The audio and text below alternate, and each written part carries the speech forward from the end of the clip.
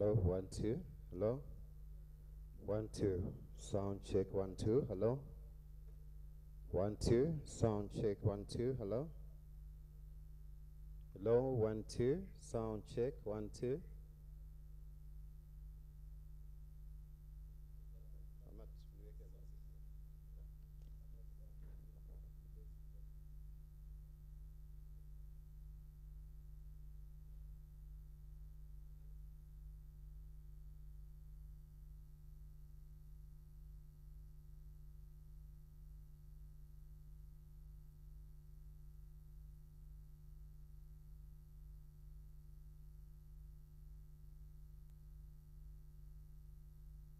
Hello, 1 2. Sound check 1 2. Hello, hello, 1 2. Sound check 1 2. Hello, hello, 1 2. Hello, 1 2. Sound check 1 2. Hello, 1 2.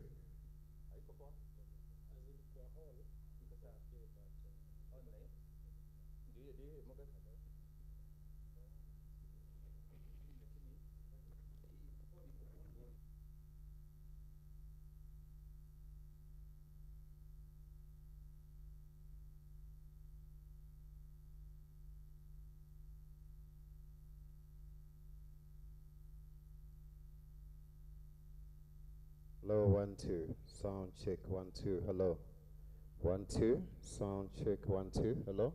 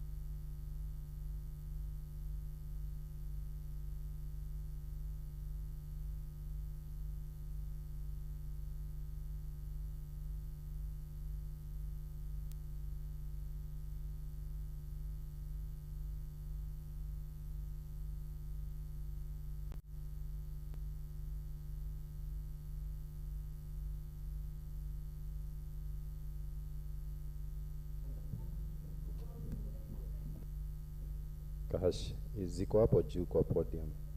Microphone. Hapo hapo.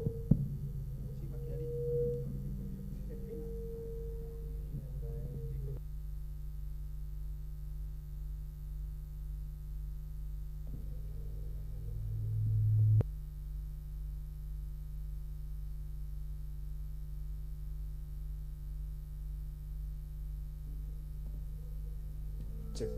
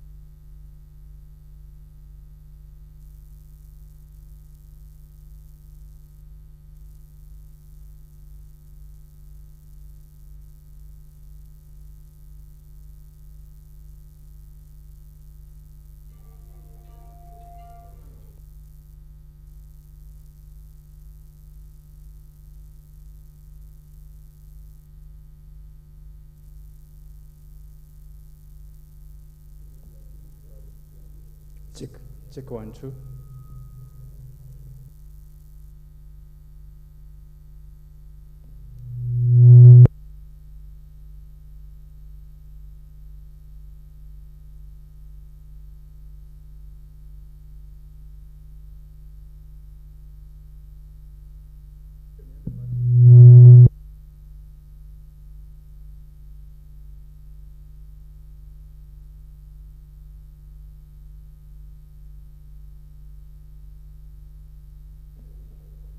Check, check 1, 2.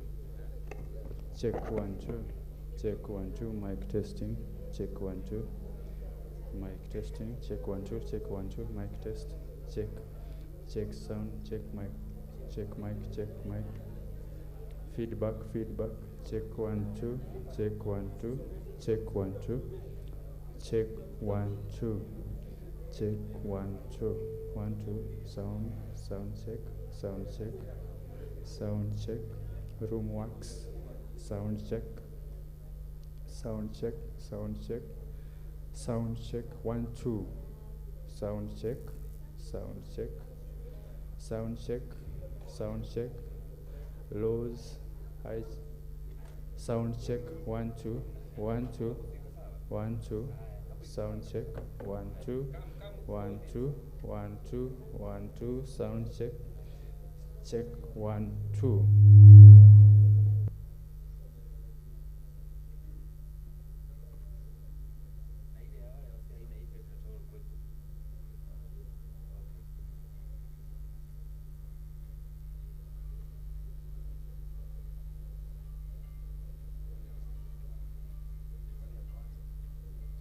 Check, check 1, 2, check, check 1, 2.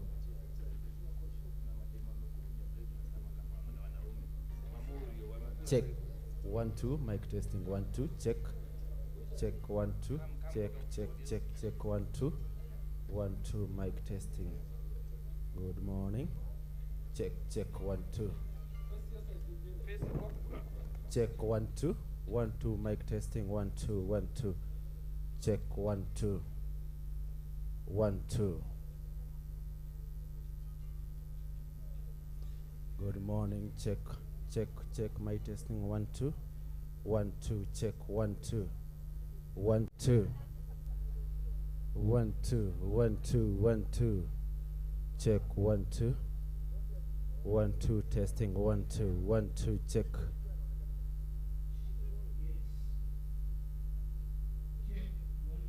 Check 1, 2. 1, 2. 1, 2. 1, 2. Check, check. Mic testing 1, 2. 1, 2. 1, 2.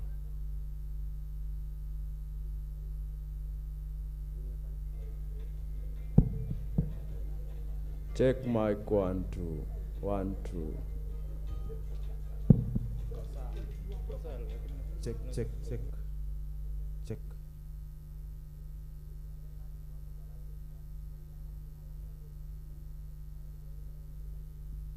Check, check 1, 2. 1, 2. Check. Check 1, 2. 1, 2. 1, 2. Check 1, 2. 1, 2. 1, 2. 1, 2. Mic testing 1, 2. 1, 2. 1, 2. Good morning. 1, 2. Check 1, 2. 1, 2. Mic testing 1, 2. 1, 2. 1, 2. Check 1, 2. Mic testing. Good morning. Check, check 1, 2. 1, 2. 1, 2. Check mic testing. 1, 2. 1, 2. Check. Check 1, 2. 1, 2. Check 1, 2. Mic testing. Check 1, 2. 1, 2. Check 1, 2. Mic testing. 1, 2. 1, 2. 1, 2. Check 1, 2. 1, 2. Mic testing. 1, 2. Check, check 1, 2. 1, 2. 1, 2. Good morning. Check, check 1, 2.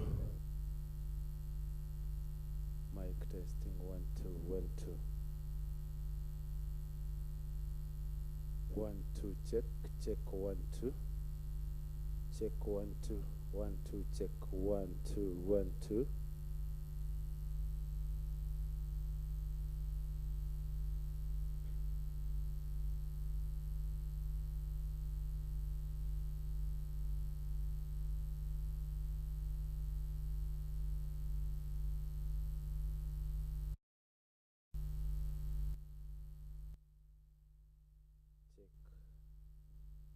Good morning. 1 2 1 2 mic testing 1 2 1 2 check 1 2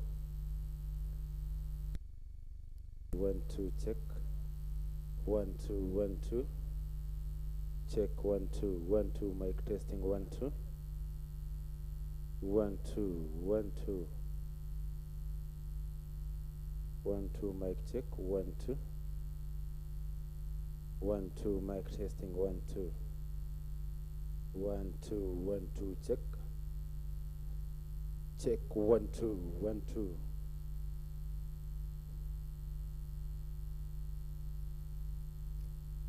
check check 1 2 1 2 mic testing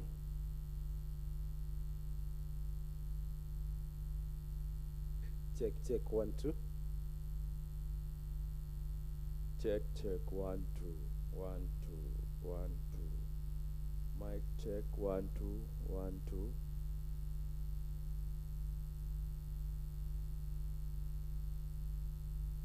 Check, check, mic 1 2 1 2 1 2. Check mic 1 2 1 2 1 2. Check, check, mic 1 2 1 2.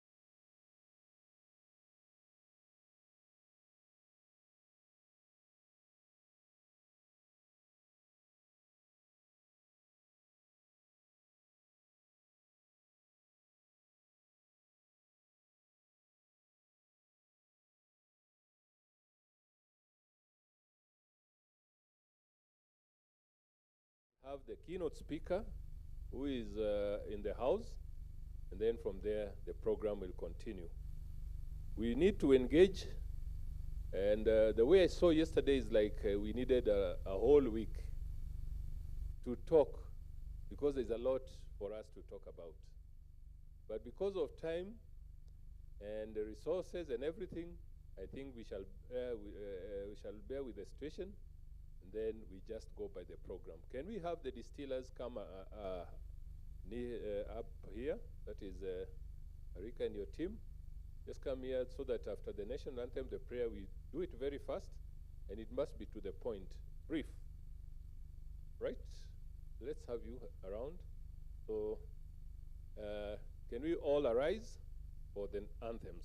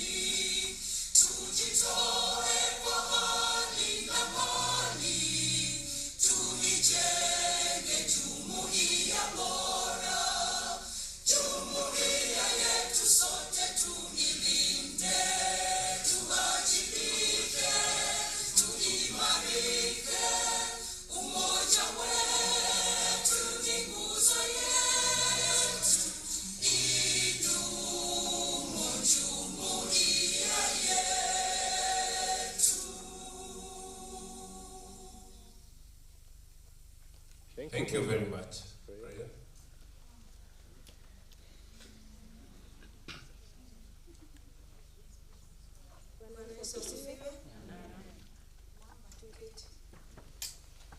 I'm going to read from the book of Psalms 23.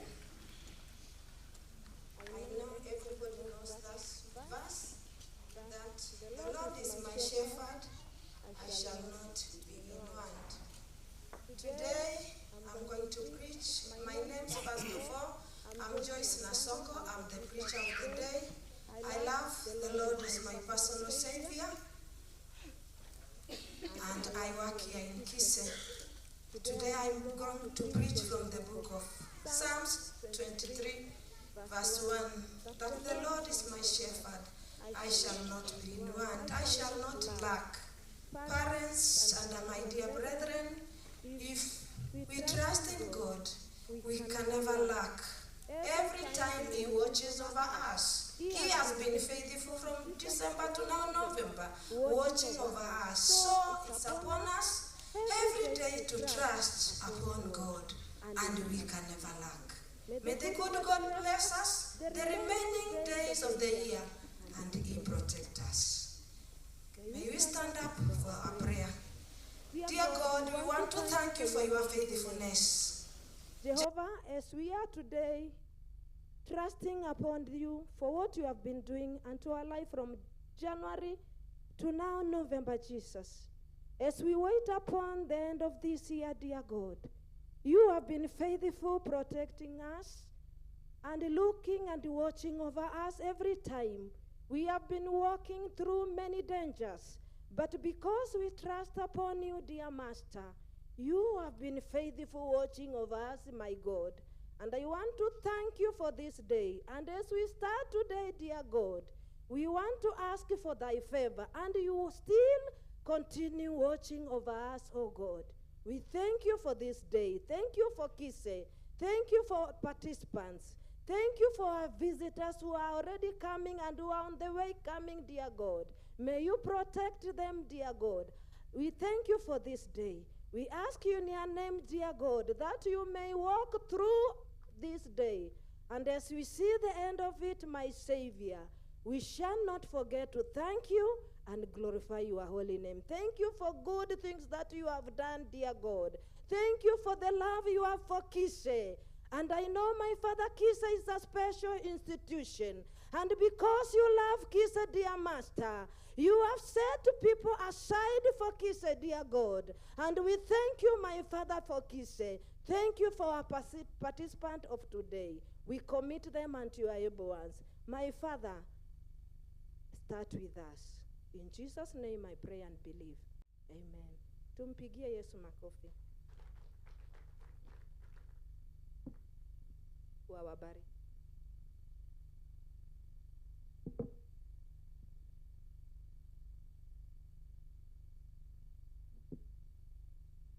Once again, karibuni tena for our day 2. We want to celebrate you for coming. And I just want to ask for those of us who have come today for the first time that we have our washrooms right behind. And anything you want to inquire, we have our ushers, our guides in blue, t-shirts in blue with the identification of KISE. Kindly inquire anything from them. They will be able to guide you. And outside, we also have some stands. Jomo Kenyatta University has a stand there for us. KISE has a stand. And Doctors of Hearing, they have a stand. And Coca-Cola, they have a stand outside there. Kindly visit them during the short breaks. Once again, I want to ask you to feel at KISE, and we celebrate every parent that is here. We celebrate you.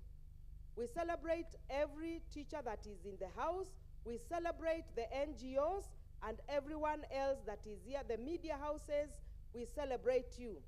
Kindly feel that this is the right place to spend the day and to give an input to this conference, the first ever on parental engagement and empowerment. And with that, I want to ask for the recap of the day, and we have our distillers, Trufena Mbeke and Lily Maso, and the team to come over for a recap of yesterday. Karibu.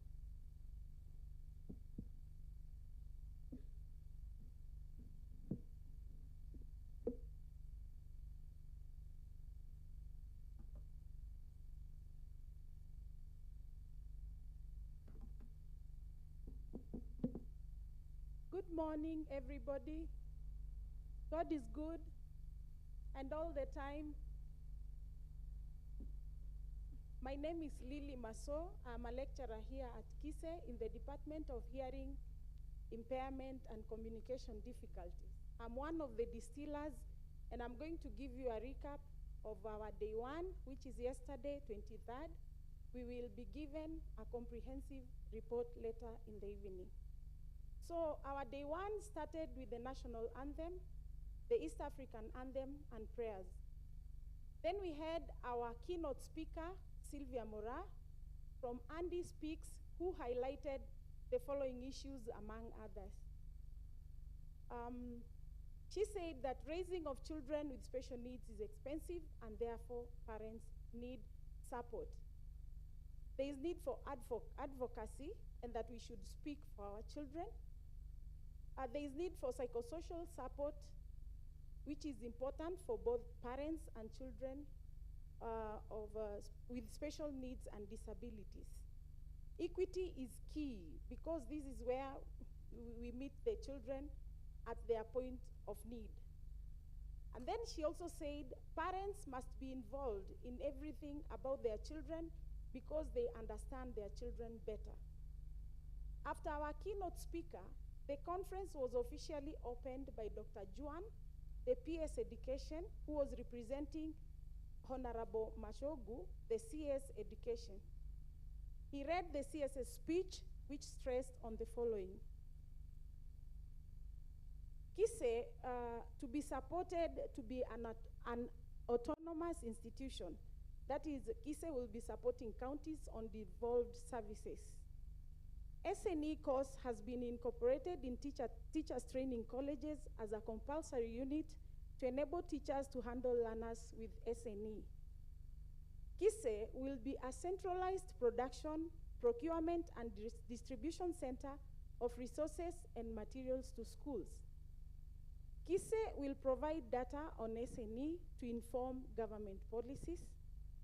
KISE to conduct a national needs assessment survey. The PS later declared the workshop open, and people went to breakaway rooms where we had panel 1 and panel 2. In panel 1, there were 4 presentations, and the following issues were raised. There was need for home-based therapy. There is need for support for parents to be able to give or do the therapy activities, e.g. by providing them with resources. For example, handouts with illustrations on how to carry out the therapy. Consider home environment before administering the home-based therapy activities. Parents should be trained on how to carry out the therapy activities. School administration to support teachers in involvement of parents. Support parents who face challenges or barriers to get involved in the education of their children. MOE, that is Ministry of Education, to provide a clear structure or guidelines on implementation of home-based learning programs. Then there was need to encourage a multi-sectoral approach in support of SNE learners on home-based programs. Then parents to establish, support parents to establish income-generating activities aligned to their lifestyles, that is considering the nature and severity of the disability. Then there was panel 2, where also there were 4 presentations, and the following issues were raised. Assessment requires a multidisciplinary team, or rather approach. There is a disconnect between education assessors and teachers and doctors, hence there is need for harmonization. All assessors should be qualified or trained. Parents to be part of the planning of assessment and intervention process. There is need for collaboration among all stakeholders to protect the assessors of children with special needs. There is need to have a policy on transition of children with special needs to the world of work. There is a gap in diagnosis of young children or young adults in Kenya. Government to invest in training of pediatricians, who are very few in Kenya. National Council for Persons with Disabilities cards should have more details. That is, it should include the mental age of the child. Attention deficit hyperactive disorder, commonly known as ADHD, and Down syndrome should be recognized by National Council for Persons with Disabilities. They should be registered as persons with disabilities. There is need to reduce paperwork during assessment. Sensitization of parents on special needs and disabilities is key. In conclusion, if we can remember the words of Laibuta said, disability opens our eyes wide open to see our abilities. He also said that sympathy never builds a character. Therefore, never reduce your child or children to that demeaning level. And our parting shot is, do not focus on the weakness of your child unless it is for purposes of intervention. Thank you so much. Have a beautiful day and God bless you.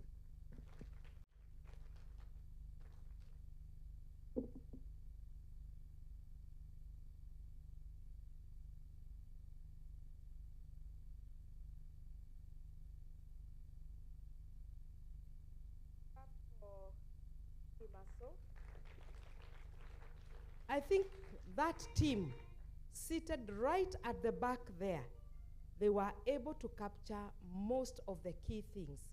I don't know if there's something you had noted down and you realized they have left it out and you would want it heard more, kindly see them. Our distillers are right at the corner there. And I think they are very good in picking up. Can we be able to agree that? Yes, and we want to thank God for the far that we have gone. I want to recognize DTSK. I think it is an organization, or DTSK. Are you in the house? Understand you are in the house? You can just stand, we recognize you, and probably you can just tell, someone can just shout what it means, DTSK. As I get our chairperson of the next panel, our MC for the next session, Flora Malasi, preparing to come to take over. What does DTSK? Yes? Differently Talented Society of Kenya. You can note that down, and probably because you have seen where they are sitting, you can be able to see what is it about being differently talented. And that is great. And I would also want to connect with you because that is also my area that I teach here at KISE, education, teacher education for the gifted and talented. And it is for every child with or without disability. I want to welcome Flora Malasi to take over the next session. Karibu sana, Flora. Good morning, everyone. Today is another day. We thank God for giving us this opportunity to be together again. So as I prepare to invite our Deputy Director Programs, I want to recognize the presence of Mali Therapy, of MWAC, and APHRC, who are some of our sponsors, and we want to tell you thank you very much. So I want to invite our Deputy Director to just say a word, then I invite the keynote speaker. 2 minutes only. Thank you very much. Good morning, everyone. Good morning. You hamukupata breakfast poa? Good morning. You know, the way you start the day defines the whole day. Are we together? Mine is to encourage you. I think yesterday we had a very, very fruitful day, and I want to take this opportunity to thank everybody for their participation. My take home was, I will not be sympathizing with the parents of children with disability. I still remember the words of Justice Laibuta. Mine is to work with them so that we can nurture the potential of the children. Sidio? Yes. Thank you very much, our distillers team. I can see we are going on very well. With that, I want to wish everybody another exciting and fruitful day today. May God bless all of you. Thank you very much. Thank you for this opening word. And I want to assure you, we parents of children or youth and adults of disability, we do not need sympathy, and we have never asked for sympathy. What we always ask for is empathy and understanding. And that is why we've been able to move this far despite systems not being supportive or systems not working towards our children.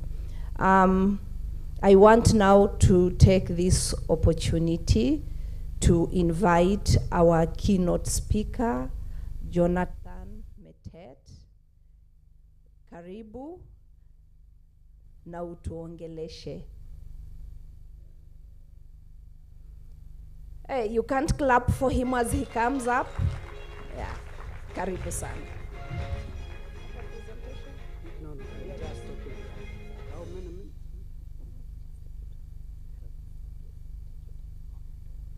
Thank you for this opportunity. I thank God this far. I'm Jonathan Metet from Technical University of Mombasa.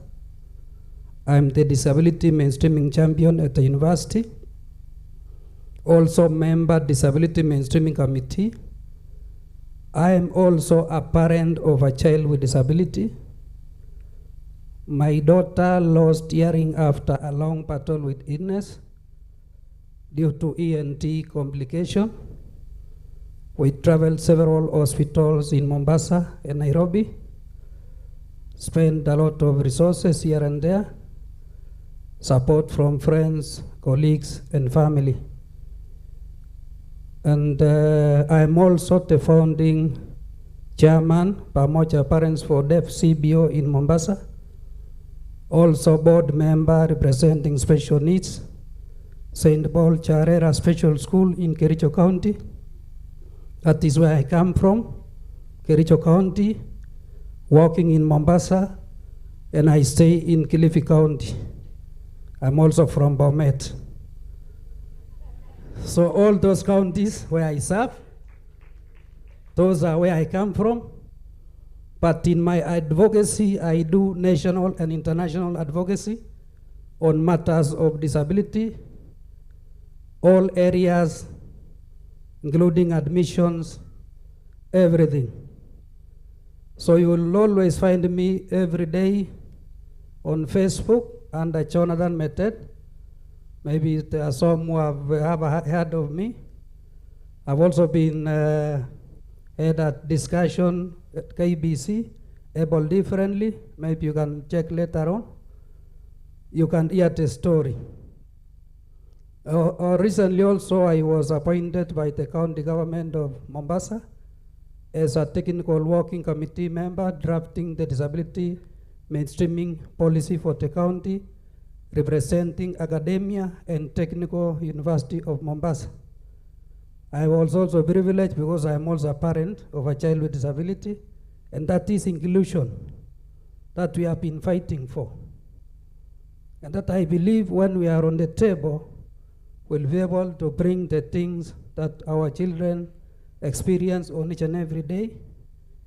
We don't want to sit on those other end as a public participant. Through the public participation, we really need this table here so that our issues can be heard. Because if you go the other side, what happens when they retreat to the other side now talking about the issues? So my journey started in 2014 when later on, it's a long story, but you'll get that one on Facebook, but I'll make it brief. My journey started in 2014. So after a long battle with illness of my daughter, so she couldn't also walk or stand, it took the efforts of the 10 Coast General Hospital, the physiotherapy department, for my daughter to stand and walk. She's now currently walking. Challenges she faced in her early childhood.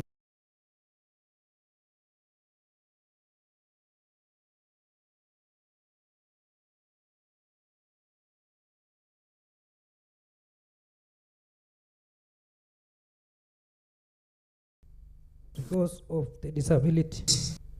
When I go to this school, they say, your child has a disability, this is not a school for her.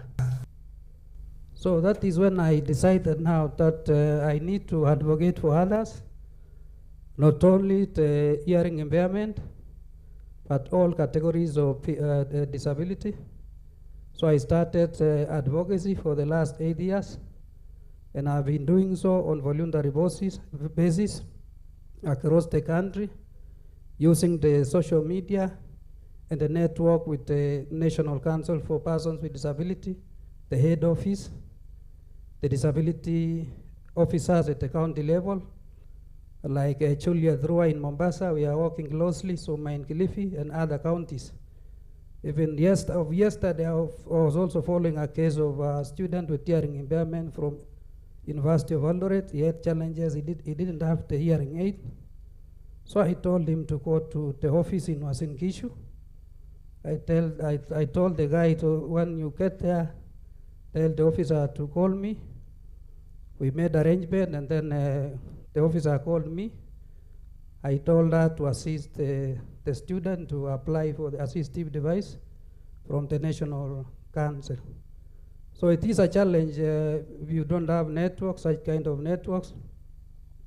Also, I work closely with different partners, like Rani Ramchandani in Nakuru. I understand maybe you might have heard about her, who has donated single-handedly over 2,674 wheelchairs across the country.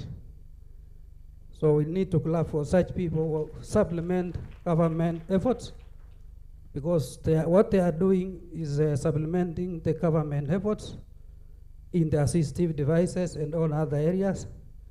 I also work closely with Mbele Initiatives in Mombasa. The founder is the MCA, Bamburi Ward. On Saturday, we are going to donate white canes. The white canes were donated by another friend who found me on Facebook, based in Australia. He sent me the white canes to donate on his behalf because he wanted to work with me. Then for a start, he said he will send the white canes. So on Saturday, we will be donating the white canes on behalf of Disability, Manyang Disability Foundation. The founder is a South Sudanese based in Australia. So we also work with Mary Wanganga, maybe when there is somebody who needs tricycles. There are those who require tricycles. And what we normally do, we have that network under the PWD ambassadors, under Team Rani. So recently, yesterday, my colleagues were handing over 60 tricycles in Bomet County. So it is every part of the country where we reach people to assist them. So the same group also deals on other issues, like guiding the parents, maybe those who are yet to embrace. Because in our team we have also police officers, like Francis Koholi, the Bungoma police commander. We have Samion D. Mungare in Nakuru, other civil servants like Philip Muge, Mutai. We also have some others in Kichape. Sometimes we refer others who may need corrective surgery to Kijabe. We have somebody who assists us there. So we have a very strong network. Under the same BWD ambassadors, under Team Rani, we have Titus Yeko, Head of Education Service at a National Council for Persons with Disability headquarters. So we really need to work together with these people because we cannot do it alone. So we have to have a very strong network. When you find a network, you see you can assist you as a parent, assist you as a PWD. Please grab that network and grab that opportunity. So in any case, maybe on the issue of education, we need to take our children for education, because education is a equalizer of opportunities. And also, we have also the skills. Those who can, they can have skills, maybe we have life skills and different types of skills. They can do several things, like sport activities. We need to nurture them. We have talents like the music. We have those who are DJs, and they are PWDs. So we need to be encouraged as parents, because we should not focus on the disability. We focus on the abilities, because they can. What they do, what we can do, they also can do much better than us. So we need them to give them opportunity. So when even taking them to school, we don't consider them that the second option, but we have to consider them equally. So I appreciate parents also who are here, and those maybe who did not make to this place. But it's a duty. It's a duty, because for my case, my daughter is in St. Angela Mumias. So because of the sign language barrier, I normally take her to school. As you can understand, in bus companies, maybe even the airport, it's rare to find a sign language interpreter. So what about at Mtotoandei? My daughter maybe could want to alight. Nobody knows the sign language. What happens? So that is why I take the responsibility. I have to take her to school each and every time. So it is a responsibility that we carry. So if in case, for example, she wants to go to hospital, I have to accompany her, because if the mother is not around, I have to go there. My daughter is teenage, she's 19 years. So I believe even in the health sector, when we talk about patient confidentiality, so I don't think it is there for somebody with hearing impairment, because there is a mediator in between. So doctor asking the interpreter, then the interpreter passes the information. What about the privacy? There is no privacy at all. So those are the challenges that we are facing as parents. So there is need maybe for the government to ensure on the curriculum development, or maybe health professional, even in as much as the NCBWD is trying to train some of the health officers and service providers like the police. So, but we need maybe to put things in the curriculum so that when a nurse goes to KMTC, there is also sign language there, and anything to do with special needs, so that they'll be able to understand. Otherwise, the society will continue to, for example, if somebody is trying to treat a patient with hearing impairment, it may not be possible to get the right diagnosis, because you are using the sign, but now you don't understand. So you might give even the wrong medicine. So that is a challenge. So maybe it's not even easy to know the age if the child doesn't have any document. So maybe you are supposed to give the child a lower prescription, but you might give a higher one, thinking that the child is an adult. So those are the challenges that we really face, that we need to consider in policy. So it comes now to policy matters that we need to be involved as parents. I think it is high time that we are on the discussion table, so that our issues are captured.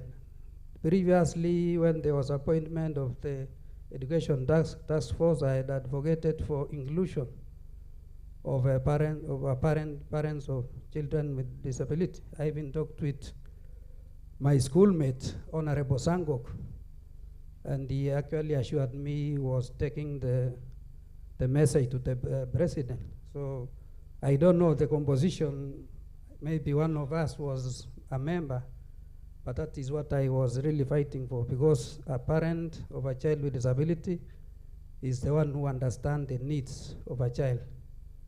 Because when you go and discuss maybe, for example, a budget maybe you are discussing a budget in an organization, maybe a county. If you don't have those parents there, now the county government will now start setting another subcommittee or sub-task force to go and look into the prices of medications for children with disabilities, go and look maybe for the prices of hearing. But they are the parents who knows those things. So it will even save the government maybe funds, because if those parents are there, it will be very easy. But now if we are not involved, it is a challenge. So we are really advocating for inclusion of parents of children with disabilities in all boards and committees in the country, maybe all parastatals, everywhere, all the sector, health sector, education sector, budgeting, those who are doing budgeting, so that we will do the right thing. Others will be left out, and now when you try to follow up later, it becomes a challenge. So now, like the education, sometimes when the CDF building the schools, you find that there is a lot of stairs there. There may be no ramp for children with special needs. So if you try to take a child on a wheelchair to that school, they'll tell you that we don't have a place where maybe the student can access. But it is the responsibility of the school to offer reasonable accommodation to PWDs. So you don't just send a child back to home, you have to accommodate them. So those are the issues that we really trying to work on, because it is a very big challenge. On Monday, there's also another donor who is reached out to me. Is from Mombasa County. She's a PWD. She's called Nafisa. We are having a meeting with the Takaungu community. There is a family who has offered to donate her land to establish a special need occupational and therapy center in Takaungu. So those are the people we really need to appreciate. And since Nafisa is based in Mombasa, and she uses a wheelchair, so she reached out to me to assist in managing the project. So on Monday, I talked to the chief, and they have organized a meeting for all the stakeholders. So I told the chief to include each and every stakeholder from the village. So the letters have been written. We are meeting on Monday. Also, the Disabilities Services Officer, Mr. Suma, will be there. I told the chief to invite the physiotherapy from the Kilifi County, occupational therapy, and I made it clear that parents of children with disability and PWDs must be in that meeting. So that was the underline, because most of the meetings that happen barazas in everywhere, you find that the parents are not there, parents of children with disability. Sometimes you can't find the PWDs on such forums. So that is a key area that we really need to work on. So the Nafisa already has the donor, so we'll start the project, and it will be also working closely with the county government. I've also met the deputy governor, Kilifi County, who really embraces issues of disability matters. We have organized a meeting also with all the stakeholders, because we need to discuss there, not wait from outside to hear from the radio.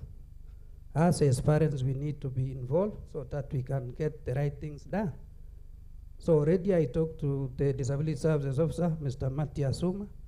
He organized a group of PWDs, all categories represented, and parents of children with disability, and we are going to meet the Deputy Governor and discuss matters of inclusion at the county level. So we appreciate such leaders who really give us the opportunity to meet them and to discuss. We also, the CEC for Kilifi County will be among the members there. The issue of sports. Our children normally does sports, but now you find that they are normally not involved. So sometimes you find there are tournaments out there, but the tournaments, maybe our leaders, our senators, our MPs are sponsoring tournaments. So it's rare to find PWDs, because there is wheelchair racing, there is all those sports they can do. But now nobody take concerns of them, but you find the other people without disabilities, they are being sponsored. They win up to $1 million. $1 million maybe after winning the tournament. So we need to have them involved so that they also can do sports. We should not wait until maybe Paralympics. After Paralympics, what next? All through as they wait for the next event. What are they doing? But the other one, we find the other people without disability doing sports each and every day. Friendly matches. So PWD also can do friendly matches. Who say they cannot do? So we need to involve them in as much as possible because that is inclusion. So we need to include them in every sector so that we can be able to assist them, empower them. That is empowerment. Recently when we went to Tomboya, especially in Mombasa with the MCA founder, Bell Initiative, he donated, he was checking on the 50 students with special needs from his ward so that he could see what to do to help them. There's a challenge of transport coming all the way from Bamburi, crossing the Nyali Bridge. Others are coming from Likoni, and the other ones are crossing the Makupa Causeway. So it was very early in the morning, and then we witnessed how the children were alighting from the bus, the bus which is not accessible for BWD. It takes almost 1 hour to alight, also boarding.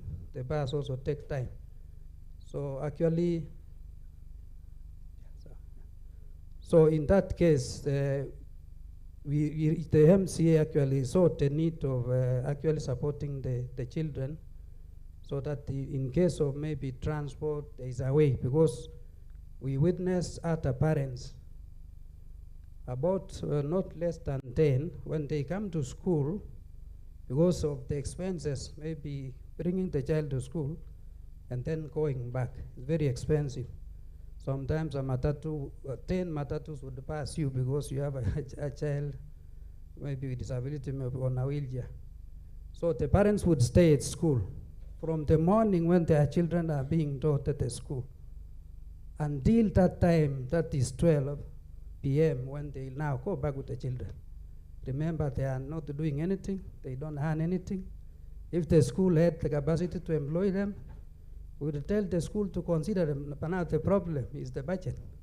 So they'll have to stay there despite the challenge. So because of time, maybe I won't take my time, but only to appreciate the Governing Council, KISE, the Director KISE, Dr. Norman Kiogora, all the staff for the reception, and also for consideration of hosting the parents. Maybe in one way or another, we'll be able to interact. You can get me on Facebook. My number is public there on Facebook. You can reach out to me. Thank you so much.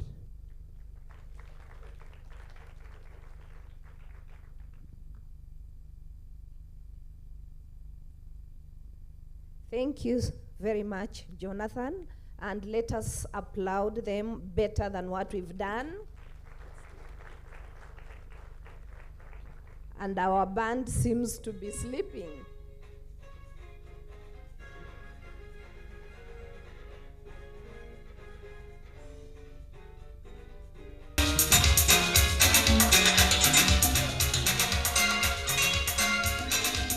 Okay, thank you. Okay, thank you. Jonathan, you are really an advocate. And from your keynote speaking this morning, I hope you've all picked what he is doing as a parent. And one thing I want to assure the members in here, Rome was never built on one day. KISE has been working with the National Council for Persons with Disabilities to train staff from different sectors, and we've been training doctors and nurses, officers from police force, Huduma centers, on sign language. So with time, I believe literally in all sectors, we will have persons who can at least communicate, because we teach them the basics. They would have the basics, and we would at least uplift the privacy of our children or youth or adults with disability. They deserve to be dignified. So that is something we should keep on talking about. We should keep on making the government and other sectors aware, and it should remain alive that our children also need privacy. And that's why I always say, where we have children or youth with disabilities in these technical institutions, we need to have trainee support assistants.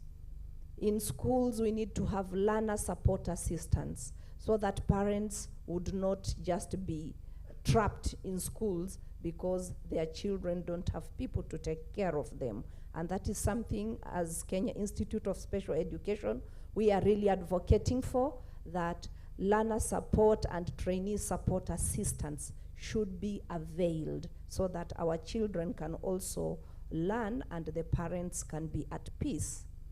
I also picked out the issue of inter-county and international networking, which Jonathan, you are doing it so well, and you can see he gets his partners through Facebook. I think we have gone so digital, and this is something we cannot ignore also in the world of disability. And therefore, parental support is another key thing Jonathan has insisted on. He has alluded to the challenges of transport. You can imagine he has to accompany her youth daughter to and fro to school just because our transport system is not right.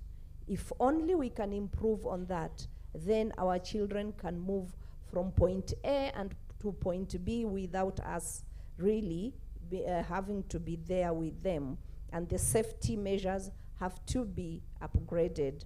Then he talked about therapy. Therapy centers are so key. If we can have functional therapy centers in all counties, it would be such a huge help to our parents. Our children need therapy. Cosmas was born with cerebral palsy, and he was completely floppy, and he had no senses within his feet or palms. But I started therapy when he was 3 months old. The doctors had declared that the best that can happen to him in life is for him to sit. But today, Cosmas walks, Cosmas runs, Cosmas can go into a pool, and thanks to therapy. And we did that therapy for 7 years. He was able to take his first steps at 3.5 years, but he was able to walk confidently when he was 7 years. And that's a long period, but thanks to therapy. So the more therapy centers we would have in each and every county, the better for our parents. We would minimize the long distances we walk or the private organizations we go to get these services. So Jonathan, well done, and if you can continue advocating for that, it would be great.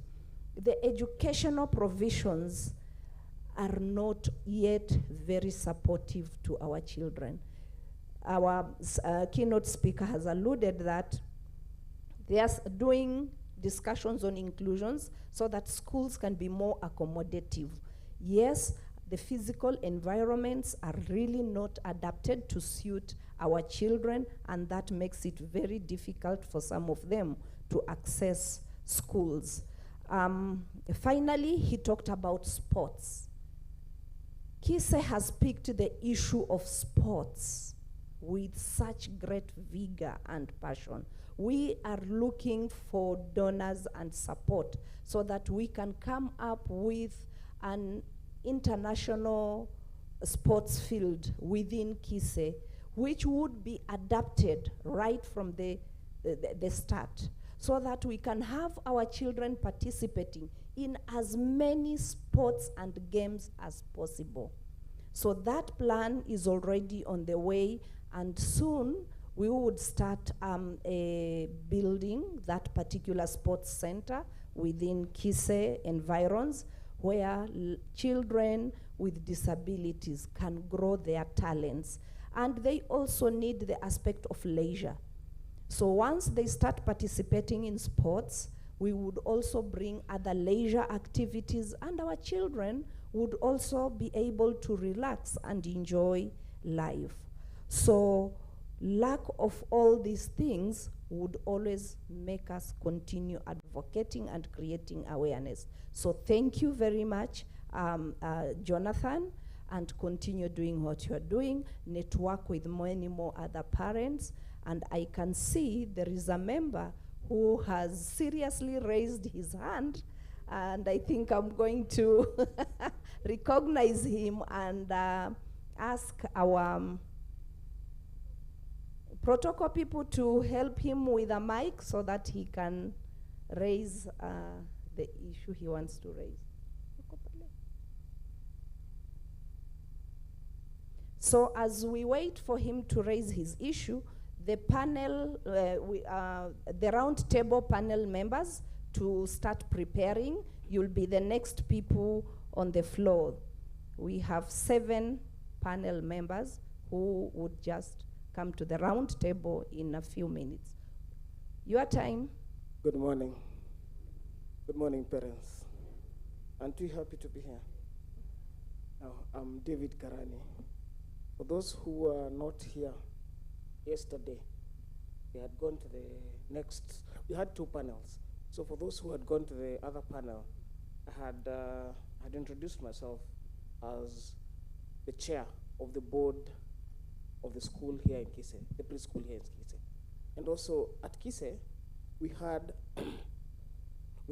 something. We had organized ourselves as parents with children with special needs. And we started an association of parents with children with special needs. But that one was just a KISE chapter. Today, I have seen a moment. In life, they say there kuna kwanga moments, and there's the moment. Today, I've seen the moment. I have parents. Let me borrow just a minute or two. And sorry to have, I'm not in the program. So I just want to take up this opportunity.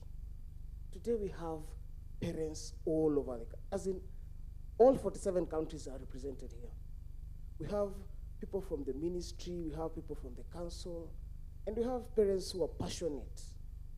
Why don't we take this moment and take this opportunity to start a national association of parents with children with special needs?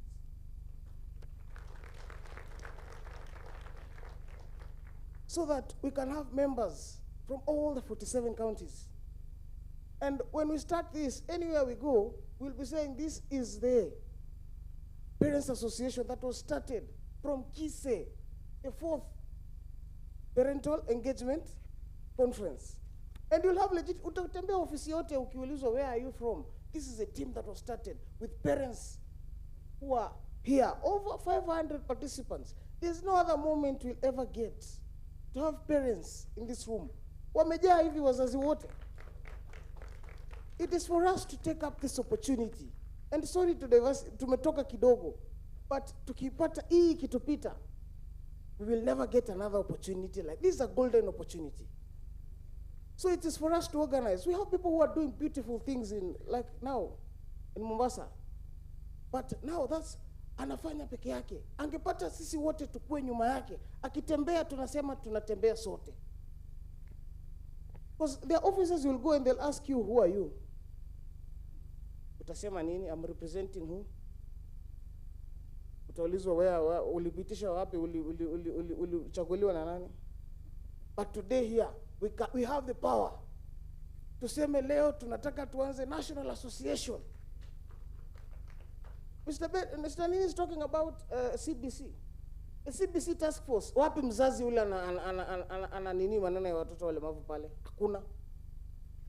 Today, there are counties where they have very good laws, but they've been kept in the archives. There's no pressure group. And this is not going to be a support group. This is going to be a pressure group. You're going to be going to those offices looking for laws.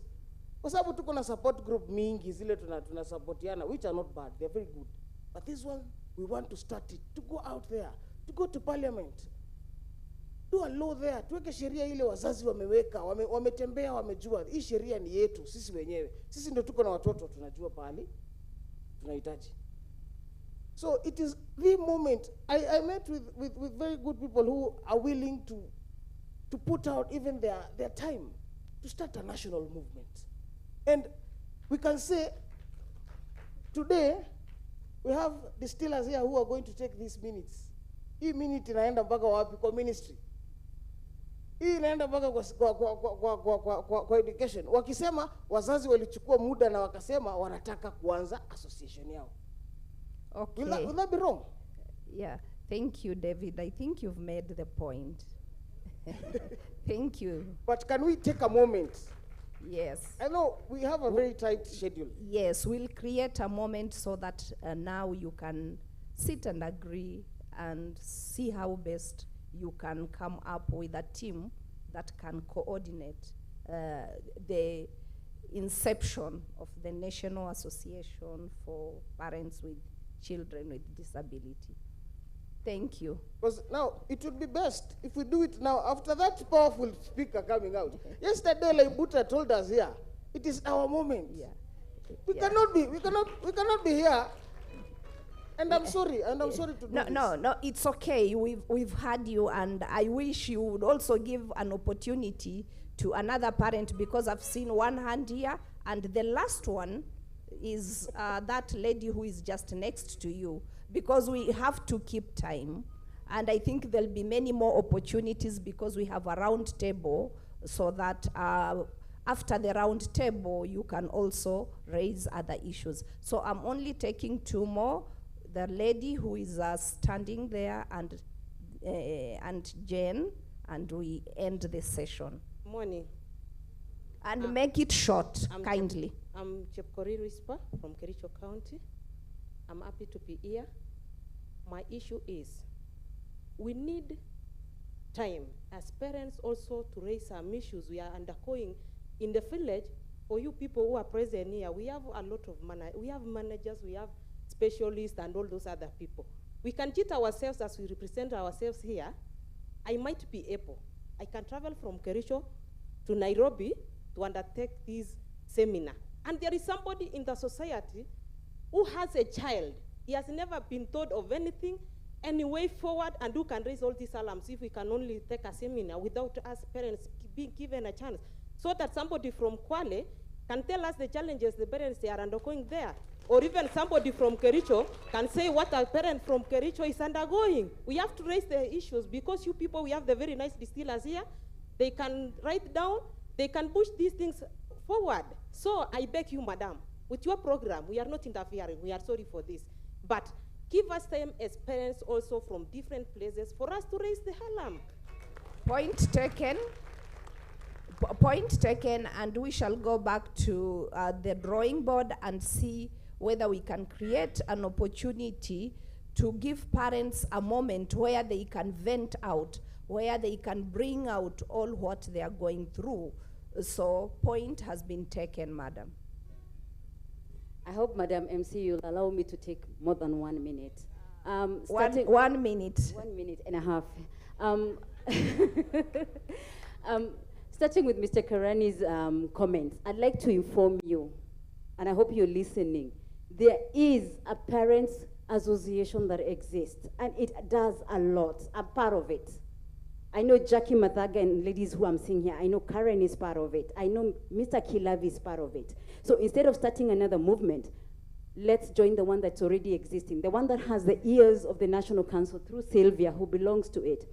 I'm a parent, okay? I'm a parent, and I definitely have been seeing what's going on. They're the same people who are right now engaging the parliamentarians and the senators to have the bills move. So if we have to split our energies, then we'll have a wrong position, unless our agendas are different. As a parent, I see it working. And if you're not in it, make sure you find out, because it has both parents on. We will, it's called Through the Roof Network. It's the biggest parental network, and its address, I'll ask.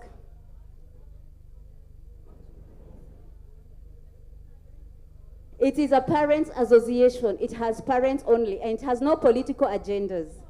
If you want to create a different one, it's okay. But this is what's going to happen. We're going to split energies, and then we're going to divide ourselves. Yeah? And then there's the parent reach another parent, like that parent who's here. When you go back, reach the rest of the parents. We cannot all come to Nairobi and deal with it. I know Mr. Metet. He used to be my colleague in Technical University of Mombasa. And back then, I did not have a child with disability, so I used to wonder what he does. Now I know. If we keep splitting our energies, what will happen is the government will ask, who are we listening to among all of you?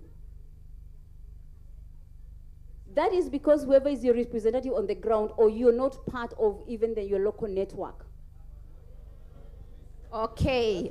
I think we don't need to change this forum. So this forum will enable you to know what is existing, isn't it?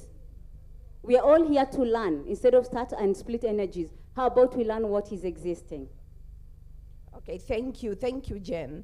And I don't want to turn this particular meeting into a forum where people are agreeing and disagreeing.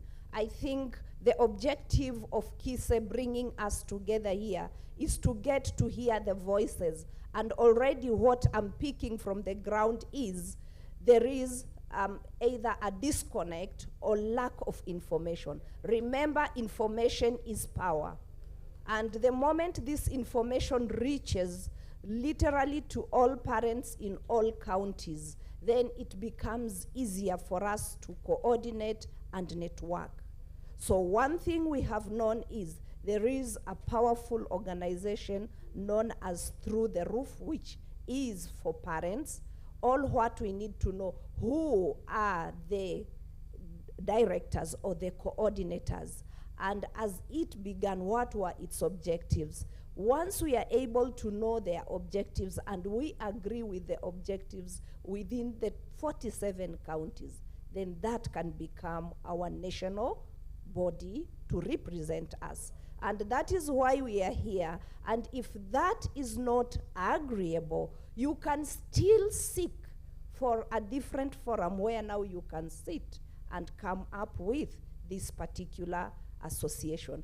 As KISE, we shall always be there for parents, and we can always host you whenever you are ready so that we can bring ideas and teams together.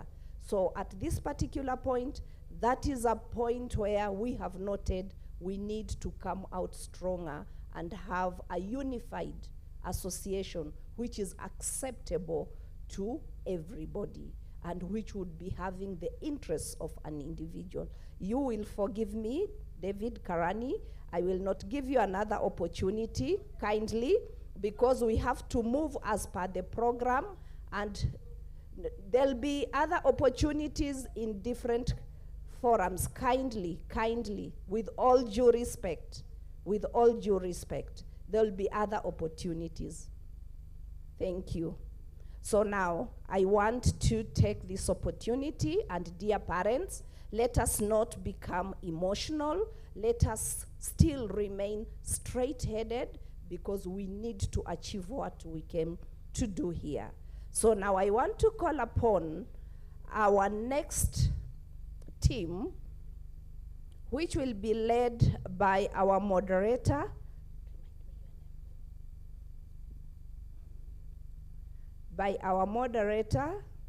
who is joining me on board. And the following members can now come on board. Martin Kilavi,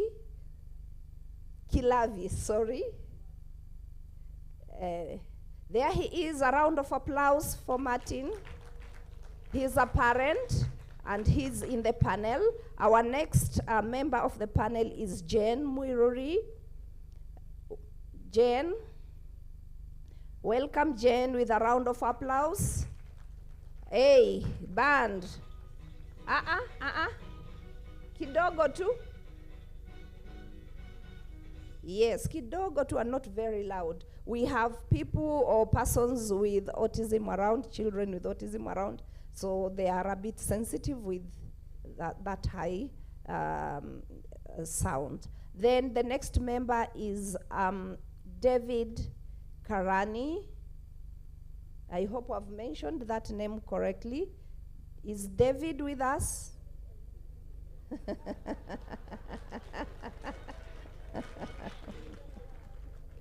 So now you have the opportunity again to.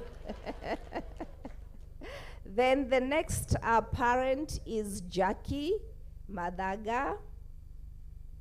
Welcome, Jackie. Then we have a lecturer from Moi University, Dr. Mary Sambu. Dr. Mary Sambu. Is Dr. Mary Sambu around?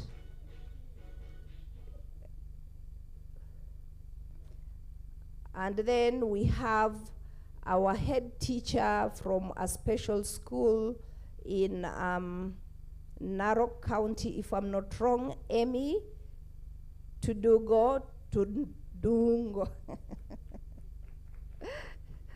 Allow my mother tongue interference. Thank you very much and welcome. I now pass the honors to our moderator. Good morning to all of us, and I'm happy to be here. It's a great opportunity. My name is Carol Gachacha Moshero. I work for the Kenya Broadcasting Corporation. I'm the head of the KBC English service. I'm also a parent of a child with a special need. She has dyslexia. My girl is called Ruthie. I might want to share a bit of a little story so that we understand where I'm coming from. Okay.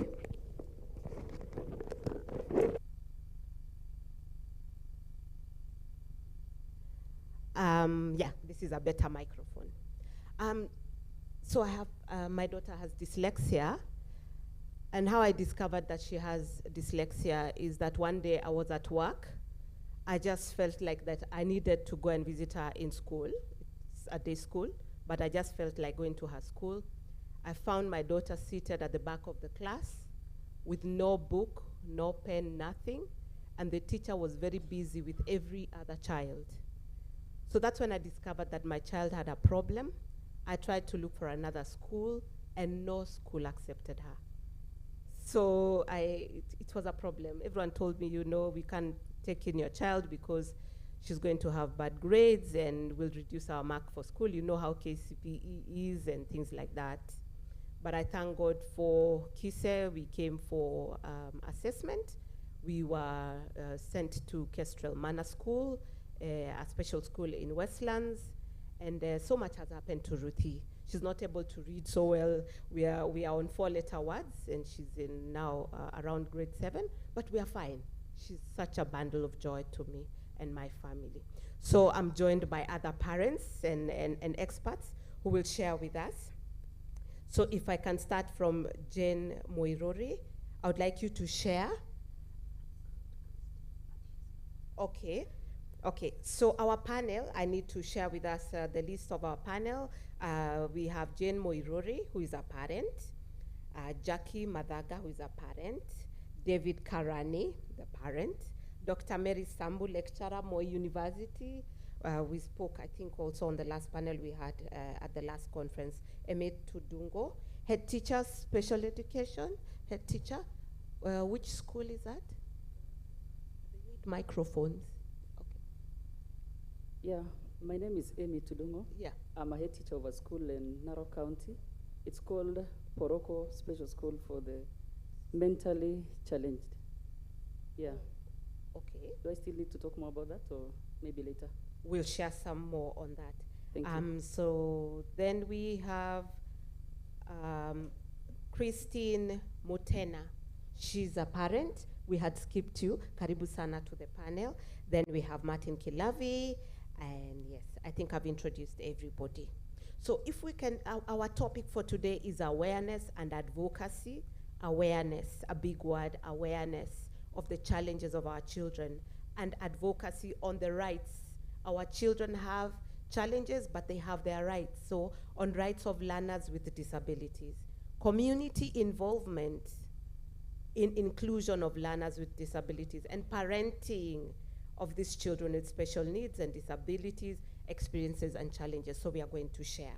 If I can start with Jane Muiruri, could you share your experience with us about the awareness? Was an assessment done on your child? And yeah, how is it going? Yeah. Hello, my name is Dr. Jane Muiruri. I'm a parent of 3 children, 2 of them on the autism spectrum. When it comes to awareness, the first time I was very sure what it is I'm dealing with was a doctor's a diagnosis, not an assessment, it was a diagnosis. And you know the way it happens when you're just given those diagnoses is you go to Google, then you find all this crazy information. And then I stepped into a group somewhere and I just said, I have a new diagnosis, I don't know exactly where I'm going, despite my education and all. What's the script? Yeah, and 2 mothers came up and said, okay, we have gotten this diagnosis, we are ahead of you in this journey, this is where it starts. The first thing they told me is breathe. Yeah, because you know, you're in a panic mode when you get those big words. You're dropped for crazy medical terminologies, and then the doctor at the end of it says, and that's the maximum I can do for you. After this, I hope you have a lot of money because therapy is expensive. So you're there wondering, what is this you've been told? And the mothers are the ones who gave me a lot of awareness as what's next. Yeah, I can say I started breathing when I sat with this lady next to me, Jackie. She invited me to her office, bought me a cup of coffee, and she had a son older than me, older than my children by far, and her experiences helped me calm down. And then that journey of just working with another parent is equivalent to just knowing what awareness is. I guess when it comes to just awareness, that's much I can say on that. Yeah, let's have one more experience with awareness. Assessment, diagnosis, how was it for you? Good morning, everyone. So my name is Jackie Mathaga. I'm a mom to a 16-year-old son with autism. He's also non-speaking. So I'll talk about advocacy later, but let me talk about awareness. So when my son first got diagnosed, there was nothing going on, in my opinion, in the country, because we'd been visiting hospitals, some of the best hospitals in the country, but no doctor came out to tell me that my son had autism. So they observed what they observed. They told me go for speech therapy. At this point, he probably was about 2-3 years. So when you're told, you visit a doctor and then you're told go for speech therapy, you then begin to believe the things that you've been hearing in community, which is because it's a boy, he's going to speak at some point. And all the things people say, or you know, his grandfather delayed in speaking and all of that. So nobody, no matter where I went, nobody would give us a diagnosis. But then remember, my son is 16 now, this was years ago. So fast forward to when he was almost 5, there was an educational psychologist who was visiting my parents' church. And he was talking about children who, when the sermon is going on, run up and down the aisle, they can't keep quiet, they're all over the place. And I know we've experienced this. So at that point, it clicked, it began to click. First of all, there was understanding where my parents were concerned, this is our grandson, you know, and then even in the description that the education psychologist gave at that point, it sounded very much like my son, because he would see his grandfather up there and he would run, you know, calling his grandpa, and then we'd be like, so everybody would say, why can't you discipline your child? Why is your child not able to sit still? And I know we go through these experiences. So this educational psychologist is the one who, because he was carrying out a camp the following day on a Monday, he's the one who gave us our first diagnosis. And that was when I heard about the big A word. And when you hear about autism for the first time, it takes you into all sorts of places. So I went into a Google rabbit hole and found out all the things. And you know, when you Google, one thing leads to another, leads to another, leads to another. Soon you're imagining a life where your child can do nothing, and you begin going down. You're thinking, now this is the end of life for us. This child will always be dependent on me and all that. But then soon after that, I began to look for others who were like me, because I didn't know anybody else who had an autistic child. And those I could find were on Facebook, and they were out of the country. So that's where I began my connection. And that's where I began to not Google, but to begin to then seek out what's the right thing. So we eventually got a lengthy diagnosis, which is why, for those who were in the panel that Jane and I were in yesterday, we were talking about the need for developmental pediatricians in this country. What we do? I'll keep it short, I'll finish. Okay. So at that point then, with having a lengthy diagnosis, that then brought understanding, and then that started also my journey for reaching out to other parents locally. Okay. And because she spoke about community involvement and what the community could think about your child and things like that, let's have another experience from Martin Kilavi, who's seated right next to you. Wow, thank you. Good morning, everyone. So my name is Martin Kilavi, a single dad to 2 children, Joshua and Sarah. Joshua is turning 24, and Sarah is almost turning 18. Both of my children have got something called autism, schizophrenia, and dyslexia. And that now puts me to want to tell you about Oshidis Trust. This is an organization that I started. Oshidis is an acronym for autism, schizophrenia, and dyslexia. We create a lot of awareness around these disabilities. And as a parent, and more so as a single dad, I think I've heard the better part of what comes with all these conditions. Talking about awareness and looking where we are coming from about these issues, looking at the ages of my children. It was a bit difficult when they arrived. That's about 23 years ago. This thing was still a mystery to most of us.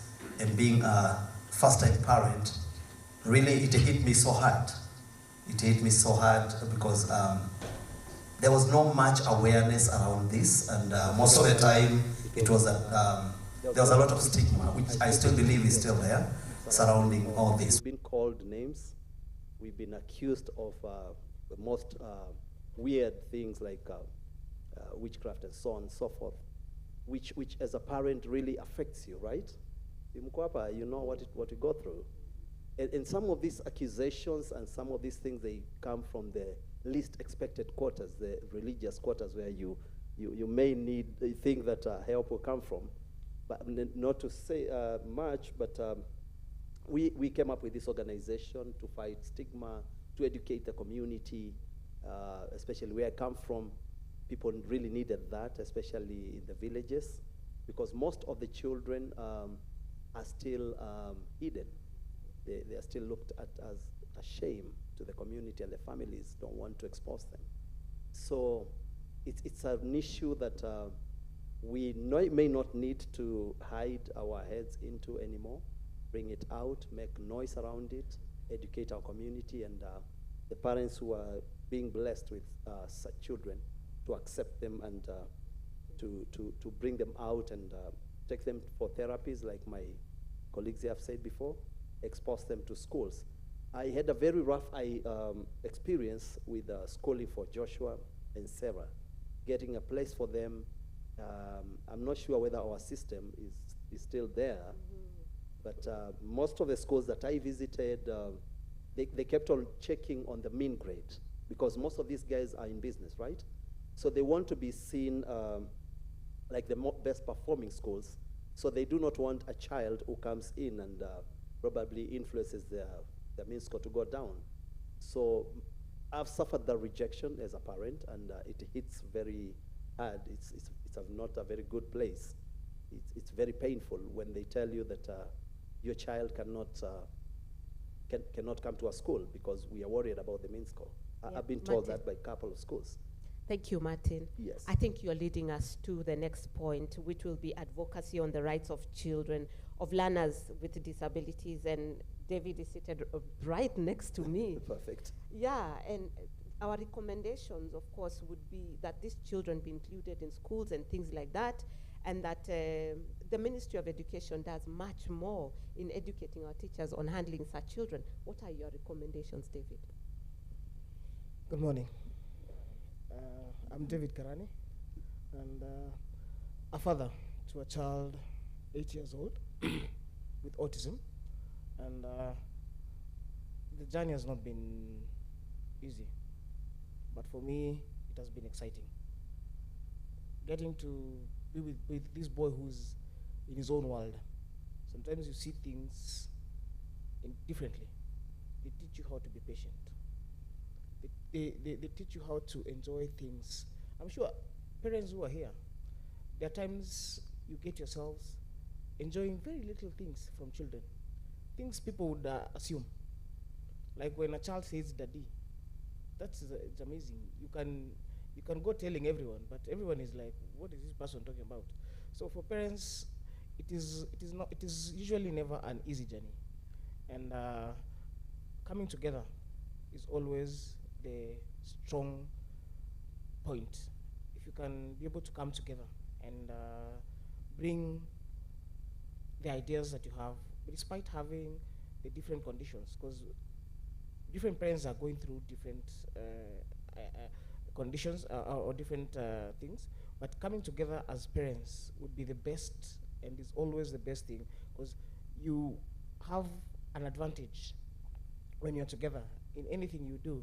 Because I've had people in the community, even I've had people being asked to move out from where they're staying, because now the landlord tells you your child is affecting other tenants. Other tenants' children are not comfortable. So in this kind of cases, you find people are alone. And if parents would be able to come together, and despite the different conditions that actually, whatever is happening, you come together and have one voice. That is the best, I think the best way forward for every parent who's going through this. And for the longest time, parents have been asking, where do I get help? Normally, usually tunalilia serikali. We forget serikali ni sisi. Because there are very good documents that are done. Very good documents. Actually, our Nini is the best in terms of, our constitution is the best in terms of inclusion. But there are no people push for these implementations. Because document is done, it's put there. Because I think parents, the biggest thing, when you have a child, you're given a birth certificate and it's all go home. Yeah? That is how you, as in, you give birth to a child, unapewa notification, unaambiwa enda nyumbani. Whatever is going to happen huko ni wewe utalana huko vile unaendelea. Lucky if you have a community to show you mtoto anaoshwa namna hii, mtoto anafanywa hii, but parenting you learn on the job. And it would be very good if we can have other parents who've been there to actually guide these new parents. Because I think the first thing, if a parent is told your son has a problem and you're left to go, you can even get, as in, you get stressed. Hata unaweza gongwa na gari. Because now unashindwa naenda wapi. But if we can have a process where the first thing, when a child is told, I think we need to discuss more about your child. A parent is called and told, whether the condition that your child has, this person, mtoto wake pia hako na hiyo condition. You can be able to take over and be able to guide these other parents. Kwa sababu mara mingi unawachwa jangwani. Community inaanza kukupea maneno sasa. Unaambiwa sasa hii, most people are accused. You wanted to abort the child. You practice witchcraft. If you are rich, you're told you've actually damaged that child. If you're poor, you're told it's a curse. So in any way, you are blamed. So if we can have at least people, the first person to be actually counseled is the parent, because the parent actually, this child may be living with the condition and they are not aware. But you carry that child every time in your head. Even when you're out of the house, there are parents who, even if they walk out for a minute, they'll keep on calling, because you cannot, that child becomes a very, very big part of your life, and sometimes forever. And sometimes they wonder, what happens if today I'm not here, what will happen to my child? Very nice contribution, David. If we continue, I think we still need to discuss about parenting. And there are those moments when parents feel overwhelmed. You sometimes break down. I do sometimes. I look at my daughter we are trying to read and we are not making progress. She wants to have fun when I want her to try and read a few words. So how do you handle moments when you're really overwhelmed, Christine? We'll come to you. I'm laughing because the first option is not for public consumption, my first reasoning, but Christine Mutana is my name, and I'm a parent to children with different rare diseases, so which causes disability, and they are turning 16 and 11 years old. And as Jackie's story has been, it's a matter of not knowing where to go, where to get support, so you start one, because you can't keep on going outside the country to get moral and emotional support. So I started an organization that offers a support platform for parents of kids with disabilities and rare diseases. And it's not something that we say, I'll give you money to help you. No, it's I'll be there for you. I'll be there to help hold your hand, walk that journey together, so that at least, since I'm ahead of you, I can show you where the potholes are, I can show you where to skip the paddle, I can tell you which doctor has best understood me, because as we say earlier, our doctors tend to think we don't know much, and then as parents with our kids tend to research a lot, so it's a bit of a conflict. So for me, I'd say the best coping mechanism has been having another parent walk the journey with me. Most of my friends actually have either have kids with disabilities. That constitutes to my inner circle like 90%. And I find that much more helpful, because I can, as he was saying, if your child says daddy today, I'll tell somebody else, like for example, I'll tell Jackie, she said this today, and it'll be, bring the wine, let's celebrate. Because that is a milestone for us. So for me, when it comes to coping mechanisms, I'd say get your tribe. Get somebody who honestly understands what you're going through on a day-to-day basis. If your child, for example, has cerebral palsy, look for a mom with that. But I'm not saying don't stick to the same condition, because at the end of the day, the disability journey is the same. It's just that now we just have a few detours here and there, but at the end of the day, the disability journey is the same. So get your tribe, and together you'll make it. Thank you for that. I think it's a very nice idea to just get together and speak to people who are experiencing what you're experiencing. Like someone said, unless you're a parent of a child with a challenge, then you would not know what we go through and what we're talking about, just like David also said. So let's speak to her. She's Dr. Mary Sambu, lecturer at Moi University. You could tell us, like, what can our children expect with the transition from primary, which is also a challenge for primary, unampeleka high school gani, alafu anaingia university. So when you get students who join university and they have such challenges, is there help in the universities? Yeah, thank you. Thank you, our moderator. Good morning, parents. Yeah, this is an opportunity we have been given so that we can be able to interact, engage, and also ventilate. This is a good opportunity for all of us as parents. My name is Dr. Mary Sambu from Moi University, a lecturer there, teaching students who are going to teach your children in high school, secondary schools. Maybe I can start with my experience before I can say it is doable. I've been a teacher before for learners with special needs, that is the hearing impairment, for almost 10 years before I joined Moi University. And may I encourage you parents that it is possible. These learners, they can excel and move on. I want to give you an example of my student who graduated last year. And this is a deaf student. Let me not start with the condition. This is a learner who was a hearing impaired, impairment.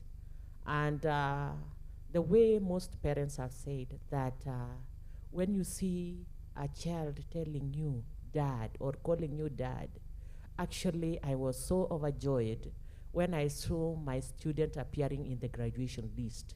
This is a student who is hearing impaired. Because for the time I've been in Mo University, I had never seen a student who had graduated with who has special needs. So for me, I really felt it. You know, it was like something, you know, different has happened. And I want to say, parents, it is possible. So we receive students to the university, and we all know the cut points that if a student has special needs, it is a C, lower, it is a C, the others is C+. And I want to say, I want to thank the government of Kenya. We are receiving students, they are there with us, and we are there as lecturers to teach them. In our university, Mo University, we have students taking special needs education. And these are the students who are going to teach those learners in special schools for learners with hearing impairment, visual impairment. And we teach them these courses. The challenge is, when they come, they are taking 2 teaching subjects, plus now an added advantage, that is the aspect of special needs. So when we present our results at the Senate, you find that they are complaining, why are these students taking so many courses, 76 courses, 77? Why are they taking them? While others are taking 56 courses. But we are telling them who is going to support these learners who are in special schools. If we ignore that, who is going to be there for them? And this is what we are working for. And I want to say, so far so good. Though the courses are many, we are saying our students are being catered for in special schools, secondary schools, and even in the primary. And I want to say, we are still fighting for that. Even if we are accused, we are labeled as lecturers of SNE. We are saying we are standing firm for our children because they are our children. Even if I don't have a child who has special needs can occur at any time in your life. The way we have been learning and we know. Therefore, even the big people, they can also acquire special needs. That is something they forget, that this thing, you can acquire it. So I want to encourage you parents that it is doable. My latest experience was in May this year. We have a student who has diverse cases of special needs. He has cerebral palsy, he is physically challenged, he has no speech. And here is a student who has been brought to our university. This student is with us, we are teaching him. And the thing is, other departments are not recognizing that these are people who can excel. And I remember they called me, Sambu, where are you? This is your student. During that particular time, it becomes your student. They are not looking at the fees the student is paying. They are looking at the disability. So, this student is supposed to be posted, is supposed to be assessed during micro-teaching. But because they don't understand these things, I was called upon. Come and assess your student and give him marks. And I said, I'll do it because I'm there for him. I stood for him. And you know what? We organized with the student. I called one of my colleagues, come, we are going to assess him. And I know he is good because when you look at the handwriting of this guy, actually he is better than all of us. He is very good, writing with the left hand. This one is, the other hand is not there, but he is writing with the left hand, but he is producing the best. The student is taking mathematics, chemistry.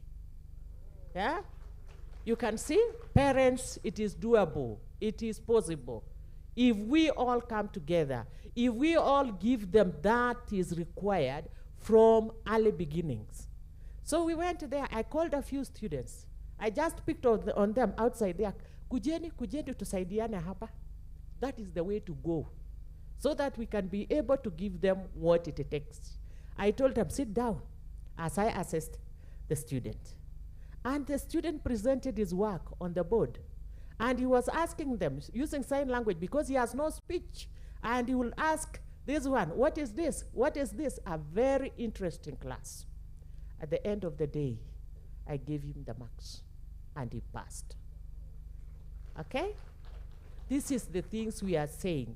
Even if you are not a parent, where you are, if you are an expert in special needs, can you show yourself that you are there for these students and help them, support them? Today, we are saying that student, we said we are going to post him in an inclusive school, and that is in Mombasa. I'll go there and assess him because I want him to get what is required to be given and then to be employed by this government. He is very good, he is very smart. So parents, let us do our part. I did a research during COVID, and my experience was, actually, as we talk of online learning, for our learners, I was dealing with the hearing impairment. For our learners, nothing was going on. They were just there. I used snowballing sampling technique. And when I was calling these parents, what is happening to our learners with hearing impairment at home? What is he doing? Anything going on online? What about the KICD programs? Are you aware of them? But there was nothing. You know why? I think our programs are biased. Our government is biased because not all of us have internet connectivity. Not all of us have electricity at our homes. You are lucky, you parents who are here today, because at least you have something you'll take home for your children. But what about that one in the village? Uko ndani kabisa. What is happening to that parent who is not even aware of what is happening, what is going on? Let us go home, try to reach them also, so that these learners can benefit. Otherwise, we receive them at the university, we are there, and we are standing for them, we teach them, though that negative attitude is there. It is all over, by the way. Even at that level, I want to say, we are there, we are standing for them. The other thing is lack of teaching and learning resources at that level. They are not there. But we are saying we are working for that, and we know one day we shall reach where we want. Thank you, and God bless. These are the kind of people we need in the community. They love our children, and they go out of their way to do it for them. So let's appreciate her. Really, I admire that. A teacher saw my child and decided, Mama Ruthie, I'm going to take Ruthie. I'll give her tuition. I'll teach her every day and ensure she gets to where she can go. We've done that for about 2 months. I'm seeing a difference. And yet she had so many teachers and for so many years. But this one decided to go out of her way. And that's what you're doing. And we're wishing you all the best, because I'm sure you'll help this country in the long run. All right, so we need to move again. And we are going to talk to another teacher, Amy Tudungo. Maybe you can tell us as parents, because you deal with our children, and we are the parents here. What is your advice to us as a teacher, to us when we are talking to you? How can we better things? How can we make learning even better for our children? Yeah. Thank you so much. Like I said, my name is Amy Tudungo. That name is a tongue twister to most of us. I come from Narok County. So when you talk of Narok County, you see it's an ASAL area. So even having sat here, for me, is so humbling. Thank you so much, KISE, for producing such a great teacher. Let's clap for KISE.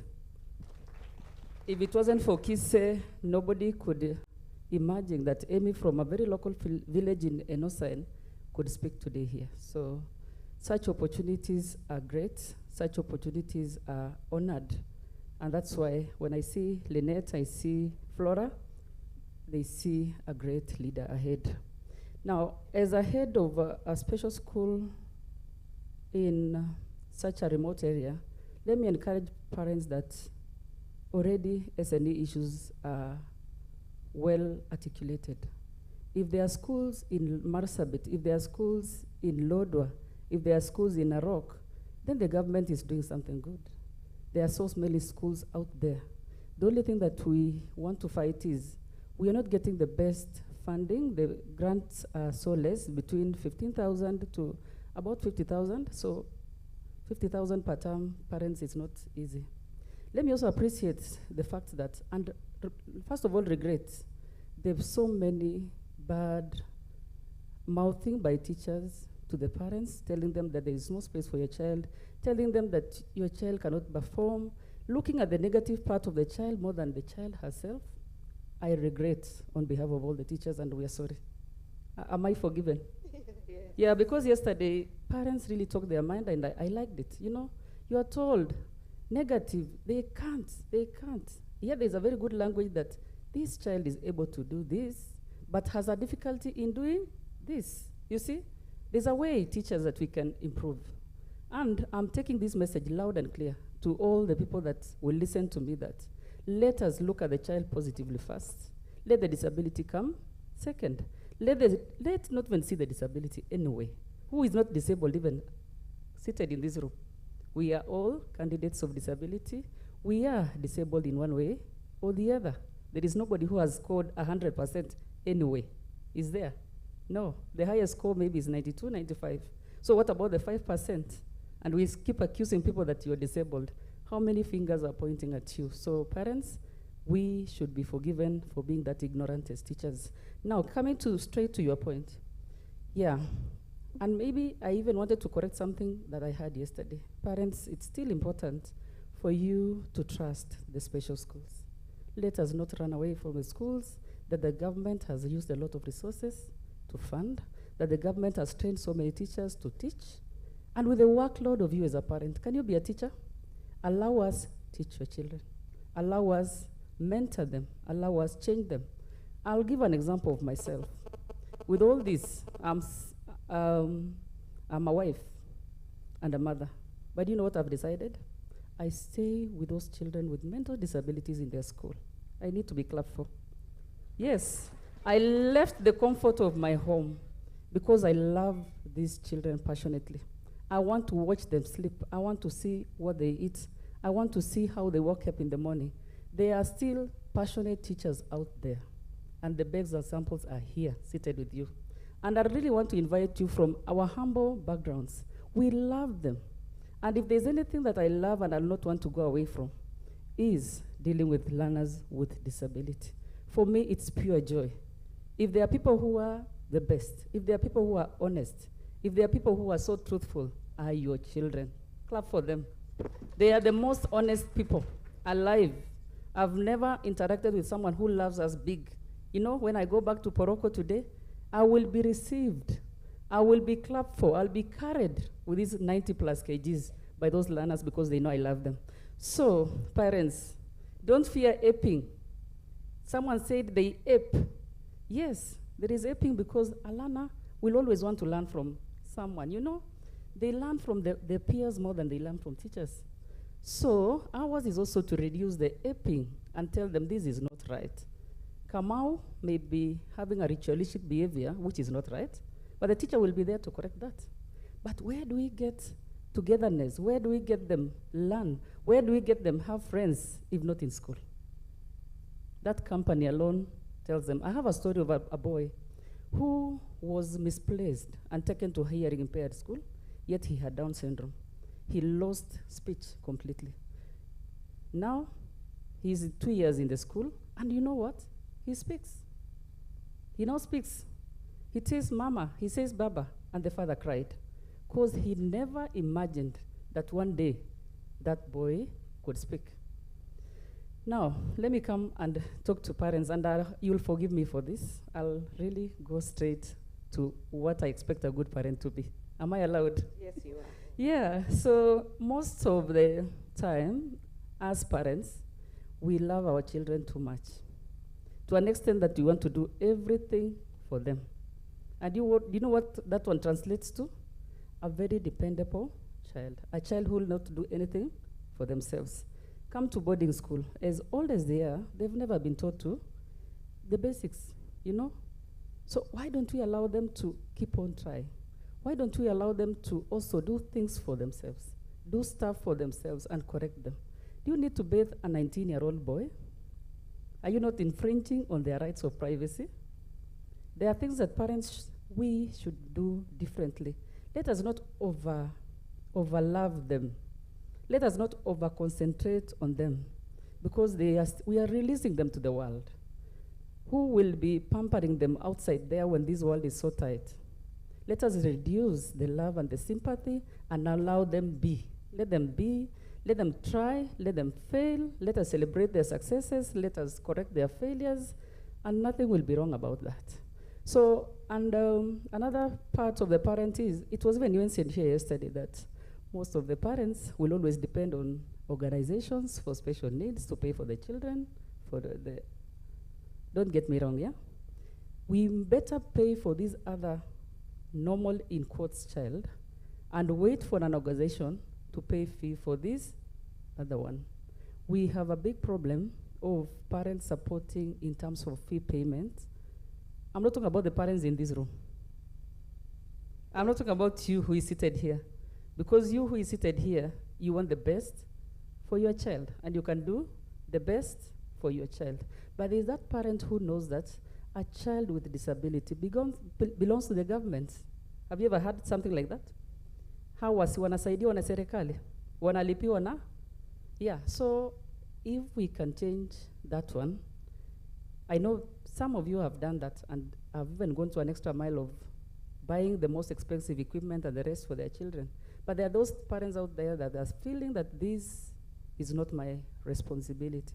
Then if it is not yours, who then is? Lastly, on the parents, I'm happy about the associations that we are really coming out with, and the existing ones and the new ones are all welcome. Let us also involve teachers in those associations so that they can give you the educational view on such associations and the rest. So far, so good. I'm also worried about the parents from ASAL areas, from those far-flung areas. Are they even aware that such associations are? Are they there or not? Lastly, let me congratulate you, because having a disabled child is not easy. From that background, I've also been called names. Yule mwalimu wa watoto wazimu. But am I wazimu as I speak? No. So let us allow and agree to be called names. Let us shout hard. I always tell people I will always shout, and I will always make myself known that I must speak on their behalf. If they are not speakers, I will speak on their behalf. If they cannot see, I will see on their behalf. If they cannot taste it, I will taste and on their behalf and tell them this food is too much salt. Because at times I tell my support staff, if you don't put sugar on the food for these children, they will never strike. They will not go on strike. Because maybe some senses may not be right. They'll be taking the food, but God is there. Yeah, God is watching. God is watching. Thank you. Thank you, Mwalimu. Another teacher. We need to clap for her. She goes out from her way. Yeah. And thank you for loving our children. Thank you for loving our children. And there's someone who mentioned yesterday that we need to provide every opportunity for our children. Let's not keep them, let's not hide them. Let's provide every opportunity. And that's why I bring in Jackie on advocating for the rights of learners with disability. You had something to say. All right, so asante mwalimu. So one of the biggest reasons why we are saying no to special schools is a reason that you mentioned. You love these children. We want parents to stay with them and love them themselves. The truth of the matter is your school might be a good school, but not all schools are good schools.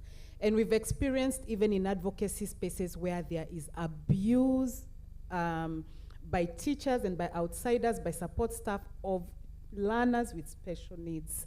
When we had the justice here yesterday, some of the things that you heard me say yesterday was asking questions about access to justice. So every child in Kenya has a right to education, But I want to see by a show of hands here, how many of the parents in this room have children who are not in school? Your child isn't in it.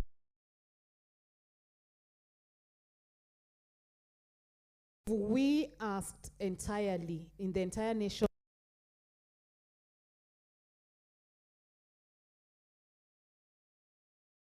one of the things that happens is that even as the professor was talking about over there, that she has a few students who are in university, I can tell you for a fact that transition services in this nation are lacking. There is primary school education, and that is why parents work with teachers and retain those learners in primary school. And that's why yesterday I was saying repeating should stop so that children move in tandem with their peers. We don't have transition services. As long as we keep on withholding learners with special needs in primary school, even that need will not be realized. So when you ask, are children in school, people will say yes, but are they in the appropriate classroom for their right age? The answer is likely no. And so by retaining them, we create problems, and that's where even advocacy begins. For some of us who are in the advocacy space, that's why advocacy begins. When we say that we advocate for inclusion in schools, it's by asking even head teachers to start inclusion services. The reason we don't want special schools is because they have been an excuse. They've been an excuse for parents who would rather have nothing to do with their child to dump their children in that institution and forget them.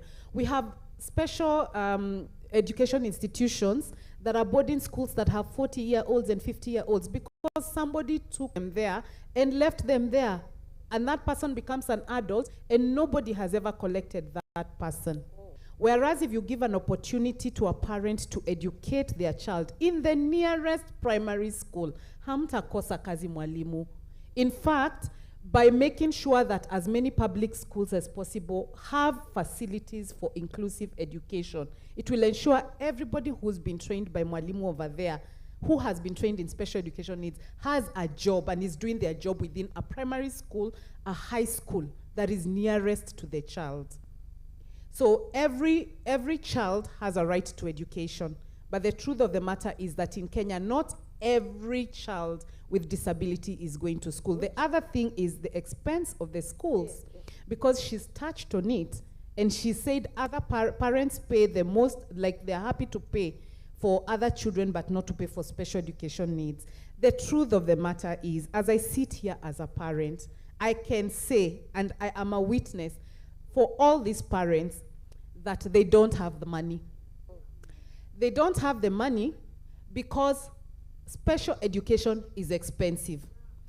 When you're paying 20,000 in a private school for a typical child, you're paying 120,000 for a child with a disability.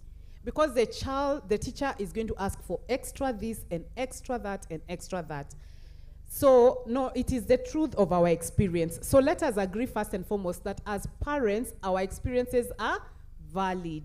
We're not saying that teacher experiences are not there or whatever. We are just talking about our experiences. So special education has been very expensive. And parents, because of loving their children, have taken them to private schools. Mpaka mahali pesa itaisha. Mpaka mahali plot itaisha. I go to very many homes. One time unakuta, they have a beautiful couch. The next time you go, that couch is not there, unapatiwa stool. If you ask the parent what is going on, tuliuza ndio tupeleke mtoto shule, because they want to pay for therapy services, and it's just the truth. So the reason why we are doing advocacy for inclusion in public schools is because we want public schools to be equipped with the best for all learners with disability, that the child can come out from the house with the brothers and the sisters to go to school, not separate, because we don't have separate families for those with disability and separate families for those without, so that they can grow together. That way we begin to end stigma. That way we work through inclusion, and that way we even create opportunities for transition in future. Nice. Could you share? If children are not in school, we need to know what is going on. And the Ministry of Education needs to maybe let us know what they're doing about it. Yeah. So, she's going to tell us why her child is not in school. Actually, good.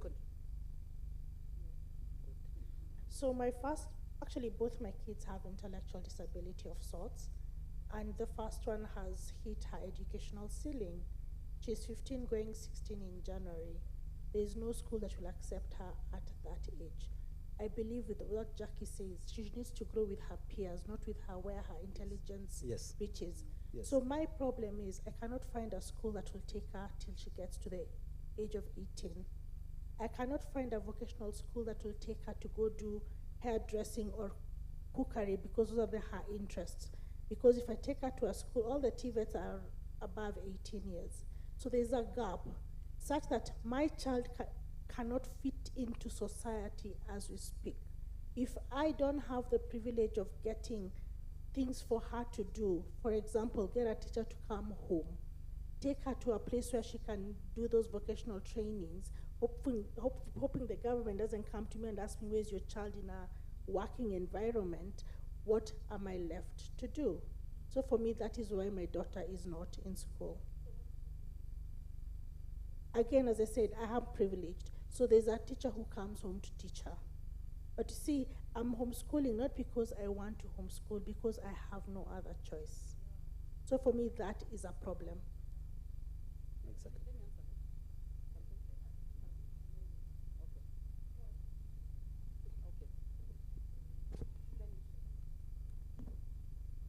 We are ending this at 11. I'm looking at my watch.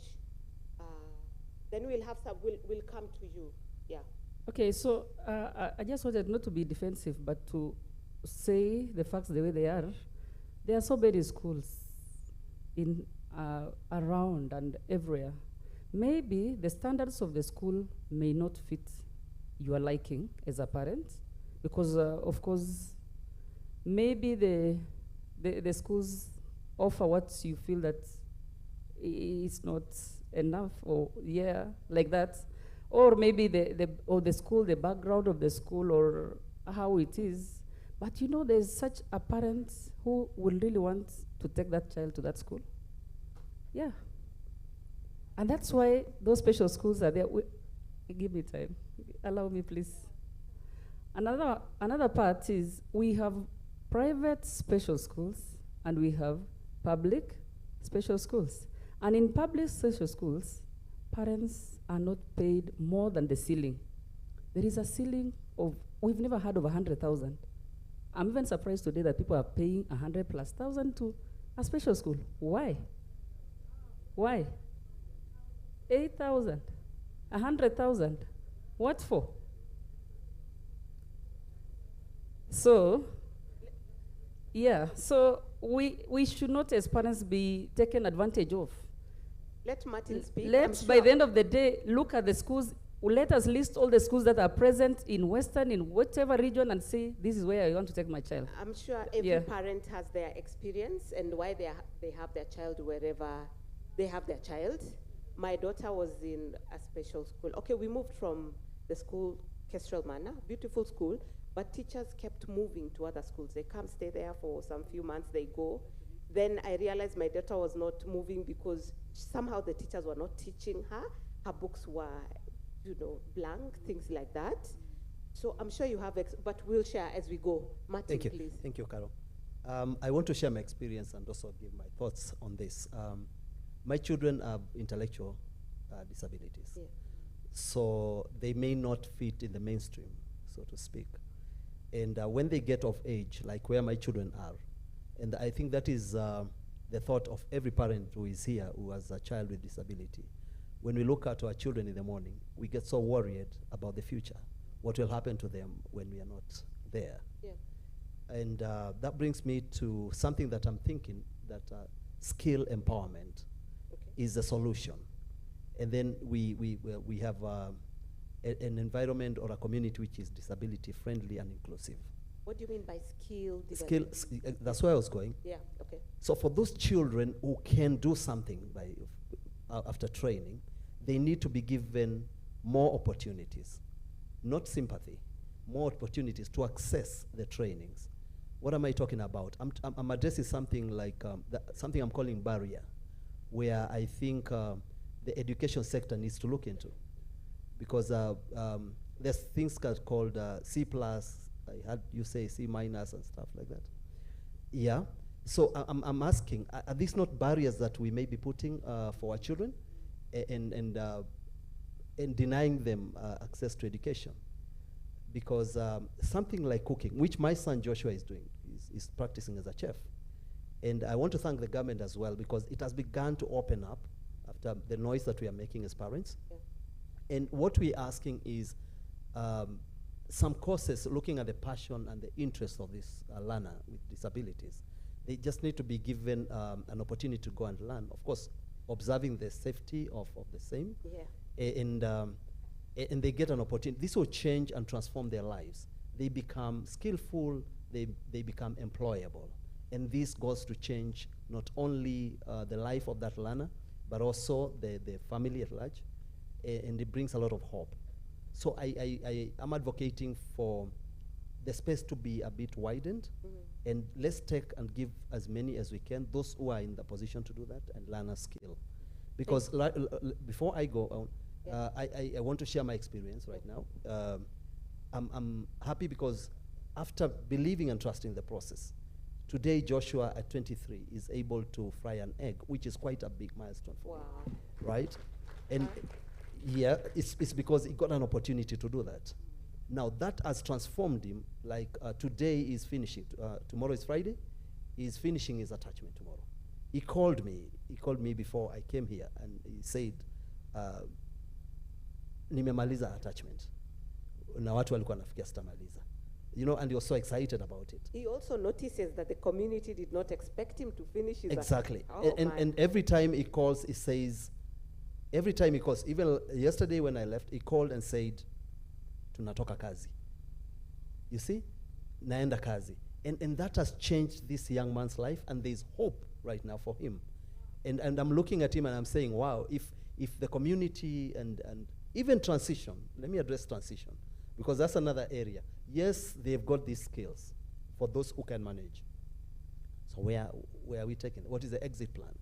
And now, before I give this out, this microphone, I also want to emphasize that even the government should roll out incentives for employers, like tax rebates. And when they demonstrate that they have employed a youth or a person with disabilities, then they can get exemptions, which should look like, yeah. But and that's the way. That's the way we are going to have and achieve disability inclusion in all areas. Thank you. Wow, thank you for that contribution. Makes us think about transition and things like that. And thanking the government again. They're giving opportunities to people with disabilities. They're given a chance, so in interviews and things like that, and we know about it. Let's come to you. Do you have a comment? Please, let's keep it brief. Yeah, and no exchanges. Please, wait. Okay, let me come down. Oh, really? Oh, okay.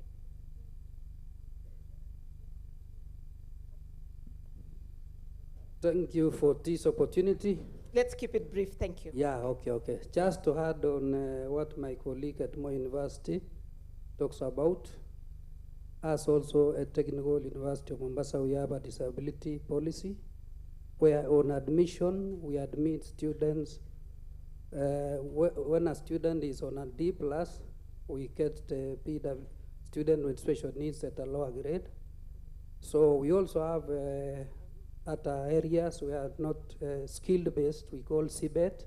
It is being sponsored. Currently we have students where the university actually embraced disability. Recently we got a student who has a short stature doing welding. And then there was a problem of the apron. The apron was really not, cannot fit the student. So we did not say what we wouldn't admit the student. What we did is to modify the apron. And also the welding tables are really very high. Then we had to do a workstation for the student. We had to do a somewhere she can sit and where she can do a welding. You can also find that maybe on my Facebook page. And then on the issue of school fees in the government schools, actually when my daughter was rejected, I had to take her to special school, but after assessment.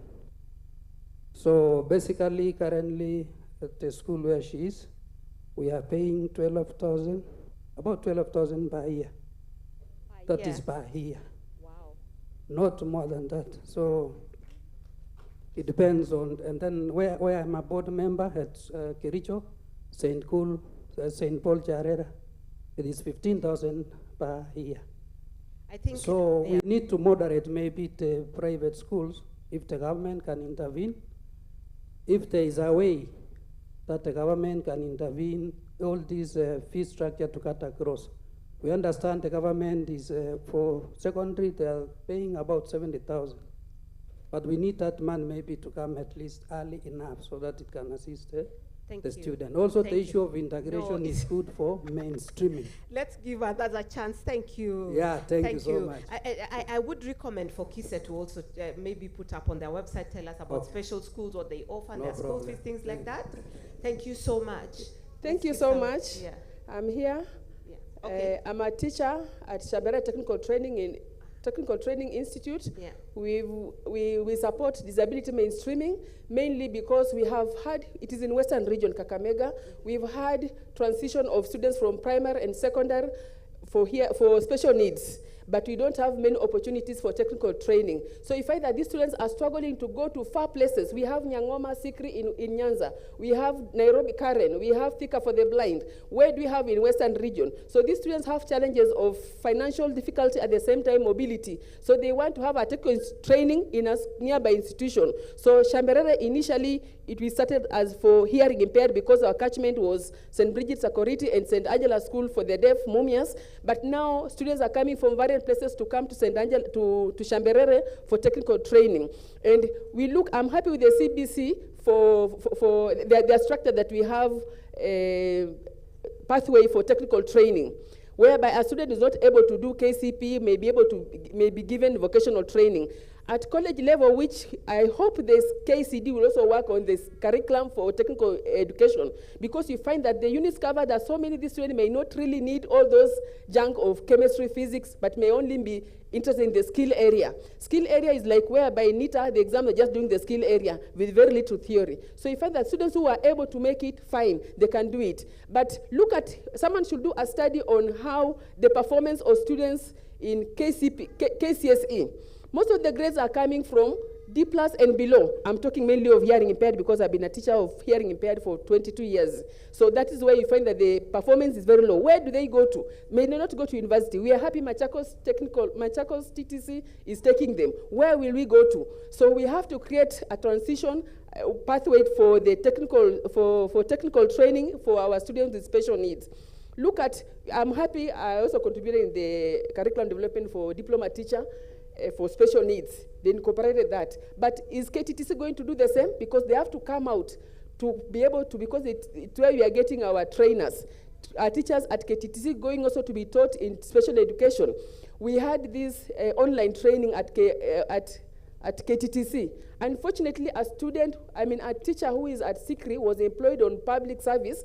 Okay, she was my student with a deep minors in St. Angela, came to Shamberere, and now she was taken by the Public Service Commission as a trainer, but without methodology. She's struggling to see how she can be trained at KTTC. Now we are lucky 2 teachers from Karen went to KTTC, and we hope they'll be able to give her a program that, because she may not benefit from online. Thank you so much, but CBC, KCD has to work on the curriculum for technical training. They have to adapt it the way they adapted for secondary and primary education. Thank you. I'm Rebecca Mbwayo from Shamberere. Thank you. I hope they have captured that. That's very good recommendations. The next person? We can take only 2 more because of time. Yeah, because of time. Oh. My concern.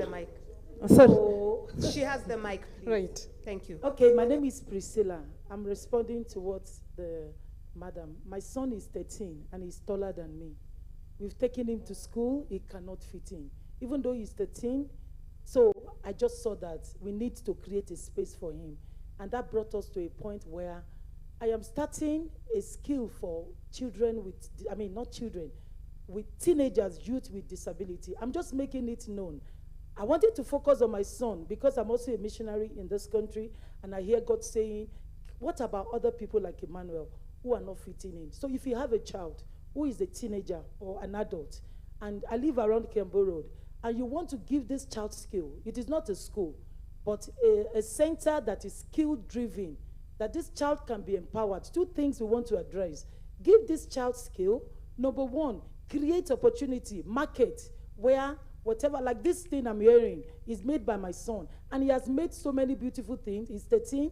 I'm also teaching entrepreneur. I'm making soap. We are making bag.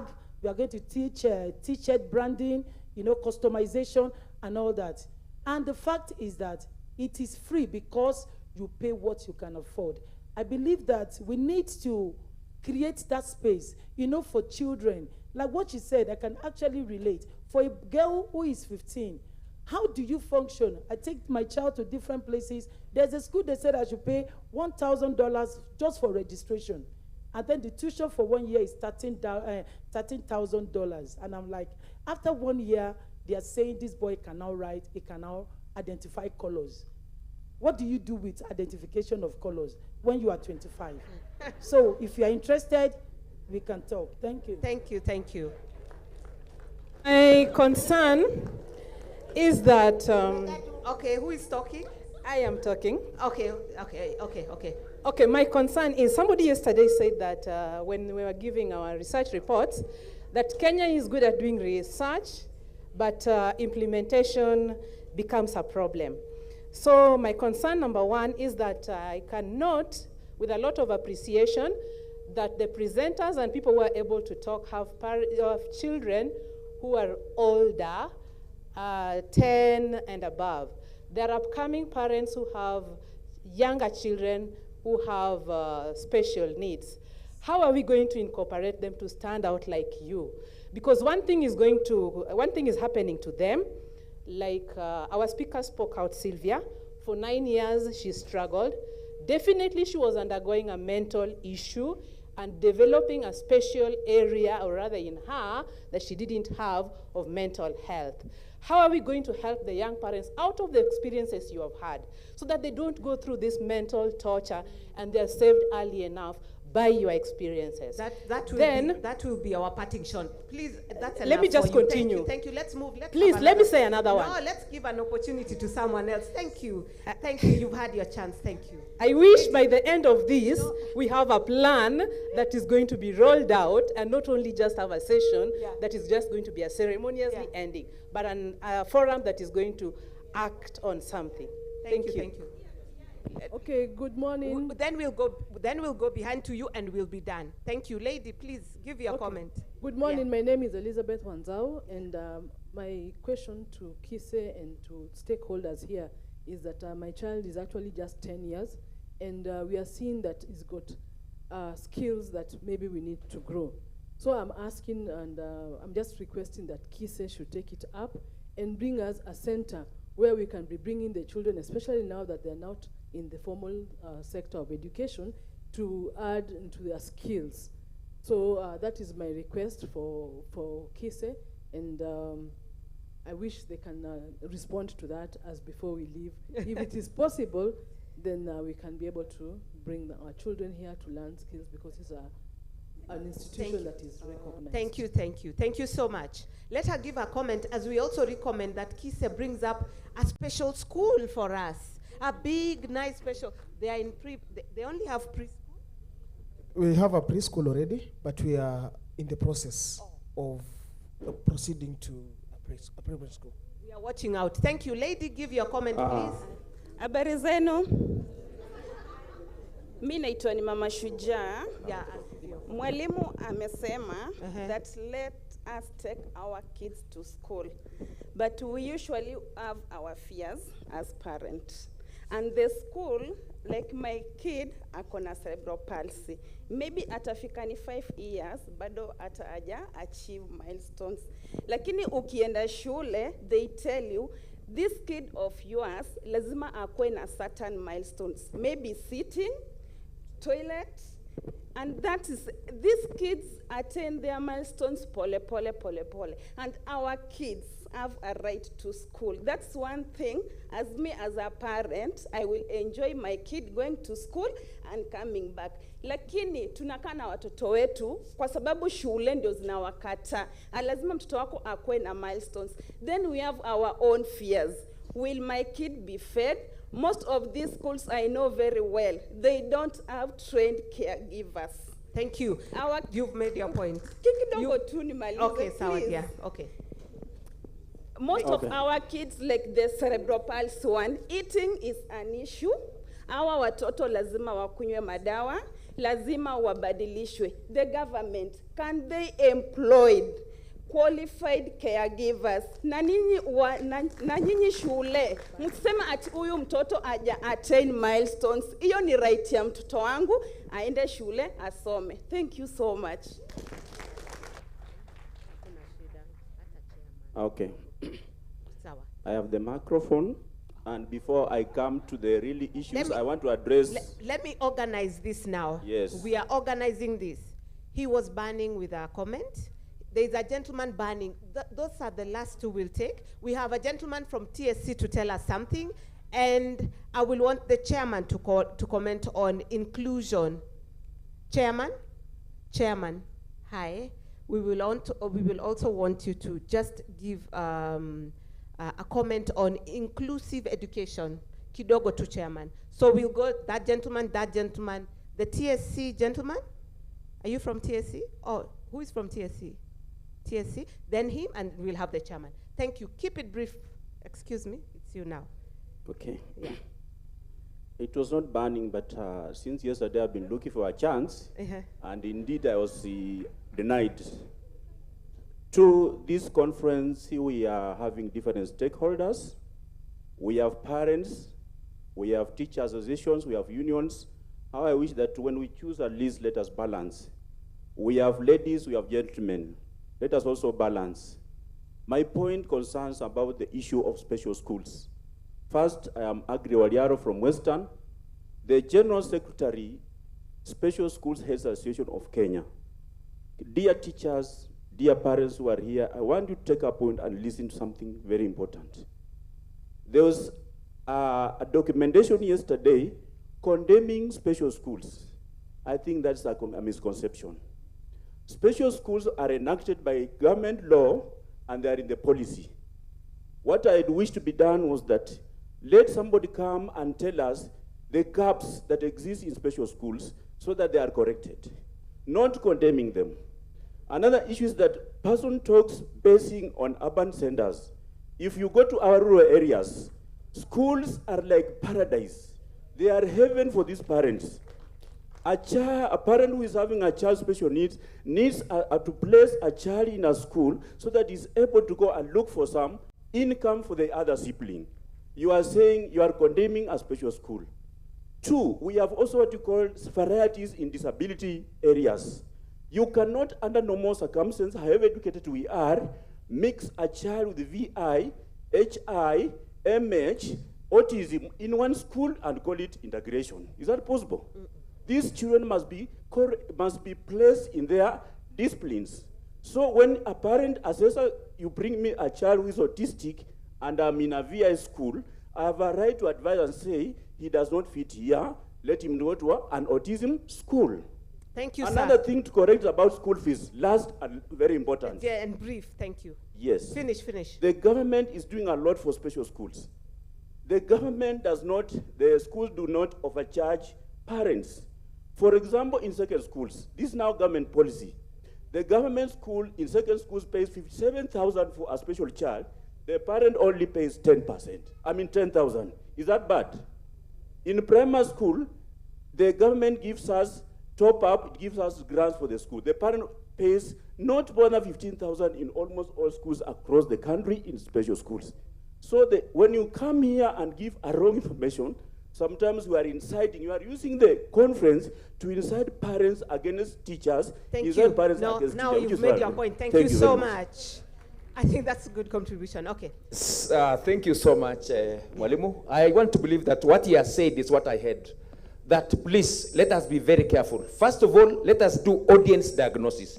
All of us here, we come from different economic backgrounds. We are not the same financially. So if we say we condemn, we leave our children at home, we don't take them to school, let us categorize the levels of disabilities. Yes, there are those ones that are very extreme cases that they cannot be able to go to school. So our point is, what do we do to them? But the rest, let us take our children to school. Number two, Article 53 of the Constitution, and the 53 talks about right to education. 43 talks about social and economic rights to our children, that they should be free and compulsory basic education.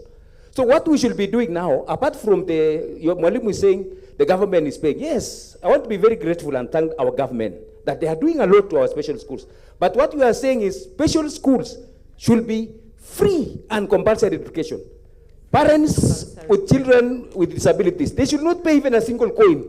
Let these special schools be free and compulsory for all children. Thank you so much. And I feel like we need to have the chairman, and then we finish with the TSC. I would have liked us to give our parting shots, but we can't because of time. I keep time. We have to finish this at exactly 11. Chairman, inclusive education. What is your take on that? You could have my mic. Use mine. Hello. Thank you. Allow me just to come on the podium because I have that opportunity having been near here. And I think what I'm seeing is, like in the morning I said we needed even more than a week. We needed 2 weeks. So for us to discuss around this matter. Because kila mtu hapa ana jambo la kusema. Na jambo la kusema, it's all about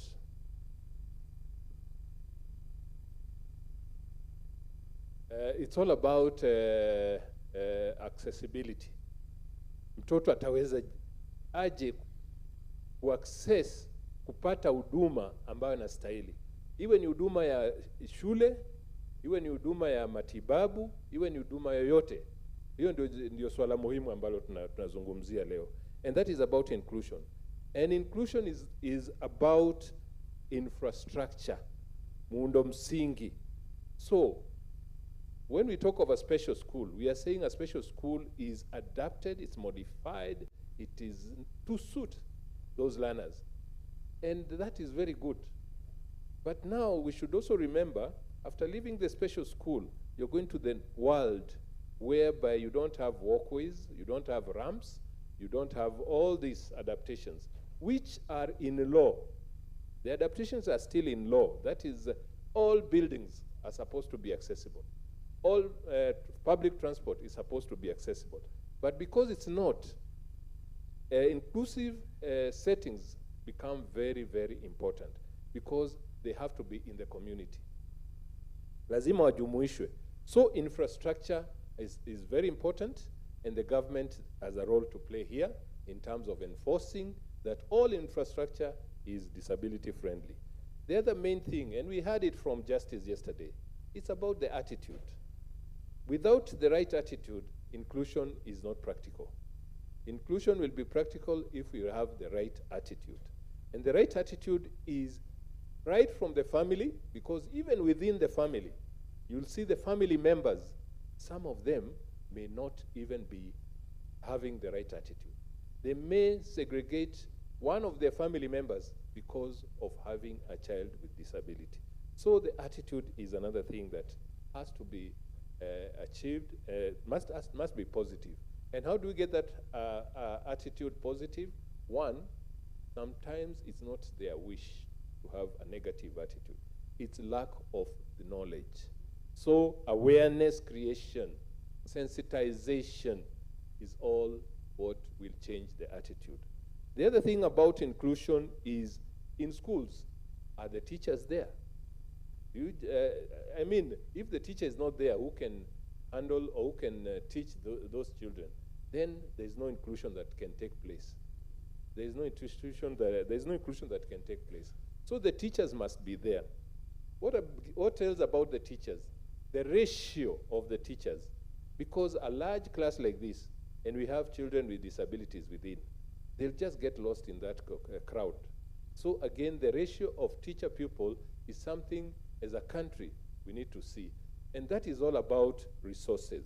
If we have enough resources, and this is what we are saying, that the government should increase the funding, resourcing of any institution that is attending to persons with disability, children with disability. So again, we have an issue of funding. The other thing is about now the community. Tujumuishe watoto wetu kwa community. You know, again, awareness creation in the community. It's very important. So inclusion is not that it replaces special schools. No, it is they must go together, complementing one another. And in fact, the best way would be start in a special school and then go to a regular school. And you'll see that the children will have a big difference because they will achieve what is a reality in an inclusive setting. However, what we are saying here, we are saying it very well and very loudly, but now the implementation is now what should be our agenda right from here. Before I finish that, the chair, I want to ask one colleague who is visually impaired to come and say something because he knows the path, he's the user, he's the wearer of the shoe, and whatever we are saying here, he understands it better than all of us. Welcome, Peter Lutheran. He's one of the lecturers at KISE, a very competent lecturer, an IT specialist. So, welcome. Under you. Chair, you're reminding us about timekeeping. Thank you so much. Yes. Okay. You are reminded of time, Peter?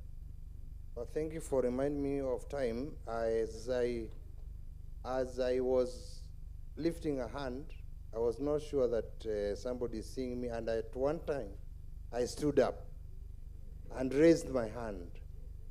So, thank you, Bwana Chairman, for this opportunity. Friends, it's not just being a parent, but a parent with something that you look after. So I don't want to talk about that, but I want to say that we have a stand where we tell you what some of the things that KISE does, and so that please anytime come there and then we can interact and you can be given the information. Lastly, Bwana Chairman, if you can allow me to respond to two things. One, there is a parent who said that a child has reached an educational ceiling. Please, mimi naye nisimama hapa, nilienda na wakati mmoja nikaketishwa kwa darasa nikatoroka, kwa sababu nilikuwa mkubwa sana na nilikuwa kama ndio mwalimu wao. But I am here today.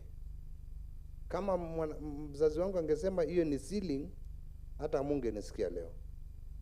Secondly, and the last, about incentives, yesterday Justice Laibuta said, let us look at the Persons with Disabilities Act 2003. It has all those issues of incentives to the employers. So our children and your children can be employed. Thank you.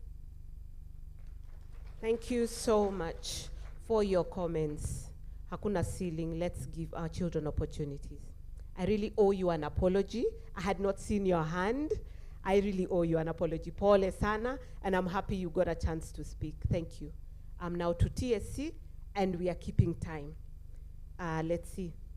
We should be done, Chair. I mean, TSC, so just a few minutes. Good morning. I don't know where to face, whether to face this direction or to face this direction. Face the parents, face, yeah. My name is Jauge Shia, a council member, and also I work at the Teachers Service Commission. The Teachers Service Commission has posted trained teachers in our institutions, and therefore we should have total confidence with our public schools. I am happy we have an example of a teacher who has been posted to those schools. So, kindly parents, don't feel that our schools are inadequate. We have the systems. Even at the school level, we have the teachers. The minimum requirement for you to join a special school is a diploma from this institution. We have teachers with diplomas, degrees, masters, even PhDs in our schools. All what we need to do, let us support our teachers. We have curriculum support officers, SNE curriculum support officers in our schools. We also employ teachers with special needs. There is a quota. There is a quota for teachers with special needs. So it means it is our institution, our commission is inclusive.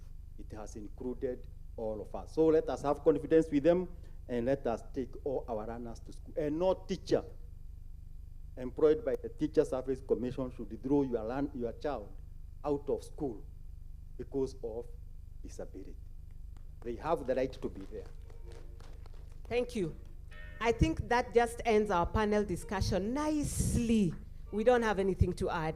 I thank you so much for having attended. It was beautiful. KISE, thank you for the opportunity. We are wishing KISE all the best, and we are hoping for many more forums like this ones to share and learn. Thank you so much.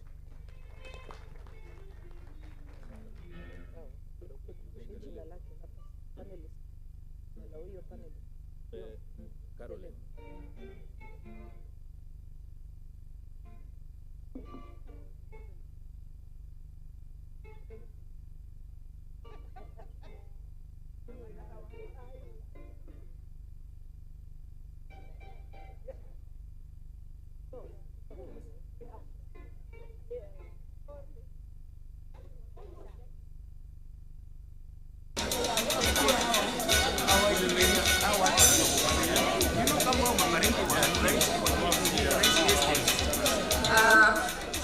Before people start leaving kindly, we need to end the session properly. And I want to start by thanking Caroline for taking us through this particular session. Time moves so fast. I almost wished to tell Caroline, why don't you proceed till noon?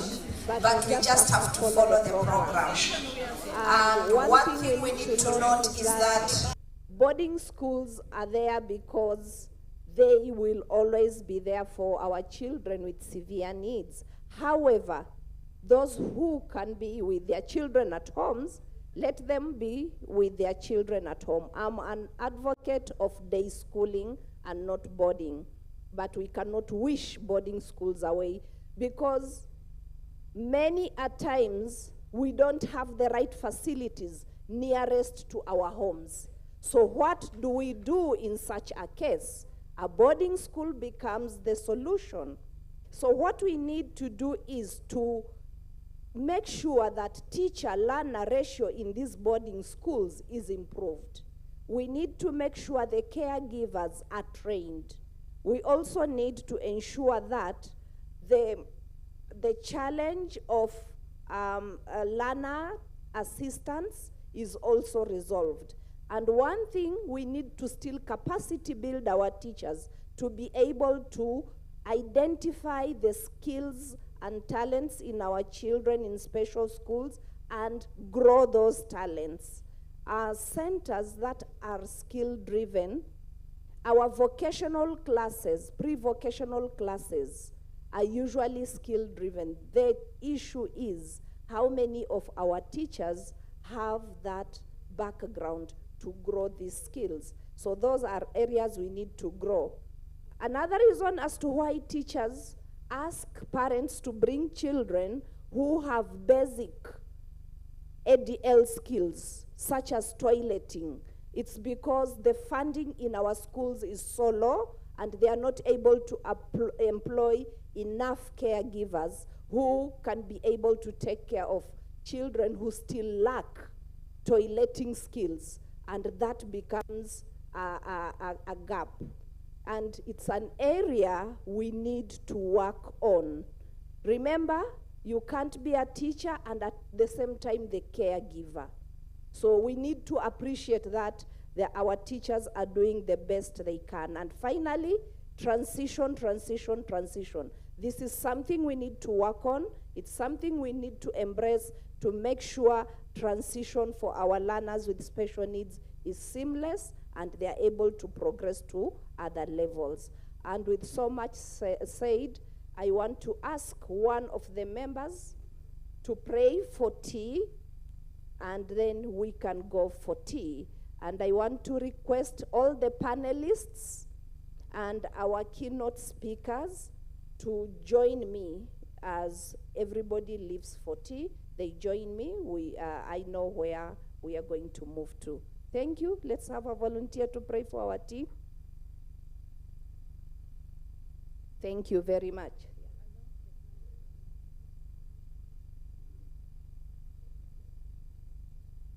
I'm told to remind you that after this, we shall break into the different, the two breakaway rooms, and we shall go back to Seneia where we have panel 2, and panel 1 would still remain here. That's after tea. All right. Hi everyone. My name is Joyce Njoki. I'm also a parent, cerebral palsy, 8 years, and I would like to pray for the tea. Thank you, God, for allowing us all to be here. I know that this is what you had planned, and even as we continue to have our tea, may it nourish us enough to absorb everything that we're going to hear during the day and in the next panel sessions, that everything that will come out from these discussions will be to your glory and honor. Amen. Thank you very much. Let's enjoy our healthy break.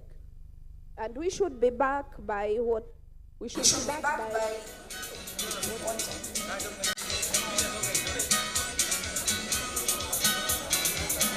Yes, yeah.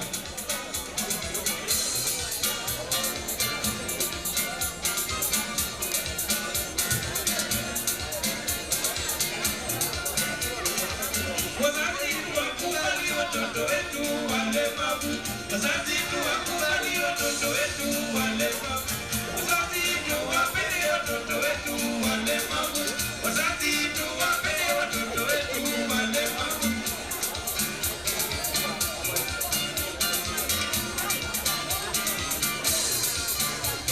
Wazazi tuwatunze watoto wetu walemavu.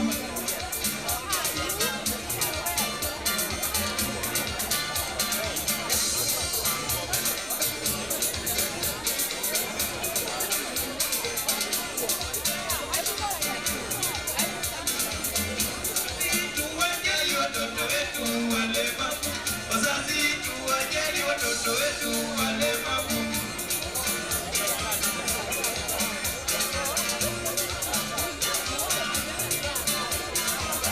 Tusiwatelekeze watoto wetu walemavu. Tusiwatelekeze watoto wetu walemavu. Tusiwadharau watoto wetu walemavu. Tusiwadharau watoto wetu walemavu.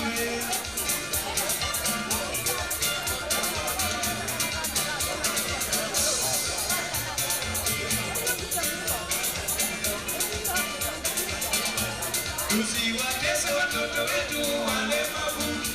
Tusiwatese watoto wetu walemavu. Tuwaelimishe watoto.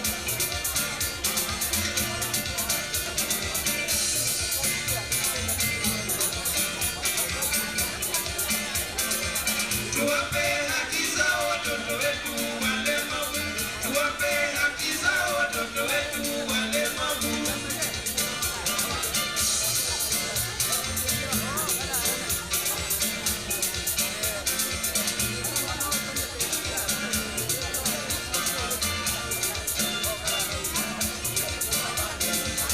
Wanajitahidi tunawaletea kwa mafoto.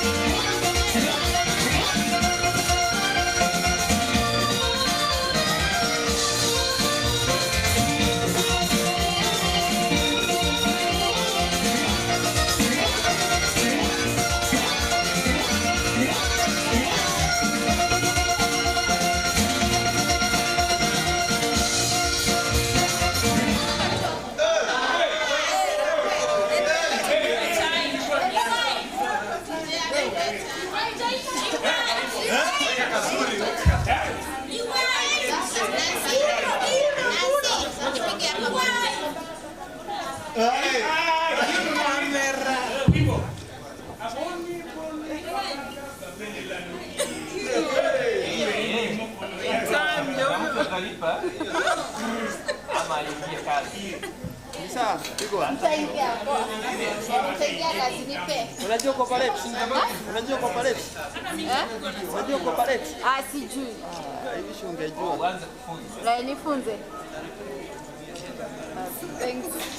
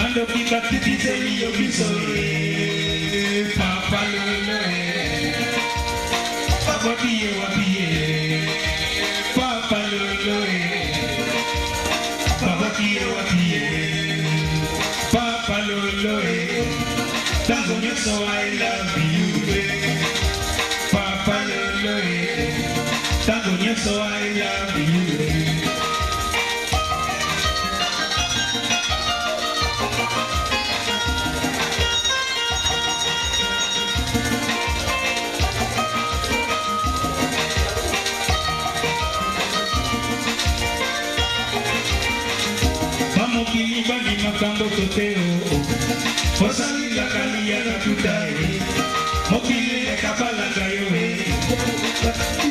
teli yogisoe, papa loloe, wabakie wakie, papa loloe, tangu nyeso I love you, papa loloe, wabakie wakie, papa loloe, tangu nyeso I love you.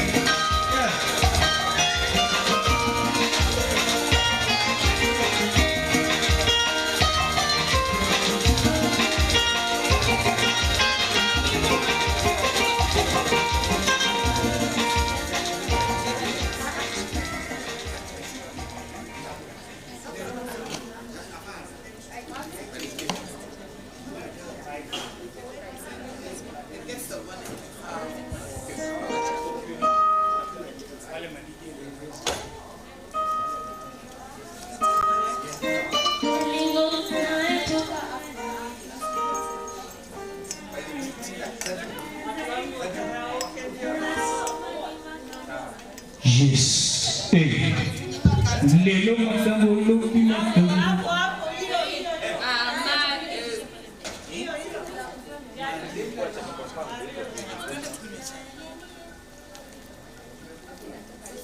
Kahodo. Kahodo.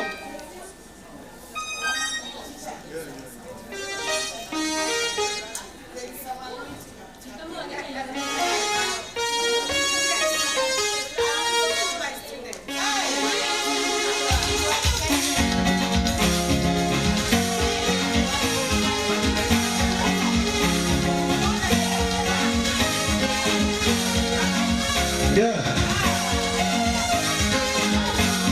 Lelo makambo lopi makambo na lebie lelo makambo lopi kosana na baye lelo makambi lopi makambo na lebie ma na lebie ma papa na baye bayo Mario,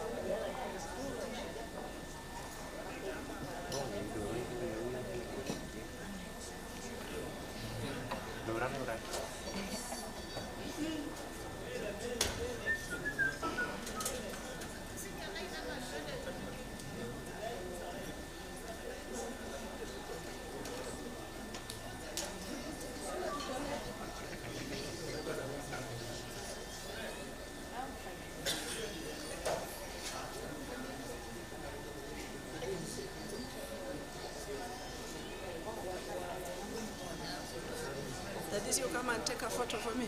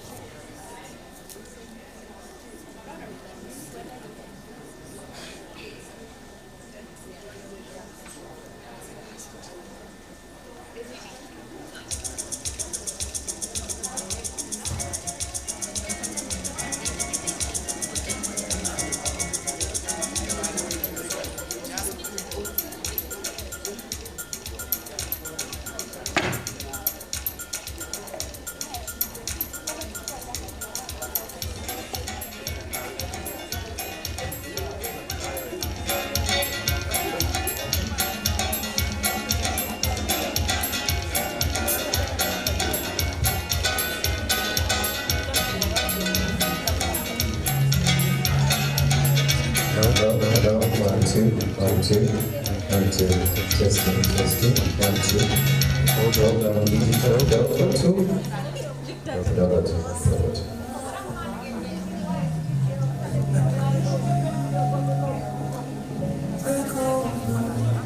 Take over, I have come to the end of myself. Take over, I have come to the end of myself. Take over, I have come to the end of myself.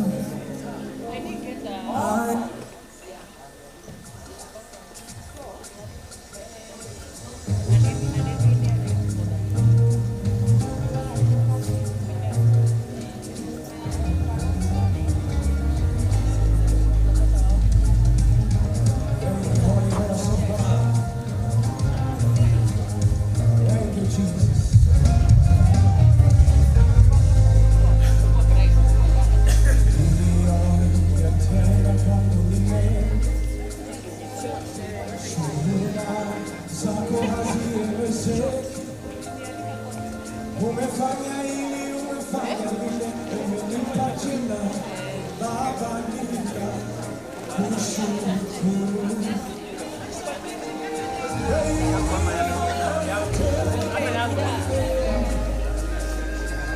Shuhuda zako hazielezeki. Umefanya hili, umefanya lile, umenipa jina Baba, nitakushukuru.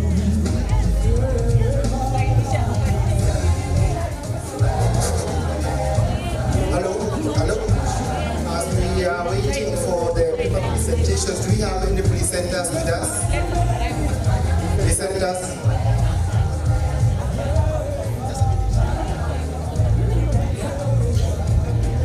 Any presenter with house.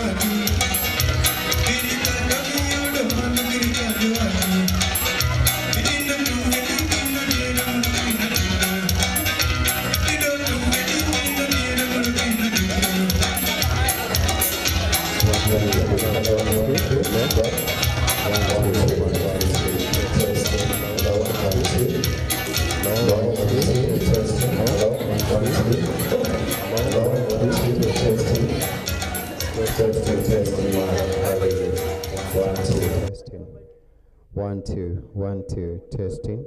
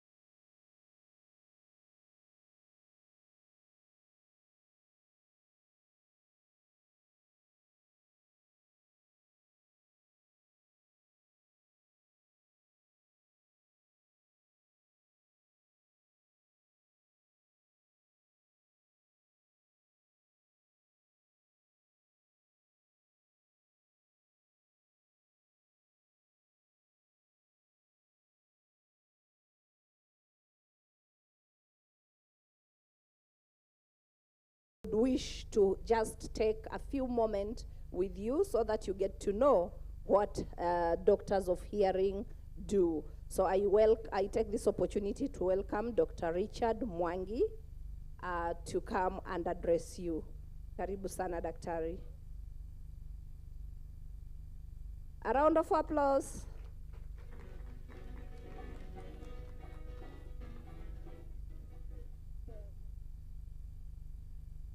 Good morning. My name is Richard Mwangi. I'm a consultant audiologist at Doctors of Hearing. Our main practice is hearing healthcare, and we have 2 centers in Nairobi, all ranked level 3 by Medical and Practitioners Board. We're equally accredited by NHIF to see patients who are at the NHIF. But basically, what we aim at is to attend to patients who have got hearing impairment in all age group, from children, youth, young adults, and also the aged, because matters of hearing impairment can come at any age. We say when it occurs to young children, it might be congenital or it can be acquired. When we talk about being congenital is when the child has been born with a hearing impairment. And it takes time, some time, to realize or a parent to know whether there is any hearing problem for their child. But it's simple sometimes to know, because at some point, the children or the babies will start babbling at a certain age. Most of us, we are parents, or most of us who interacted with parents know about how the milestone of the children, the time the child starts sitting down, the time the child starts babbling, sometimes even saying their first word, or what is well repeated in the house, like child repeating their own name, or child repeating, their mom's name, or just interesting things that happen repetitively in the house. Because in matters of developing speech, you'll find that we all learn through repetition. But unless you're learning a new language, you'll have to be trained on that. But in the language that is well spoken in our families, nuclear family, extended families, the family at large, is something that you can repetitively develop. Now, when you find that there's a problem with, even when you bang, even when you call this child's name is not turning, it is one of the indicators that you might be having a child with having a hearing problem.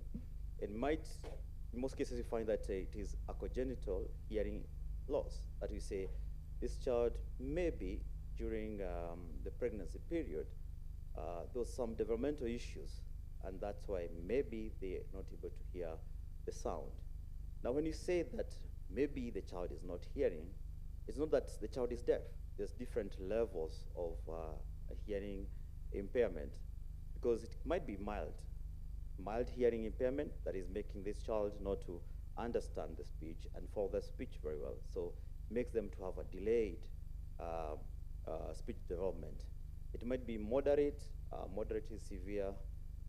The worst case scenario, but when diagnosed early enough can be rectified, is where you say the child is profoundly deaf. And once it is diagnosed, normally encourage, if you see some signs, there's delay in speech, maybe you have a child and maybe the firstborn is talking and maybe he started altering their first 9 months, 1 year, thereabout. There, the secondborn is a bit delayed, about 1.5 years is nothing that is happening, 2 years.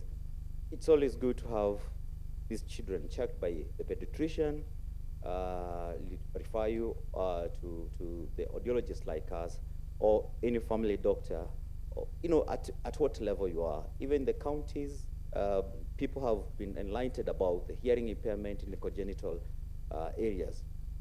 And when that happens, it can be controlled, it can be rectified, not to give the natural hearing, but it can be attended to either by use of the hearing aids or cochlear implants. So the earlier, the better.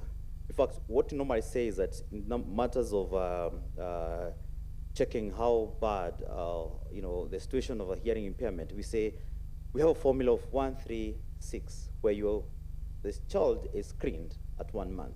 We're not doing it so much in our country, and I think even Africa at large, but it can be done. But some audiologists now, because there's more of a training of audiologists in the country, this will come into practice. That means when the mother delivers in the hospital, the child should be checked, among other things. You know, we normally ask, did the child cry? Yes. What is the color of the skin? It was like this. Things like that. Among those things, what to be included is hearing screening. It's a very painless process where, you know, the child will be screened, what you call a pass or refer test, where a child can pass and say, that is a good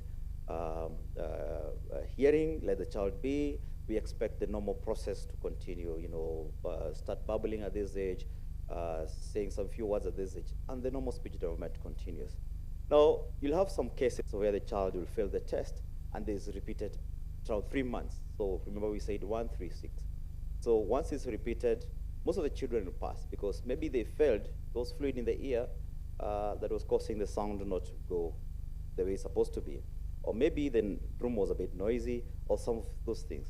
When they pass on the second testing, which is about 3 months of age, let them grow. But now you might have some mothers who are failing this test even the second time, and you take them to that testing, which is about 6 months old. So when you test at 6 months old, you're testing to confirm and to start rehabilitation.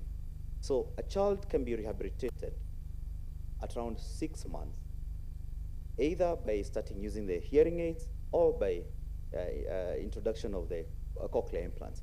So that means that this child will grow with others, will develop speech with other peers, and of course will engage with others, you know, in school, let alone socially, economically, and those who want to go to political side, they'll engage with others. So we'll not have those patients that are called hearing, they are hearing impaired, yes, but they are using hearing assistive devices, but assisting them to follow their speech and communicate very well.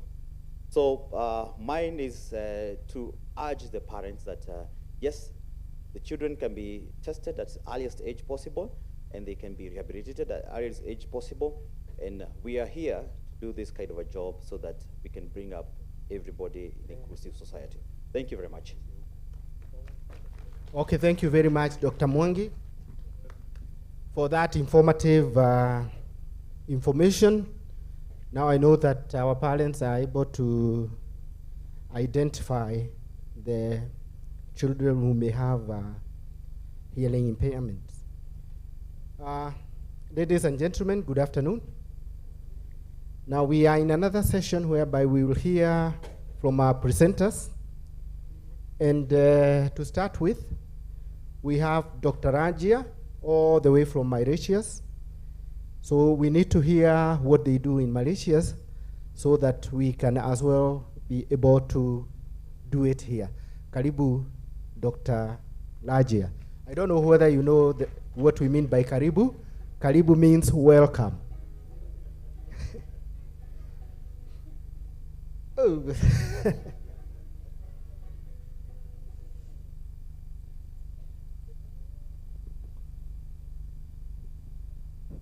I know Karibu and I say Asante. Oh, good. Hello, everyone. Wow, that's a crowd, and I'm proud of you.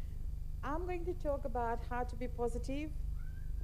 I know it's not easy to be positive in this situation that we are all in with our children. And actually this is, I'm moving to Mark. Actually this is an exploratory study of psychological well-being of parents having children with a special needs. And I think all of you need this. You need this because, not because you are having a child with a special needs, so you need another boost up system or something. No, but you need to take care of yourself. Imagine you fall sick. Who takes care of your child? Who can take care better of your child other than you? So if you don't take care of yourself, if you don't take care of your own health, your own well-being, every part of the well-being, let it be psychological, your emotional, how will you survive? How will you help your child? All right? How will you support him? So support yourself first. I know it's not easy because when you are in that situation, you know, you feel that there is no way out. Didn't you ever break down? Yesterday, you remember the lady who was here, I think Mrs. Sylvia, the queen with a crown. I call her the queen with a crown. She mentioned about how many times she sat and cried. And somebody in the crowd here talked about the medical expenses that they went through, double 2 times, because she lost the prescription, and how, you know, she had to manage to find money for fixing the bones of the child. You remember that yesterday. And to be honest with you, imagine any other parents in the same situation. Is there light at the end of the tunnel for each one of you? Do you see the light? Most of you, because of experience, see the light. But some of you, because you're still struggling through this denial phase, it's not easy to really see the light. All you see is darkness around you. All you see, all you think about is, what am I going to do? How am I going to manage this? It's all about money. You don't take care of yourself. You ignore yourself for your child, because you have to invest your time with your child. And how many of you invest enough time with your child? How much time can you invest? How many of you are having sleepless nights? You mentioned that. So many years you did not sleep, right? So this is what this presentation is about. How this high level of stress and anxiety that parents having a child with special needs face. On top of that, remember, you have your own demands. It can be professionally, the demands and responsibilities. It can be professionally. It can be even at home. You need to put the grocery in the fridge. You need to buy the things for the pantry. You need to take care of the dirty clothes. Who will do that? What about, these are the responsibilities. Now the other demands, making dinner, preparing breakfast and lunchbox, and, you know, preparing for extra fees for the other children to attend some camp or something. So you have so many demands and responsibilities. What is the outcome of all that? How are you managing all that? All right, so think about it. Now, most of the challenges that are faced by parents, if you go into literature, scientific papers, you will see that we talk about social problems. You become antisocial because you have too much time to spend with your child. And then you have the financial one, the economic one, bearing costs, bearing expenses, extra costs for all the things that you need, that the child needs. And also the emotional part, which everyone is nowadays ignoring. That emotion part of the parents, how they feel. Sometimes, how they feel, sorry. Sometimes when you see a child with a special needs, some people, they react differently. They react in such a way as if, you remember yesterday the Queen said that, as if, you know, it is contagious disease. No, it's not, but it's just the mindset. And you can't change the mindset of people throughout, because everybody is born different. Everybody is born with a particular mindset. You can't make them understand that this is not a contagious problem. You can't make them understand that your child is only special. Your child has nothing wrong. Your child is actually just an angel. But they don't understand, all right? So what happened is that psychological well-being of parents, we need to cater for that. We need to focus on the parents. All this time, from the beginning of this, from the opening ceremony of this conference, we have been hearing about how the government can help, how the community can be involved. We are hearing everything, teachers. We are hearing about parents suffering. Are we talking about the happiness of parents? We are just ignoring this part. So they don't need to be happy. They need to be like robots, ready to act. You're not robots. Ladies and gentlemen, you're not. You're human, and you need to live, and you deserve to be happy. Because your child is not a child with needs. Yes, they are child with needs, but they are exceptional. What they can do, not everyone can do. How they make you become, you know, that they take out the parental affection from deep down inside. Not even from here. When you do something and you see the achievement of your child, the happiness that comes from here, I feel that too. When I see my kids do something, I feel that happiness, it comes from here. All right? So, where is it? Okay? The positive psychological well-being may help parents manage their lives, their home, and their situations. This is what I advocate for. You may be having a child with special needs, you may be having your demands and responsibilities on you, you may be having some burden, you may be going through stressful situations, but yet your own positive psychological well-being will help you go through that. So this study was about to investigate how parents having children with special needs can construct their own psychological well-being. So it was a qualitative study. I'm not going to dwell on this because this is a bit more scientific. So I'll just move on to what I found. And I think you will agree that most of you here, you never see the positive in your situation. You hardly ever feel the positive. Once you get into this, when the doctor comes and announces it to you, you know, I have to tell you that your son, your daughter is having this problem. It's like they took a knife and struck you right there. And you know, they are still holding the knife, even after they are far from you, you still feel that knife turning here, right? So, do you think any normal person who's been hurt is happy? The way they announce it to people, yesterday someone mentioned it, the way they, I think the Queen herself announced it. When they come and tell that, you know, the doctor come and tell you that your child has this problem, how it feels, how do you feel? So this leaves you hopeless. This leaves you in a situation of despair. You start feeling frustrated because your life has changed. That is not a 180 degrees change, it's a 360. Because when you have a child, the first changes in your life when you get married, your life changed from being a happy-go-lucky person, okay, to a couple. Now you live in a couple, you live in a family, you have your own family, you have your children, you start having children, okay? So you have your house to take care of, you have your husband to take care of, and then that's already a transition. The next transition is the 9 months of pregnancy. Ah, how lovely it was, right? To feel them moving, okay? To feel them kicking, and you know, all the cravings we have, excellent moment. And then when they come, the doctor comes and tells you something else, right? So when the doctor comes and tells you something else, already you are facing situations. Now you have one child, it's an additional responsibility that you really were looking forward to. But that announcement is already telling you the responsibility and demands are going to change even further.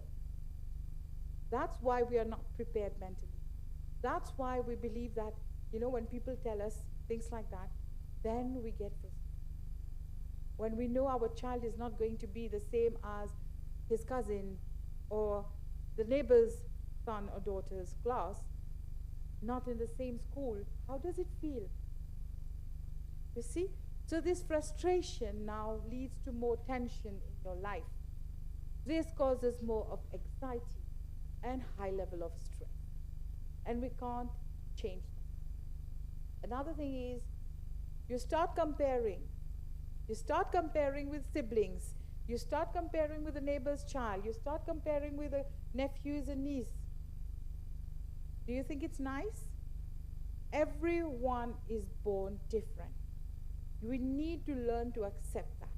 We need to learn to understand that if the doctor comes and announces something like this, pass on this message. If the doctor comes and tells you, your child is born with this problem. Thank you, doctor, for your concern. Thank you, doctor. So the thing is, let me take my time. Let me breathe. Let me understand where this is going. Let me at least carry my child for some time. Let me look after my child the way I want before you decide to condemn him. Nowadays, there are cases of misdiagnosis taking place. We have to be very careful. So, about comparing, I already talked. And remember, the burden to carry on with life. Do you think your child is a burden? Why do you think? At some point in time, no one can deny this. I went through it. I'm a psychologist, I went through it. There was a point in time where I sat in the bathroom under the running water and said to myself, I can't do this anymore. But then, after breaking down, then I realized, hey, come on. How is that child responsible? Who will take care of him if something happens to you? That's when you get the strength. That's when you are encouraged to, go forward with your child. So you feel at this point that there is no way out of the situation that you're in. You're condemned, as we say, without any judge to tell you anything.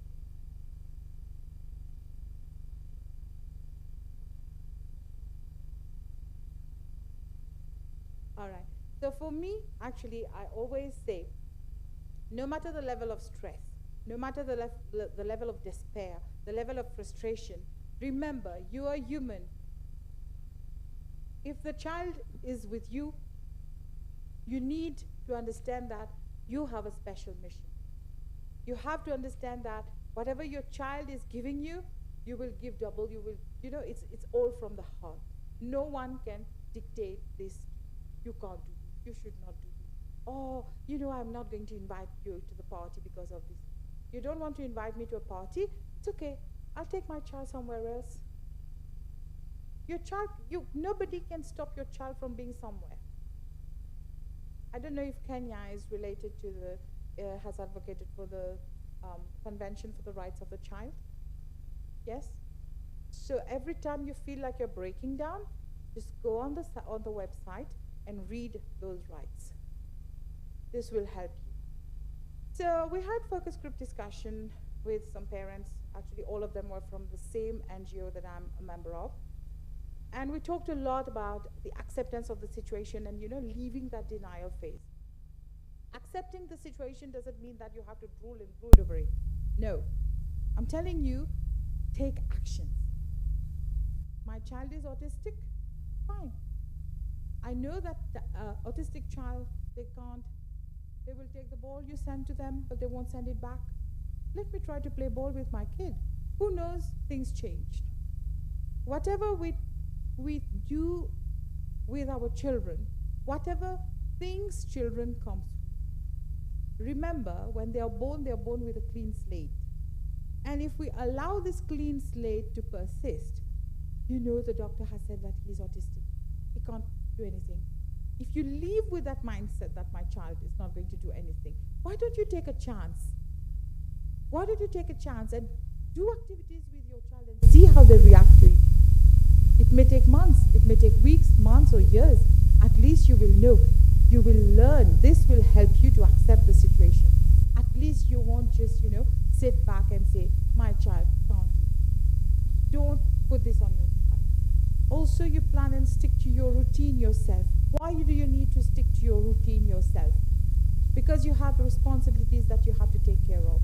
You have things to do, and if you don't manage your time, this will be additional stress in your life. Another thing, make time out for self-care. What is self-care? Taking care of yourself. Ladies, how many of you, I'm not asking you to go and do manicure and pedicure, okay? But I'm asking you, how many of you have felt good after a long shower? How many of you had long shower? Okay? Very little.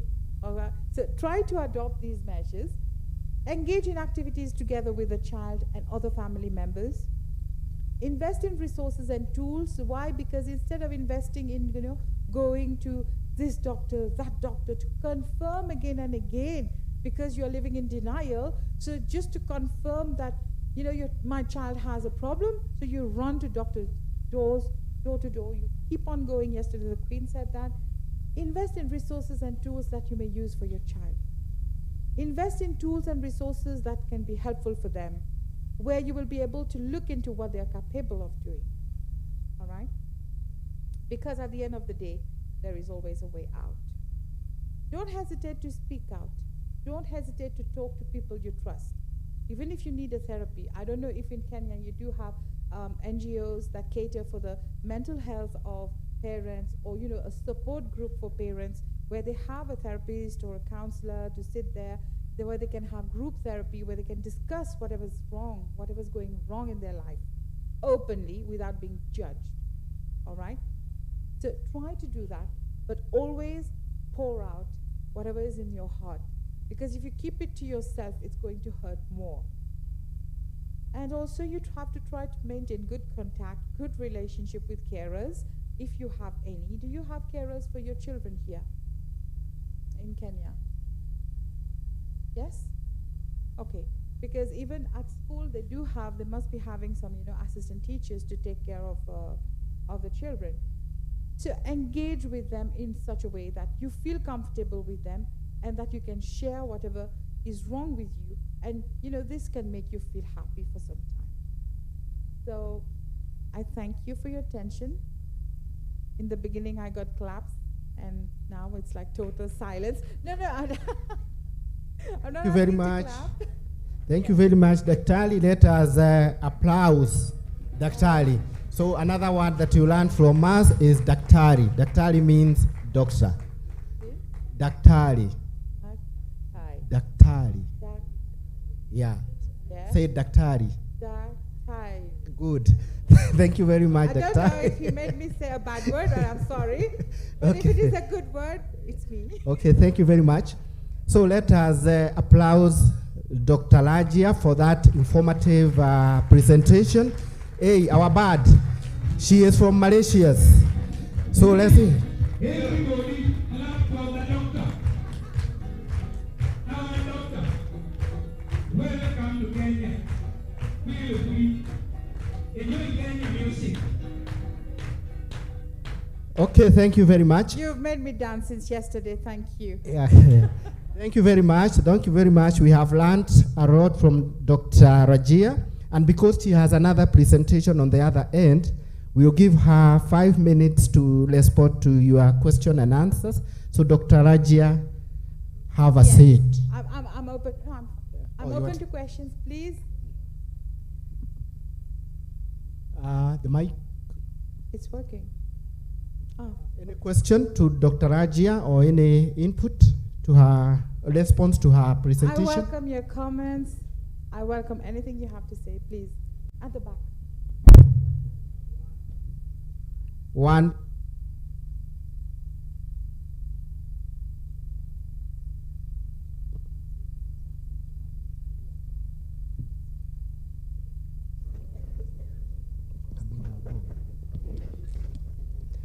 Hello everyone. My name is Edna from DTSK, Differently Talented Society of Kenya. And Doctor, my question to you, I'd like to know what's your take on parental shaming that comes from society expectations? Oh, you know what? When they do that, they have the problem. You're not the problem. Okay? That's the first thing. Second thing, whatever they say, it's not the real truth. They don't know the truth. And if they knew the truth, they wouldn't have said that. Okay? Another thing is, whenever they do the parent shaming, like we say, whatever shaming is going on nowadays, it's like it is fashion for them. It is fashion to, shame someone. Body shaming has become something, and so many things. It's like a bully. They are the bullies. So tell me one thing, lady. If your child is going through a difficult time, okay, and some children do things to them, like to my son, every time it's him. Every time you get the call, he has done this. No one has done anything. He's the only bad person. I stopped going to parties. I stopped sending him to parties. You see? So parent shaming, just let it go. You know the truth. Everyone here who has a special child, remember, he or she is exceptional. And you are the super parents. Okay? Thank you very much for that. So we are only taking two, and the last one will be with that gentleman. So, Millicent, Dr. Thank you, Dr. Raja, for the presentation. Perhaps you can clarify. It's like your study is based on an urban setup where the parents are able to access the materials. They are also able to speak out. They are also able to maybe go to the internet and get information. Perhaps you can tell us, for example, think of this parent who is in a very remote area and where the culture is an issue, and he's getting all sorts of problems because of the way the culture treats persons with a disability. Kaidre, say a word. Before she responds, I want to announce that a parent by name Eden Isaac or Camila Abogara. Do we have a parent with such name? Eden Isaac Camila Abogara. Bagara. So you can see the reader on the door there. Okay, thank you very much. So Dr. Ari, respond. Okay, so you were asking about the difference in society and culture. Let me tell you, whoever has a child with a special need, I haven't seen a country where they have really accepted it. Some parts maybe, some counties maybe, some regions maybe. I think Doctor here can tell us about the UK. Some parts of the UK, some schools have understood it. But then what goes on inside the system, do we know? Not everyone can voice out, right? So don't think that the grass is greener elsewhere. It happens everywhere. The NGO I'm a member of, I offered to do these group therapy with the parents for free. I do it on my own. I do it for everyone who has a special child. Okay, thank you very much. So the last question, please. Thank you, Doctor. In the interest of time. Thank you, Dr. Camila. We appreciate you have told us a lot about how parents can also take care of themselves so that they continue supporting children with special needs. My question is, I have a parent, a child with autism. I would like to share with us experience in Malaysia on maybe children living with autism, and also children living with autism, and also I would like to know what is there a phenomenon called virtual autism, and maybe can you explain that to us? I'm sorry. Thank you very much. It's not that I'm refusing to answer your question, but yesterday my presentation was just on this. And whoever attended my session yesterday, it was the parallel session there. I think it is recorded. The sessions are recorded, right? Yeah, sure. So yes, you will have it. If you can just go through it, take my my email address and get back to me, or my WhatsApp number. I'll be glad to answer. There is one gentleman who wants to say something. I'd like to take this one, and then that's it. I have to go and present my next speaker. Thank you, Daktari. Yeah, my name is Martin Kilari, and I have this for you. I'm not sure whether you have an answer like that, but I would like to hear what you say about it. Many times, when guys are blessed, or rather families are blessed with children with disabilities, many times their marriages fail because of that same reason. So what do you have to say about, to advise a parent who's lost a marriage because out of this stigma and being judged? How do they move forward? What do you have to say about that?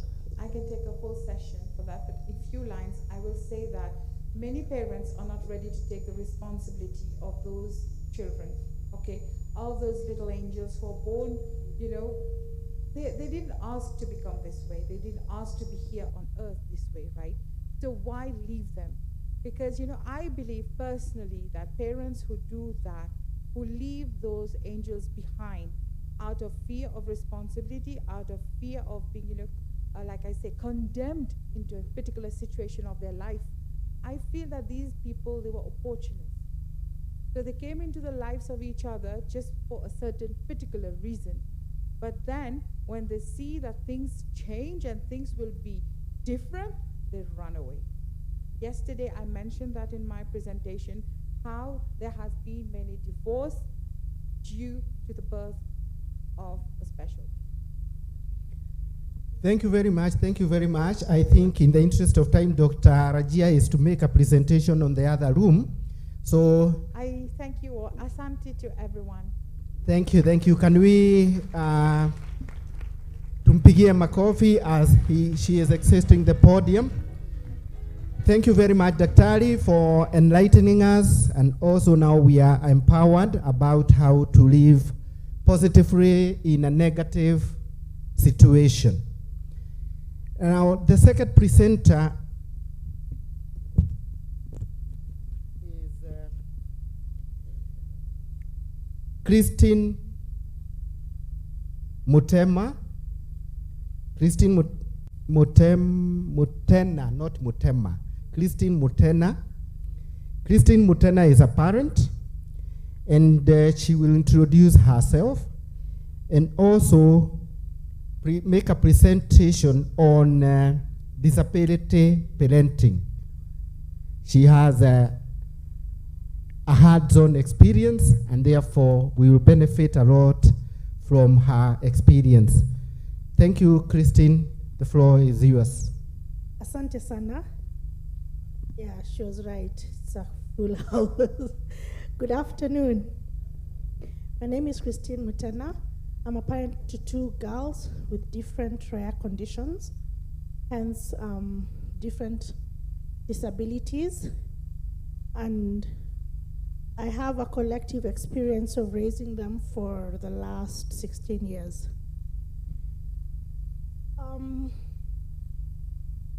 So I'm going to present on an organization I founded an odd 10 years ago when I realized I could not get any support for my children. As I said earlier, they have different rare conditions, so they don't fit into the boxes that is cerebral palsy, autism, Down syndrome. And then, all those many years ago, we used to find that all support groups were disease specific. So you could not find one that, it's like fixing a square into a circle. I could not get my fit then. So I said, if I can't get one, I'll form one. So I'm just gonna give you an idea of what a support group is good for and what so far we've done as step-by-stones. So in a nutshell, it's a support platform for parents of kids with disabilities. It is not focused on the child because, as we've all heard, the parents get forgotten. The focus is improving on the emotional and psychosocial welfare of us parents, because I'm a firm believer that I can have all the resources I need, but if I don't have the proper emotional and psychosocial support, I will not be able to take care of my child as they should be. Our objectives are 3, our key objectives: emotional support, psychosocial support, and training opportunities to caregivers. I will give a few examples of that. And we've done workshops training caregivers. We've done workshops like nanny training. I think everyone in the room will understand that when I say we have a high turnover of nannies in our houses. They come in, they look at our kids, they go out. And it's repeat, repeat, repeat. So if we could have workshops that just enlighten the nannies we have in our houses about what our kids go through, just basically informing them these are just children as any other child. They just have different needs, but they're children nonetheless. So we had workshops like that. We had workshops targeting caregivers and parents on acceptance, because this journey is hard. This journey is not linear. It's not straight. Today you're happy, tomorrow you're sad, the next day you're angry, the other day you're back to happy, you're back to questioning God. So acceptance is not linear stage, but it helps to try and understand what situation you are in, and hence how to move forward from that situation step by step. Resources, if you go to our website, you'll find that there are some few articles written on specific conditions like dyslexia, hydrocephalus, just to give you an idea of what it is that specific condition is all about. The causes, is there treatment, is there not, management. Such type of resources, I think, help us as parents when we know exactly what we have before us, so that we can make informed decisions. So that when we go to the doctor and the doctor is telling us A, B, C, D, you are in tandem, you are together with the doctor, you understand what the doctor is telling you, so that, because I do believe as parents, as I think was said in yesterday's parallel session, the constant is us parents and our children. Our doctors will change, the hospitals will change. By the end of the day, the constant is us and our babies. So we need to know what our children are going through. We are their biggest advocates. So we need to understand, so that when the doctor says this, pia unajitetea unasema na je hiyo ingine. Because at the end of the day, mtoto ni mwako. Then we have an online support group that's on Facebook that is just for caregivers and service providers. By service providers, I'm talking about occupational therapists. We have I think, a psychiatrist, a couple of psychologists. So at least if you have a question, you can ask and you'll know you'll get a non-judgmental answer. What I found out in the last decade is that the focus is always on the child and never the caregiver. Ukienda hospitali unaambiwa habari ya mtoto. No one asks you, how is you mommy? How is you daddy? No one asks. They expect you to do what you're doing. But you see, there's lack of information on all this. When you get pregnant, the mother is thrown for a big baby shower. No one tells them there's a possibility you'll get a child with a disability. And if you do, this is what is supposed to happen. My mother and my father looked at me when I told them my kids have disabilities. They did not know what to do. Hawakuelewa how to help me because they were not raised in that environment. The same way a mother who has a typical child will not really understand what you're going through when you say, my child smiled at me today. Maybe that's the first smile in a week. At least for you, you've understood. So for me, it was more or less about having the service providers remember us when it comes to clinics, when it comes to us and our children. Even us, we are human too. The support groups are key. The world is a global village. For those who have access to internet, please, WhatsApp. Reach out. Don't do this alone. Hatuko peke yetu. Let's walk this journey together. Because that is the only way we can help our kids. Help ourselves, help our kids. They say happy mother, happy child. So there was that. And then now we cannot pour from an empty cup. I'll follow Daktari's cue and say the Queen yesterday said that reach out to somebody else. Let's go for coffee. Let's go to Arboretum. Let's meet and just discuss how hard, easy, painful, hurtful this journey is. Because when you're done, you'll realize that you're not alone and the load is not as heavy as you thought it was. Then recommendations to KISE, to stakeholders, to doctors in the house, to government. equal attention to children with caregivers and to children with disabilities and their caregivers. Don't just look at our kids and then forget us. We mourn our future we thought we'd have. When we were giving birth, we knew probably tasaidia mtoto kucheza kalongo, kuskip, kucheza kati. I'll watch my child playing with other kids, kuride bike, kuolewa. Personally, I'm beginning to come to terms that I may never be a grandmother. I love children, but I have to be real with myself. These are things that people don't talk to us about. Focus psychosocial improvement. I liked when the Mauritius doctor talked about group therapy. We used to do that, but not very many psychologists or psychiatrists will offer that pro bono. It's hard to tell us parents to come and do something and provide more money. We have bills, we have therapies, we have medicines. So if people could just offer some services at super subsidized and or free for us, for our mental health, it's reaching a point where we cannot ignore our mental health. So for me, that is key, that we should be having focused psychosocial improvement in our lives. Training manual for caregivers. There's an organization called TAF that I attended, I think 3-4 months ago.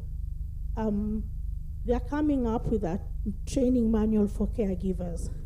So that when you're home and your child, as that other mother said earlier on, your child cannot get to school because the school says, mtoto hajatembea. What can you be doing with your child at home? How can you be helping your child, stimulate your child mentally as we wait for the physical to catch up? Because we can't say our kids will stay at home because they can't walk, and yet you know they are growing mentally. They need that stimulation.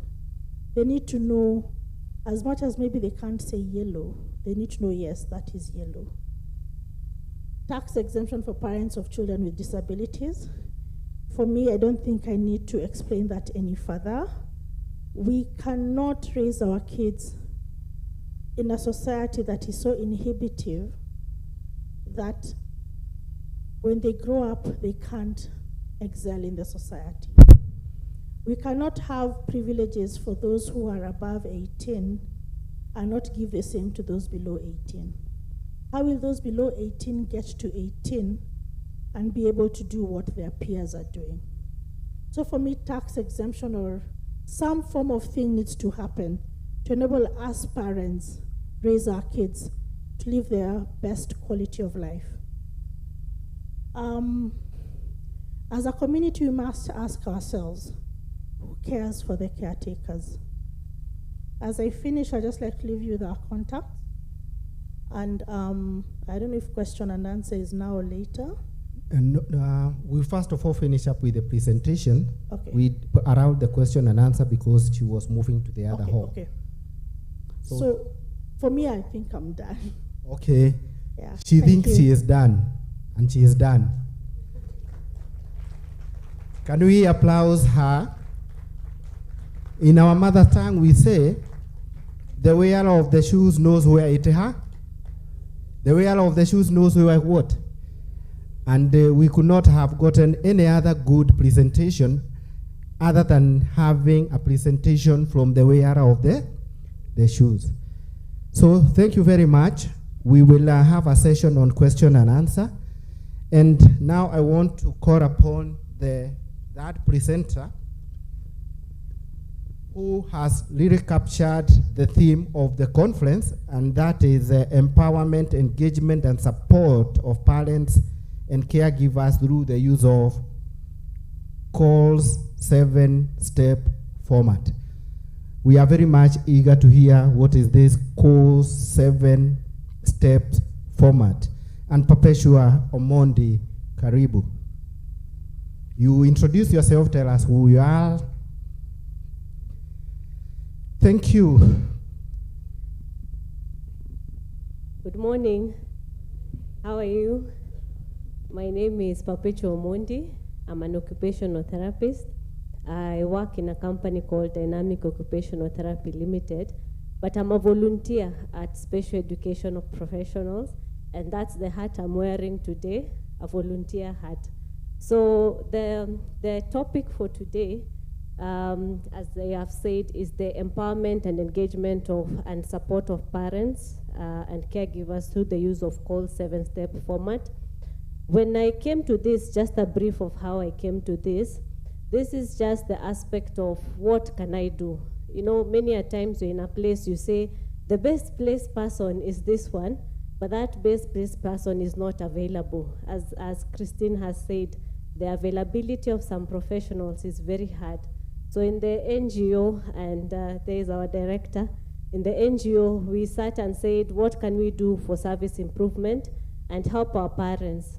And as occupational therapists, we have a bit of background, not as much as psychologists, on mental health and psychosocial support.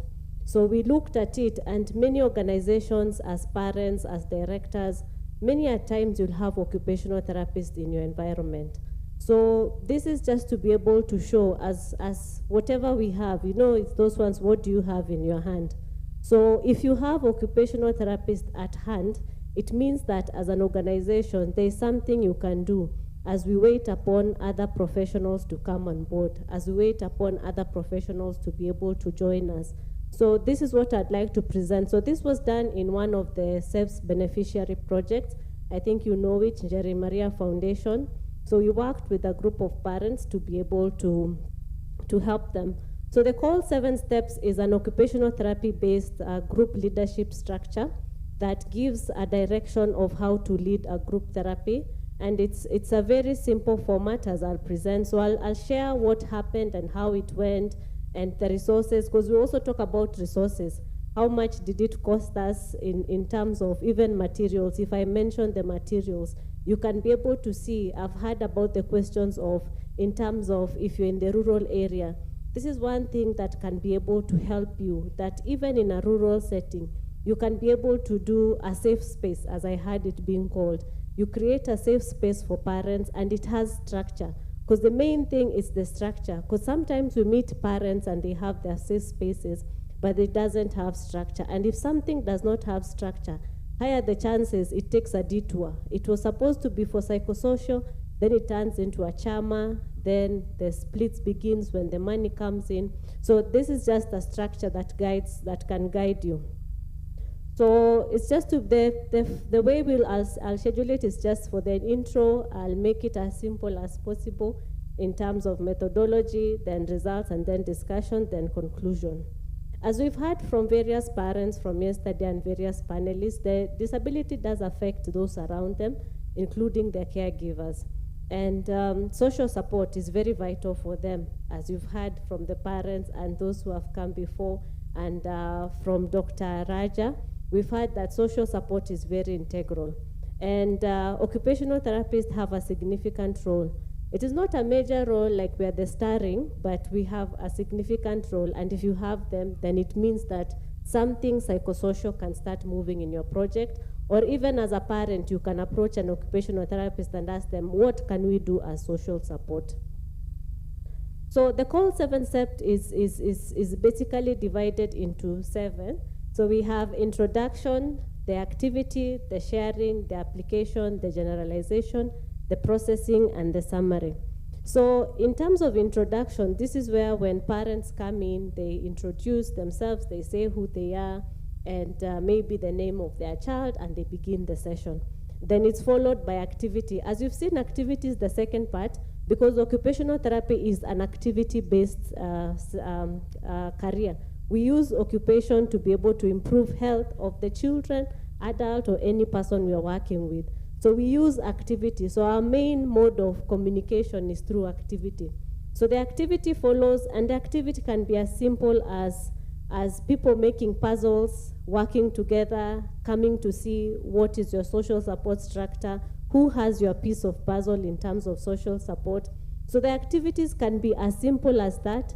The activities can be more complex, as parents might say, we want to know what are these conditions and how do we do our home program. Activities can even be home programs. Then after the activities, there's the sharing, the third phase. So the members are encouraged to share their experiences or what they have just done.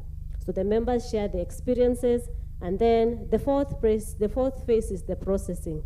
So for the processing, the members share their feelings. As Christina said, feelings sharing, and Dr. Raja has said, they need to share their feelings. So they share feelings as to what they relate to with the activity.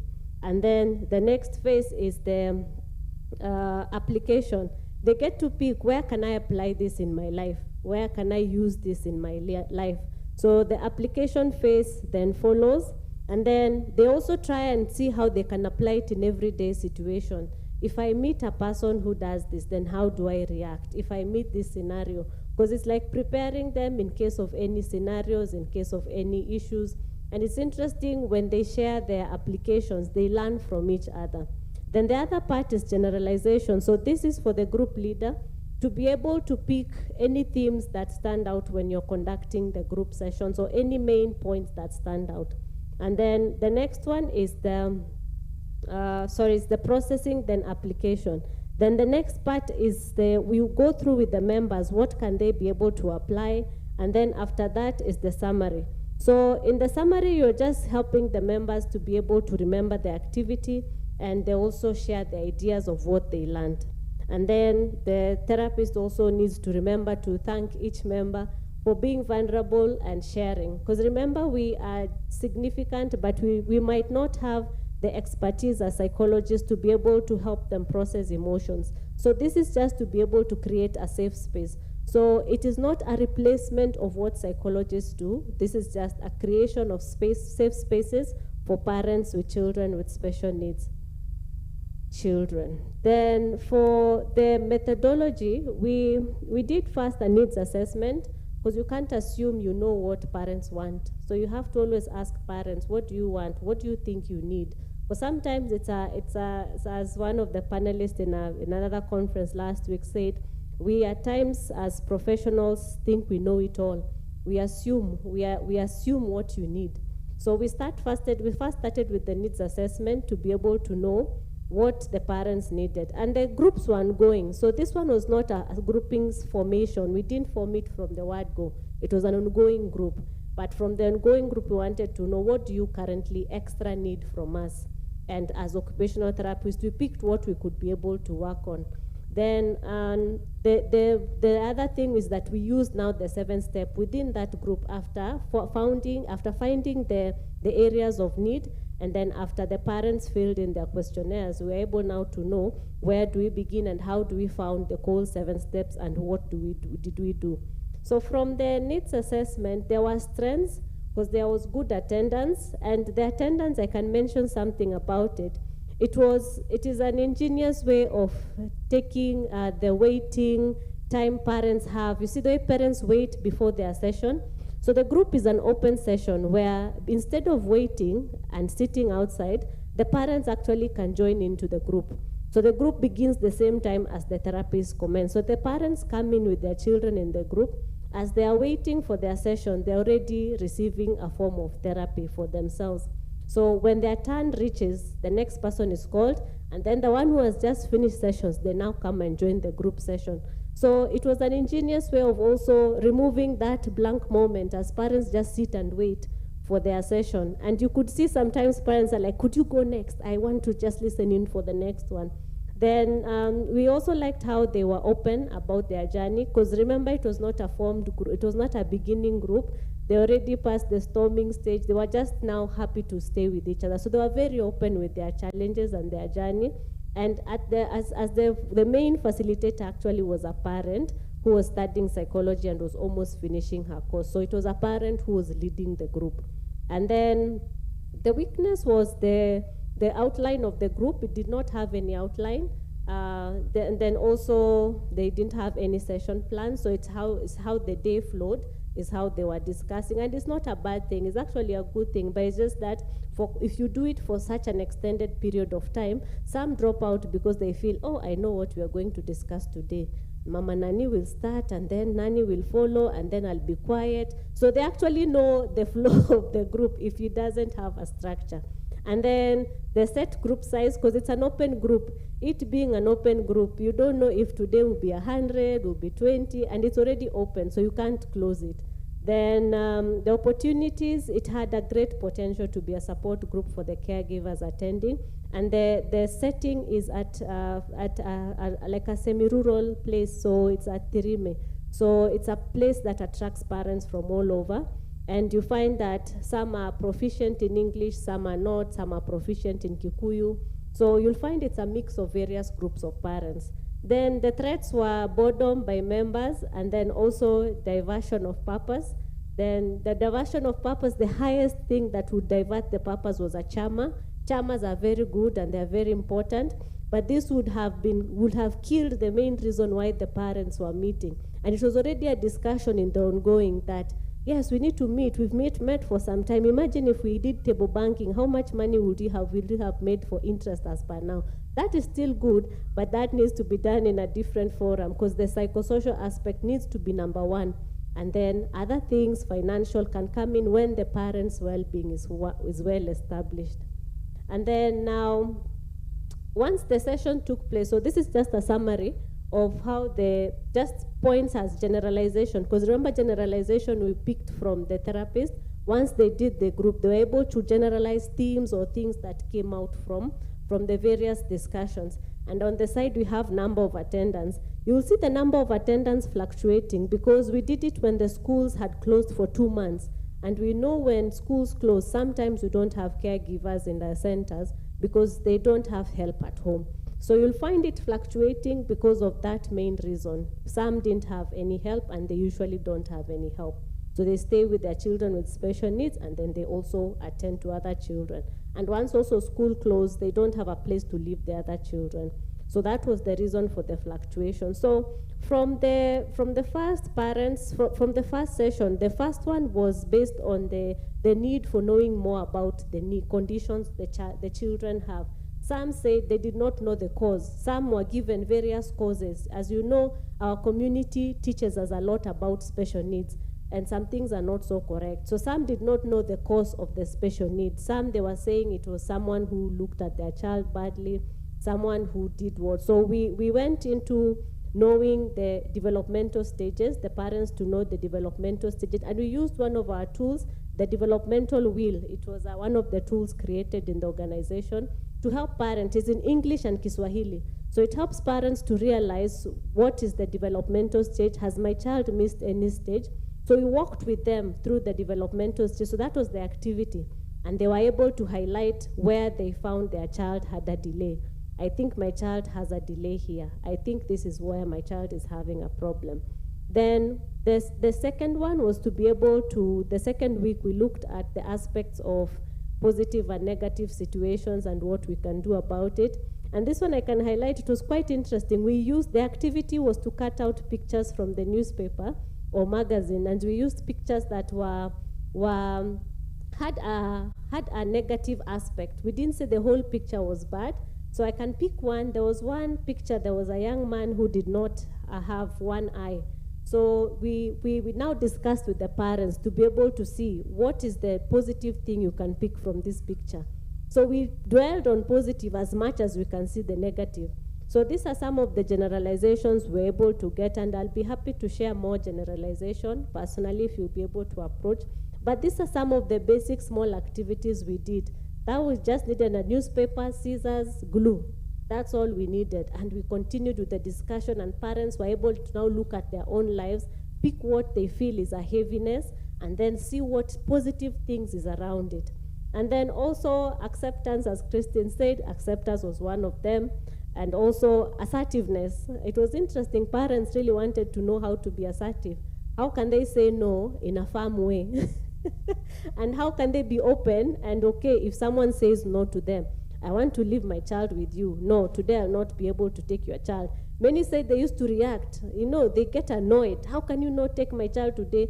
But then we tell them, if you are assertive and you're open to assertiveness, someone else might be saying no, but they are just saying no in their own right. So we have to learn also how to react when people don't always do what we would like. And then also, they also need to be assertive, to spend time with their children, to take time by themselves. And then also, thank you. And then also, we found that as we progressed, you'll find that they were beginning to be very open. The structure was very impactful to them. It really helped them to be able to find ways to express themselves. And before the session ended, we used to tell them what to expect in the next session. So someone is already preparing themselves to know what can I expect in the next session. And then also coping was an area highlighted. How do I cope? Cope with the community, cope with my in-laws, cope with my relatives. This was something very interesting. And then also, as Christine was saying, self-care, the group left saying that they will do a picture, a portrait of themselves with makeup, and they just take themselves only. They don't want their children. They just want a nice picture of themselves that they remember, this was this stage of my life, and this is who I can look. I may not look like this every day, but I have a potential to look like that. So it just builds their self-esteem. So that is something that they left saying that they will do. And then they also left saying that they will have a fun day for themselves, the moms and the dads. They will just go and play kati. That is, they do the balls, they play football. They say they will have a fun day for themselves. So these are some of the things that came out after the end of the group discussions, or even just that creating of a safe space where they just come and learn. So we are able to see that the call 7 step, as we used it, was a very holistic, it was very holistic, and it incorporated many of the occupational therapy frameworks. But the main one that we picked that it really worked on was the occupational therapy framework 3. So, but now we are at 4, but the one we used was at 3.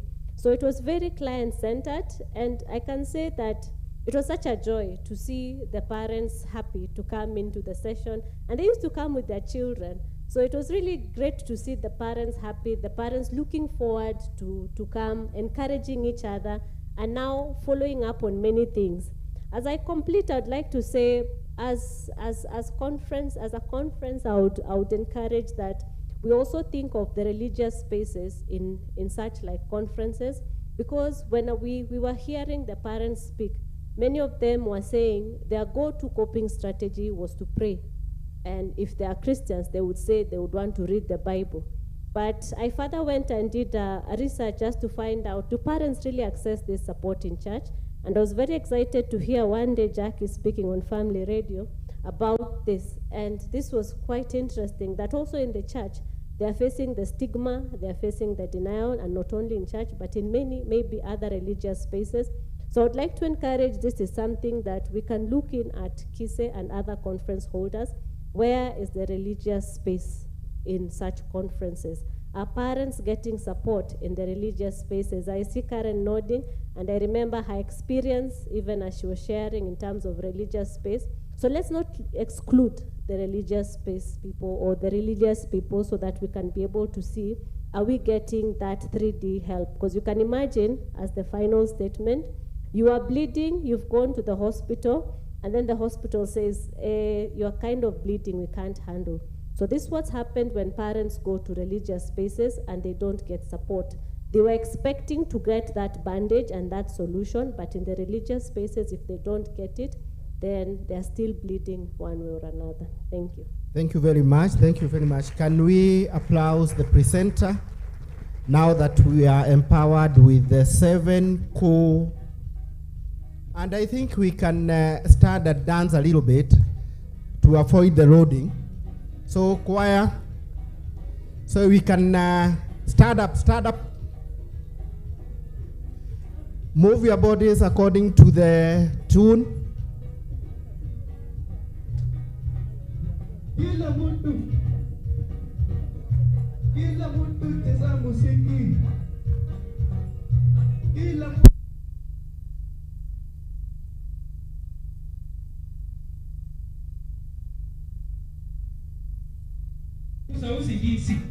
na uzee pia.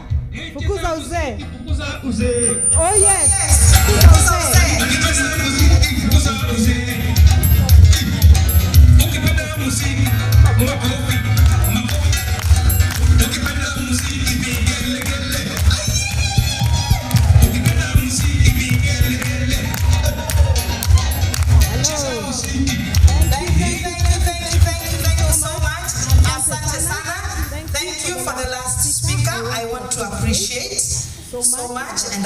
asked the moderator to give me just 1 minute on the religious space.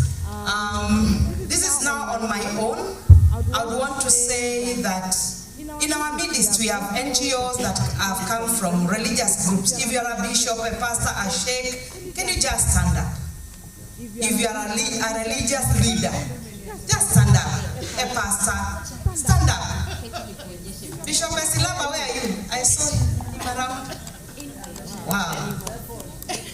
Pastors, sheikhs, religious leaders, where are you? Oh, the other, yeah, because I know there are some there. Thank you so much. Asante sana. Thank you. Don't leave the room without a meal card for lunch. So I wanted to say this, and I thank God for the last speaker. Being a lecturer here at KISE and having been in special needs education for the many years, as now I'm just about to exit, I've been an advocate, so much an advocate of children with special needs. And I want to say it has not been easy in the religious sector.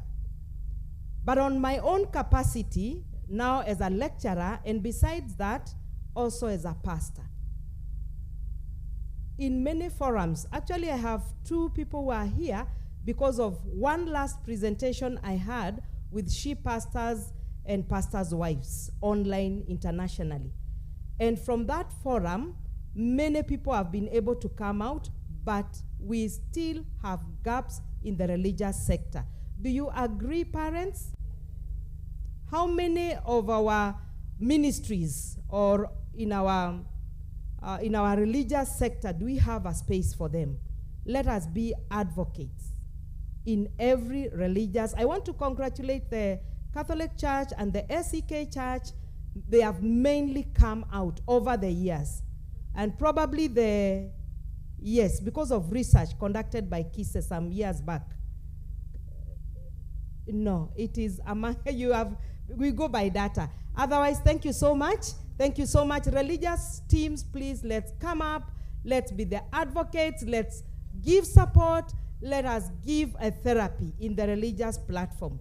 You come to Kahawa West, they'll tell you, ule mchungaji ambaye anatunza watu ambao wameumia.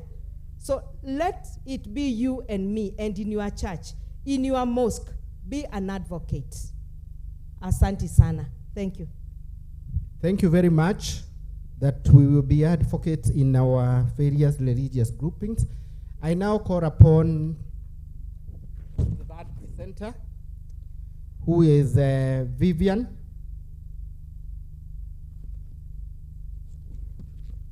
Vivian will be taking us through supporting families of young children with developmental disabilities.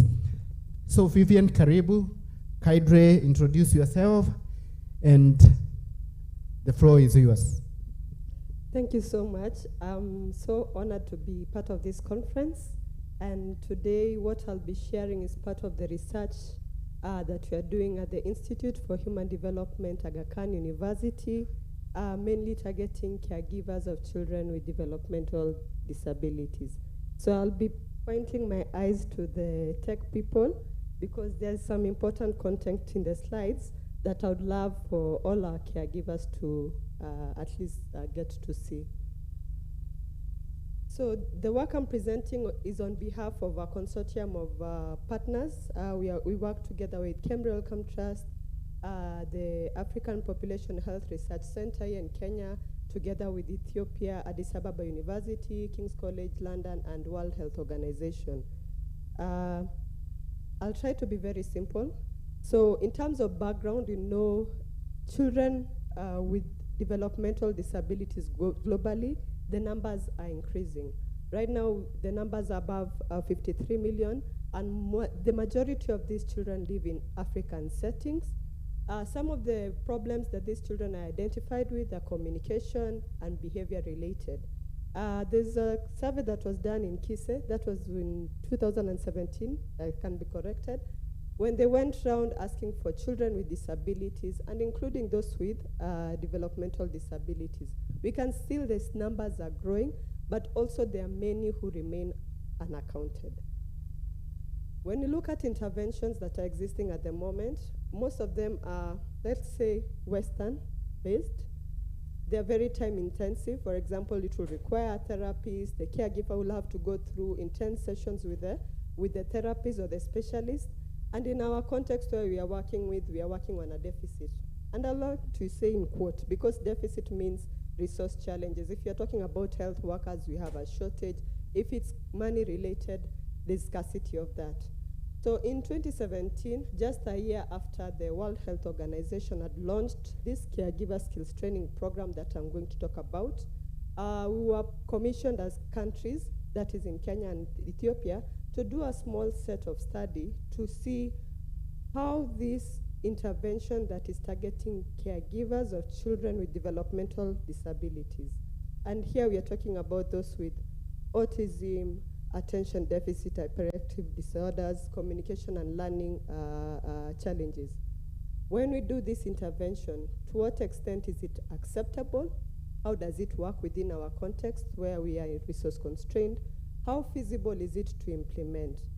So to just give you an elaboration of what this intervention is, so it's there are two things that they've tried to do with this intervention.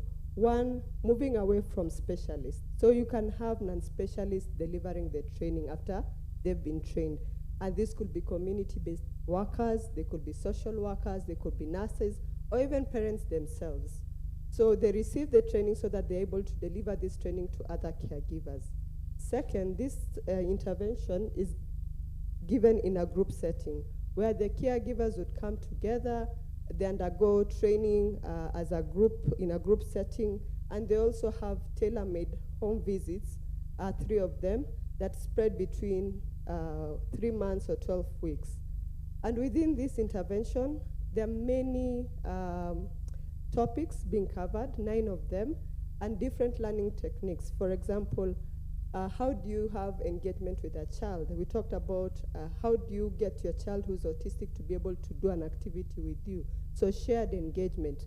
Play and routine is very central. How does the caregiver engage the child in play and routine activities? And routine activities are like, how do you do daily activity living, for example? How do you get your child to brush their teeth? How do you get your child to put on clothes? How do you get your child to feed themselves independently? Communication is also central, covered in 2 sessions. We also have behavior, regulating behavior. Remember we talked about communication and language being one of the problems. So regulating the child, when their mood thermometer goes high, how do you bring them down? So within this session that is covered. And for the caregivers, there are 2 main components that focus on them. Skills, to be able to teach the child new steps. For example, once this child has achieved this activity, how do you enable the child to be able to learn new skills independently? But for the caregiver, their well-being. I've heard all the 3 presenters talk about self-care. So this is also very central within the caregiver skills training program. Just to recap again, it's it has 9 focus areas. It's delivered in the group session and 3 home visits within a 3-month setting by non-specialists. And during these sessions, parents undergo different things. So the trained facilitator is able to train the caregivers using different techniques. Parent coaching is one. There are also homework assignments being provided. After the session, the parents would be encouraged to go home and practice certain activities with their child and encourage other household members to be able to participate in the home activities so that they increase the level of skills for the child.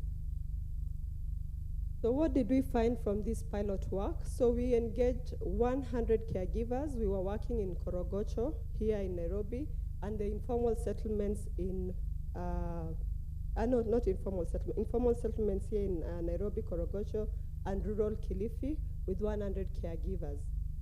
They went through this training. The ones that we followed before the intervention and after the intervention, we saw differences both from the child outcomes and the caregiver. And the child outcome here, we are talking about behavior and communication related problems. So those who got the intervention, after the 3 months when we came back to collect our data, we saw some improvement in their scores, both for the children who are in school and those who are not in school. When we look at the mental health, there was also some improvement, slight improvement, but our data was not powered enough to pick out that. Quality of life, which is the extreme of my slide, you can see there was some improvement for the caregivers who went through this intervention. And we were interested to know what are these things that they saw as differences. So we had the qualitative component, just talking to caregivers in focus group discussion and interviews to share their experiences of participating in this program. And what came out across, they accepted this intervention, and because of the process we took through to adapt it to our context, the language and how it was moderated, they really appreciated it and said it was feasible to use it with both literate and non-literate population. Caregivers who went through this training, they said this intervention positively transformed how they see their children, how they feel and believe about the capabilities of their child.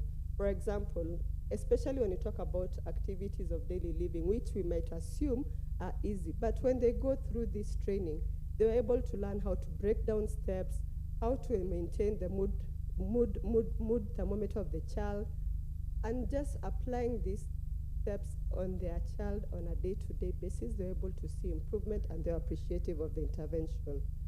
The CST session, because it was on a group level, it allowed peer learning and most, we had, I'll share 2 examples. So we had, from the peer learning, they're able to share their experiences, but also they capitalized on that group setting to be able to empower themselves. I'll give an example of our Kilifi group where when they heard about the disability grant, they were able to sign up as a group and they're able to go and apply and get awarded for a grant. So they found there was power within working within the group. Obviously, there are many challenges when we did the pilot from both programmatic but also implementation point of view. For example, the issue about caregivers. So we expect the caregivers, when they're coming for this intervention, they come without their children. So a big dilemma for the caregivers is, where do I leave my child? Who will take care of my child with special needs? Who will keep a close watch for my child? So that became a big issue. Pre-existing myths and stigma were widespread. As much as they felt a safe space, they felt this positive transformation, you're still working in a context where there's a lot of myth and stigma about disabilities, children with special needs, and that really was really affecting them, and they felt progressing forward, we need to do something about it. So from a research point of view, we took this recommendation together, but we also identified there were key things when we were doing this work. There was need for early identification. So we were working with children who are 2 to 9-year-olds, but remember, most of these children are identified at a later stage. So what do we do? How can we intervene early? That became a question for us to try and look for an answer. And as I presented those figures, we did not have power. What scientists call power. When we want 1 out of 10, does it give you enough data? So we need to big it up. We need to get more numbers to be able to assess whether this intervention is really effective in the changes that we saw. So from 2016, 2017, this year, 2018, that's a very important slide for the caregivers. So what happened April this year, the World Health Organization released an online version of the Caregiver Skills Training Program. This is self-paced. Any caregiver across the world can access this intervention. It's basically what was done in this group setting, but with adaptation, they made some changes. So any caregiver anywhere around the world can access this intervention, and they're able to go through it as self-paced. But as researchers, that question still remains for us. We need to answer the evidence. how can we identify these children early? Is this intervention effective enough? And how acceptable and feasible is it within our setting? So within SPARC, SPARC is an acronym to read as Supporting African Communities to Build the Resilience and Mental Health for Children with Developmental Disabilities. As part of the larger consortium, we are doing some research basically aimed at, one, promoting identification and referral, and community-based support and inclusion. We are targeting to reach over 1,000 children, and this is numbers for both Kenya and Ethiopia who are part of partners. But in Kenya, we are working in the informal settlements of Dagoretti and Ruaraka, and in Kilifi, we are working within the Kilifi County. And we'll be engaging with caregivers from different contexts, both rural, urban, informal, and rural. So what are we aiming to do within SPARC? So to address the issue about identification, one, we are consulting and working together with stakeholders to identify a tool, a case detection tool that can be used by community or lay caregivers. Let's say a community health volunteer, a teacher, and if they're trained to work with this tool, they're able to go at the household level to identify, especially the delays. We know the problem is how fast can we pick up these developmental delays and refer them for formal care and assessment. And then while we are doing this and working with these community health volunteers, we intend to train them so that we raise community awareness and anti-stigma against disability. So we want to work with them as our champions to raise community awareness. In the second part, once we've done the identification and have identified the children who have the developmental disabilities that we target, we'll enroll them into the intervention. So half of them will receive the intervention when we start, and some will receive it after we've concluded the intervention, just to get the evidence on to what extent this works. But more importantly is to be able to articulate the cost. So we'll also do some costing work around that. I've already talked about the sites, but I want to mention our approach in this research. So we've been doing a lot of consultations with parents, consultations with professionals, including teachers, including health professionals in the different domains, both the mental health specialists, occupational therapists, and we keep on consulting. I think we'll consult until we reach a point where we've done. But we are consulting for various reasons. One, when you come up with a community case detection tool, is it appropriate for our context?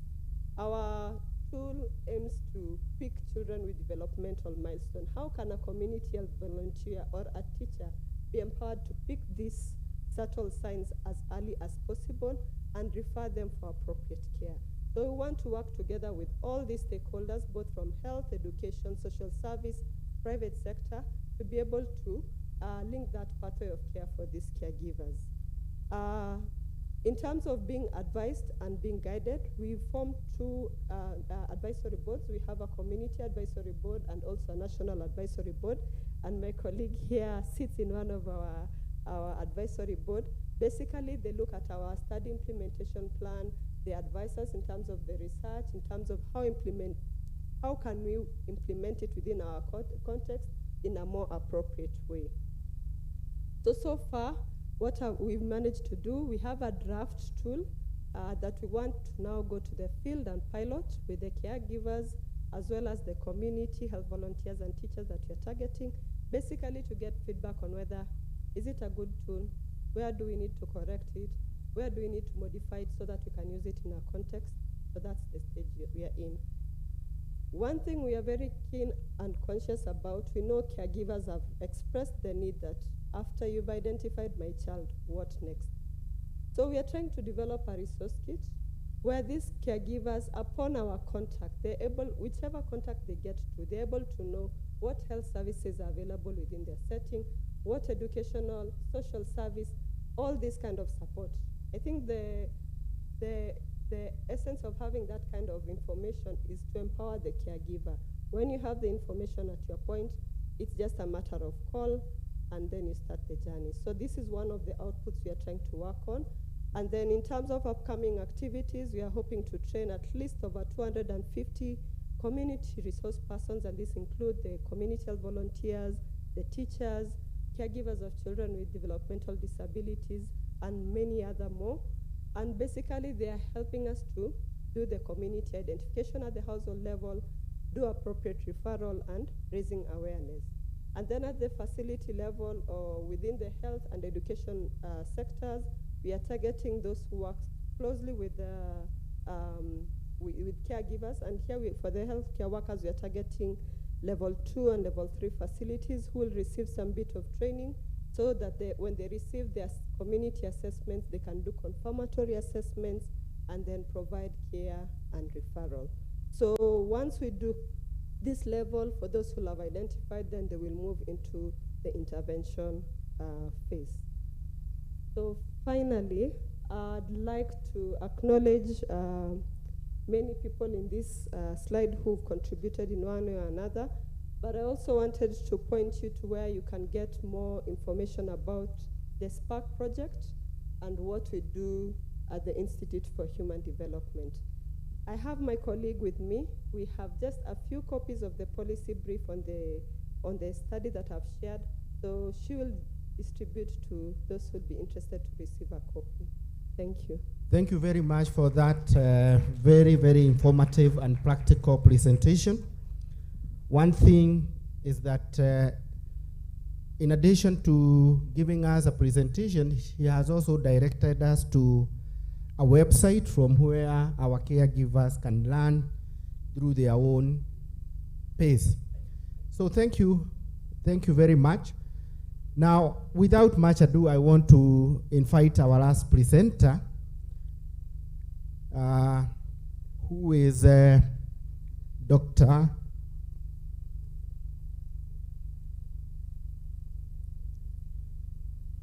Jacqueline Mathaga. Jacqueline Mathaga will be presenting to us on awareness and advocacy on the rights of learners with a disability. I think some of recommendations we were giving about having the parent enlightened about on legal instrument is coming up, and therefore, Jacqueline, the floor is yours. Karibu. Good afternoon, everyone. May I suggest that sharing of those materials be done later on, Kaidre? Thank you. Good afternoon, everyone. My name is Jackie Mathaga. Jacqueline is the long one, Jackie for short. I have a PhD in parenting my child. I don't know whether it can be said that I've completed my studies because he's 16 and I'm hoping that the Lord keeps us to when he's 90 and Amuko Siju and 20 years old and beyond. It's one of those PhDs I don't think you can ever finish studying. So just by way of introduction, some of the things that I do through an organization called ADAT Foundation is advocacy in terms of education inclusion, healthcare inclusion, and access to justice. ADAT also runs, like we said, the biggest parent network in the country, and we are spread out across the country, and I think our numbers largely grew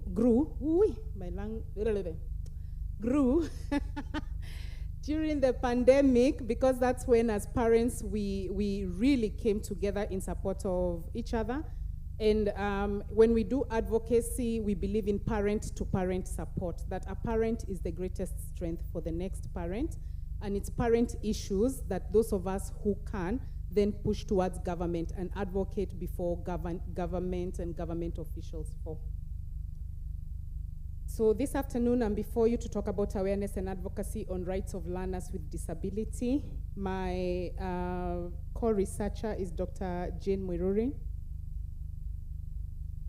So the rights of disabled learners are enshrined and protected in the UNCRPD, and I'd like to just see by a show of hands, how many before the mention of this word yesterday when I mentioned it even knew that the UNCRPD exists? Anybody? Very few in the room. And yet, all of us, because we are disability actors in one way or another, should be aware of that document. If you do not have it, Google it, internalize it, take it and use it in every place that you're in, because the UN CRPD works in tandem with our constitution and with the other acts that protect the rights of persons with disability, children with disabilities in this nation. So more than 1 billion people, or 14% of the world population, are living with some form of disability. Many are not aware that they even have disabilities, hence have no idea of their rights. Learners with disability are disproportionately represented, and that's not just something that happens in Kenya. They are among the world's poorest in learning. And one of the things that you will hear me talk about a lot when you encounter me is learners with disability at teenage level becoming school dropouts. They lack equal access to basic learning resources and appropriate learning that is accommodating, practical, and has life value. So a lot of the times when people begin to think about services for children with disabilities, young persons with disability, they want everybody to become a person who does bidding and doing maths. I know when the last time it was that you bought a mat that's made of wool, or you bought, like a necklace made by somebody. And are we really going to compete with the ladies who run the Maasai markets? Our children able to? So our children are able to do more than that bidding, more than that mat making. They can become computer engineers if given an opportunity. Learners with disability have remained largely invisible in their government's planning and development agenda, as well as processes. Parents of learners with disability must learn to effectively navigate the maze of special education processes and laws. They must go to the extreme for their children, which means they must learn to be advocates and voices for their children with learning disability. And this point would even take me back to schools. And I can't tell you how many times I was at Ministry of Education crying, like real tears. And what I usually tell people in Ministry of Education, just give me a chair. Let me cry, because you have no solution for me. Let me cry. When I finish, I will pick myself up and go and figure out what advocacy I need to do. Because when you're looking for services, not only for yourself, but for other learners, sometimes a lot of tears can be shed. So most of the advocacy and awareness on learning disability is carried out mainly by parents of children with a learning challenge. What is lacking is adequate knowledge, capacity to enforce, and capacity to enforce that awareness and advocacy. So once you go about learning what you need to learn, the next gap then for you as a parent advocate is the capacity to enforce that awareness and advocacy. The things that you have learned, how do you then escalate them? How do you then scale up so that what it is that you're doing for your own child can be done for others? Advocacy is promoting and defending a person's rights, needs, and interests. And this then means for advocacy to take place, someone must speak up for the rights of others. Parents either ignore advocacy due to poverty, because the truth of the matter is that advocacy takes a lot of money. In order for you to pick yourself up from whatever it is that you do to make a living and feed your child, so that you can go and advocate for the other, it means that that money for bus fare must have come from somewhere. And the truth of the matter is a lot of us who are parent advocates, poverty can be second nature, because are you going to go and advocate for a group of people, for even yourself, or are you going to buy food in your house? So poverty, lack of understanding, and lack of understanding is mostly even with the communities that we are in, with the families that we live in, with the people that we are trying to advocate with. There's also stigmatization in society, and we've heard a lot about stigma in this conference, how parents experience stigma. So you who has a child with disability, I don't know whether you've heard that you gave your child the wrong name, you must have done something when you were pregnant, you drank, you are too old, you are, so many reasons that are given. So when you're trying to advocate, instead of getting answers, you get told the reasons why your child has a disability. Schools, truthfully, do not welcome them, and those that do are unaffordable. The issue of schools is something that we can talk on forever, with many people defending them, but every parent experience is valid. And for those who listen to us, the way we would like you to state it is, your experience is valid. However, in the school I teach in, because the experience that you have is only relevant to your school, and my experience of being denied a space in a school is also valid. I met a parent maybe about 2-3 years ago who had 27 sets of uniform. A set Sinimbili. She had been to 27 different schools, and in all those schools she was told your child can't come here. Those experiences are valid and they exist. So we cannot invalidate the experiences of parents when they say that schools are not welcoming, and those that are welcoming are unaffordable. Most parents have no options but to lock up kids in houses. So when we see in our news media, people usually rush to accuse the parent who has locked their child in school of neglect. And my friend Jane said as well yesterday that, you know, the same people who who are very quick to accuse the parent are also the ones who are looking on when that parent was struggling. So before you take the story that you've had to the media house, approach that parent and ask, what is the difficulty? Because most parents will do that not because they have a choice, but because they want their children, especially when it's a child with autism, who tends to wander.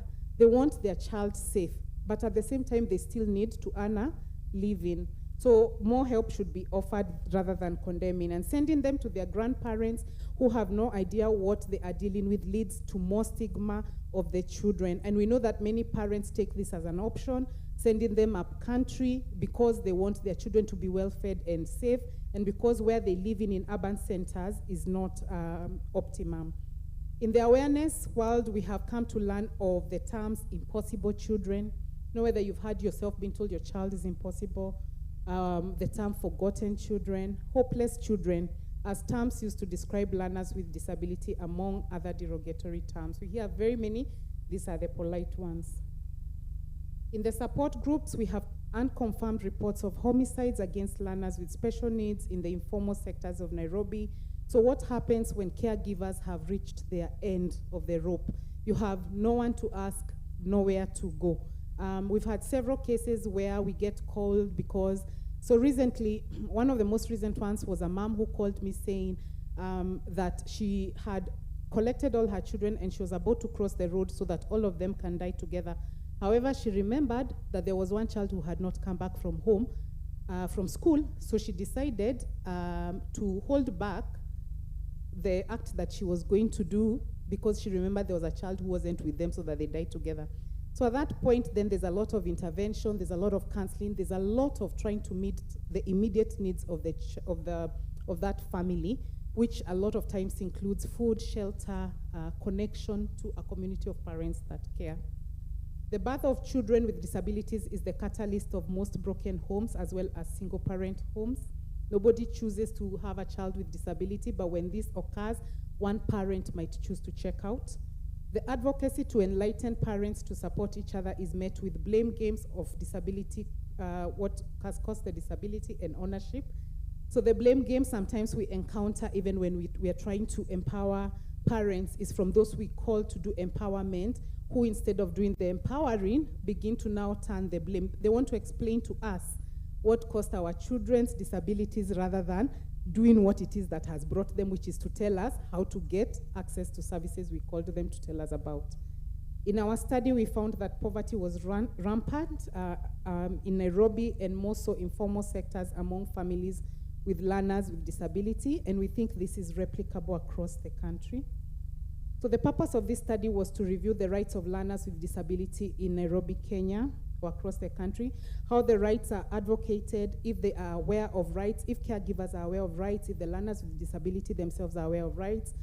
Awareness and advocacy was reviewed from the perspective of the parents and caregivers, and the purpose was also to create an awareness-raising campaign to build an understanding and tolerant community integration of learners with disability. So the methodology we used, we did in-depth interviews. We had Google document questionnaires that we sent out. The target population was 200 parents, 100 teachers and caregivers. The exclusion for this study, one had to interact and influence learners with disability. So you had to have access to a learner with disability. The focus of the process was to identify their awareness of the rights of the learners and the role they play in advocacy of the rights of learners with disability. So the outcomes of the study: 160 parents and 100 teachers were knowledgeable of at least a minimum of 5 rights out of the 60 rights in the UNCRPD. Also remember, in our parent and caregiver forums, we do talk about the UNCRPD quite a bit. We try. And so people being knowledgeable is one of our goals. Emphasis from participants was on supported learning advocacy and not instructed or substituted learning process. So instructed is where you tell a child, do this. So you're there and you're waiting there for the child to write 1, 2, 3, 4 or to trace the 1, 2, 3, 4. Substituted is where you're doing it for the child, and the CBC has shown a lot that parents in Kenya have been doing substituted learning where they're doing homework for their children, so it's not the child who is doing it. So we want supported learning, and supported learning is where you're seated or the learner has support, and where they have a challenge, you're providing the necessary, whether it's the necessary resource, the necessary prompt, the necessary equipment to help the learner get to where it is that they're supposed to be. Areas that need awareness and advocacy include ignorance of special needs issues, stigma and hostility by the community. We also saw parental indifference in raising special needs children, and the disclaimer for parental indifference is because most parents experience defeat, so you sort of go into limbo and you don't know how to jump start to the next stage. So it's not that you are completely unaware of the fact that your child has rights, but life has beaten you. Earth is hard, eh? So life has beaten you that you're in limbo and you're like, how do I get to the next stage, or what do I need in order to get on ahead? There's poor mass media representation. Disability doesn't pay anymore, so the media is not really interested in disability stories. There's a need for all the needs concerning learners with special needs to be put together so that they are processed together. And thankfully, we had the opportunity during the CBC review. How many of you gave views for the CBC review that was going on? Oneni sasa na tuko room gani? So in this room, I see 1, 2, 3, 4 hands. And yet, the CBC review process was an ongoing process that asked for public participation so that we would give feedback for whether we want the CBC education to continue for learners with special education needs. So when you see views and things that have been adopted, it will be because 4 parents out of maybe 500 who sat over here have done it. Thankfully, my views are in, and my views will contain things that you don't like please eradicate special schools. Schools and religious institutions also have to play a big part in this. So they are critical. So the way forward we found was critical need to develop specific issues, advocacy programs that have parental input on their needs and those of their special needs learners. There's a need for guidance on instructional methods, as there's no one size fits all for all kids. Our current implementation applies in learning. So when you have a learner with special education needs, that one child is an individual. In our school system, what's been happening is that all learners are treated the same. So whether that learner has CP or that learner has autism, the learning methodology and the way the teachers seek feedback is the same. They all expect the children to be able to read and write. And so there's a need to actually view every learner as an individual so that you can provide the supports that are individual to that learner. Only in that way will the learner be able to go on ahead and to get better. There's a need to gather, implement information and make decisions that promote the long-term interest of the affected children with the goal of desirable outcomes from the awareness and advocacy. So the community, professionals, government, and all who interact with the learners with disability need to come together and create an awareness and advocacy campaign targeted at inclusion and learning by learners with disability. So we want to start seeing spaces where there's a multi-sectorial team that sits, even at primary school level, looking at the needs of individual learners and not so that that learner is then supported. In fact, the reports that we hope that those who provide education can be providing is saying, like what we see in the West, that a learner was assessed and the teacher for music recommends this, the math teacher recommends this.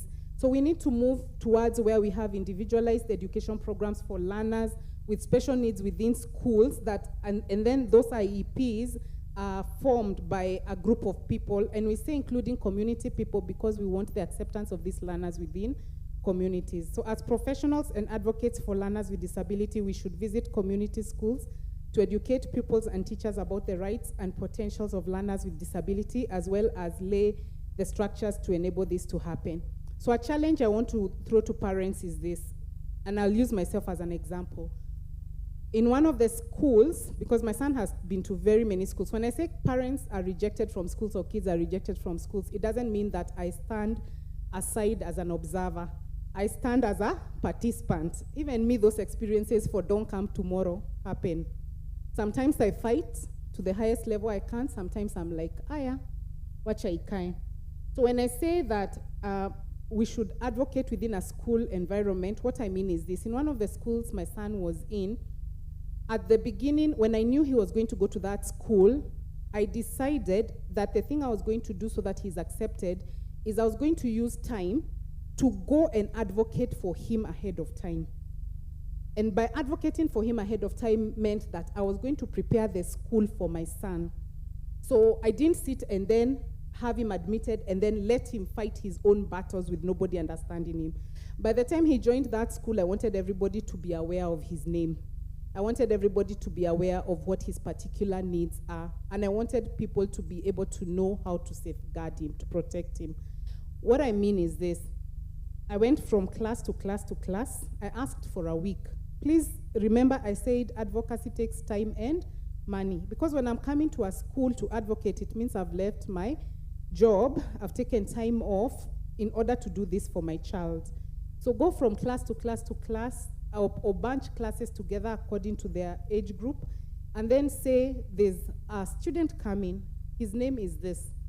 This is what disability is, but this is his particular disability. Engage the learners in the school.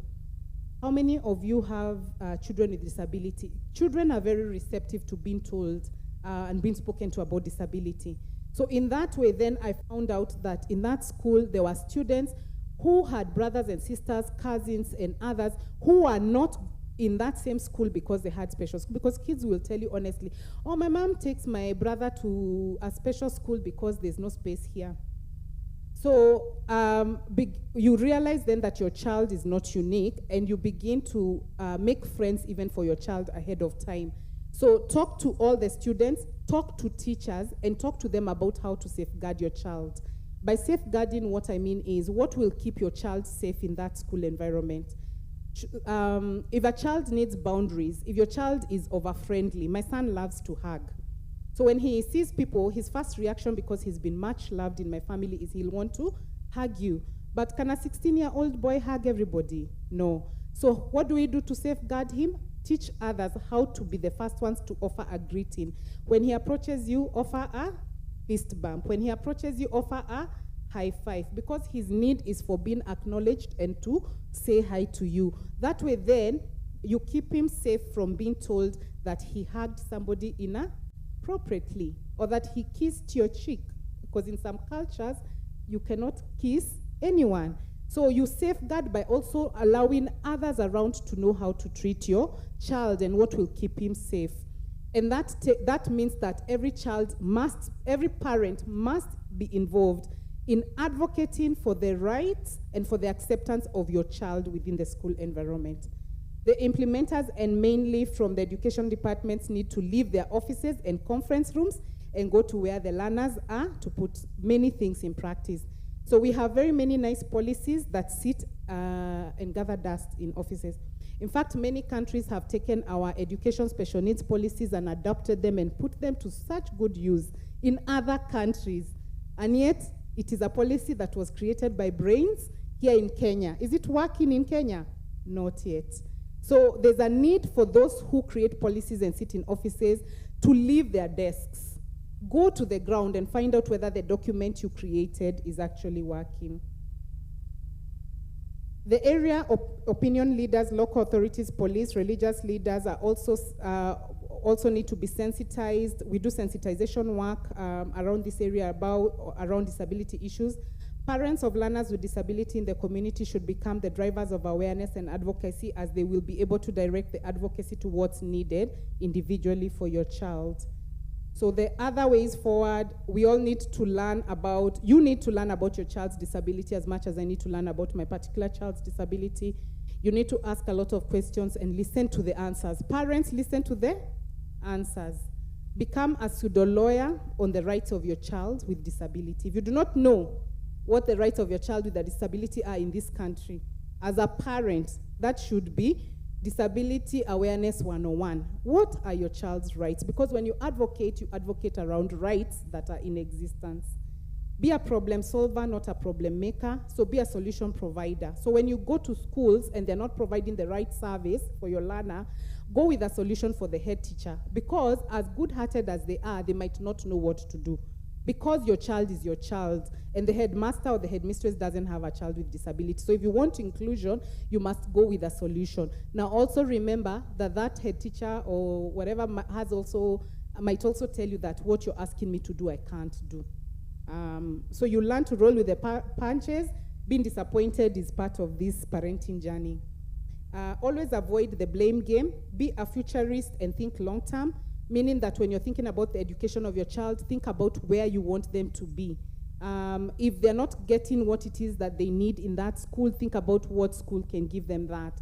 If your school child is being held back and is still in class 1 at 14 years, you're really not thinking about their future. What other things could a 14-year-old gain from school and work towards those? So education is not only about reading and writing. My time is up. Get to know your service providers like teachers, become a master planner as a parent. Advocacy and creating awareness should in totality present the rights of learners with disability. The advocate should become their voice without replacing them.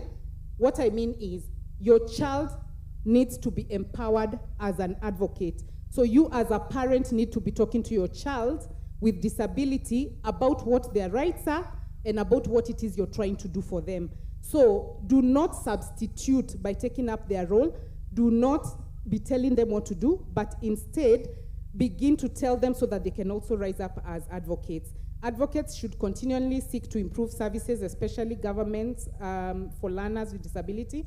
Encourage professionals and work with them to improve the provisions of their services and their relevance.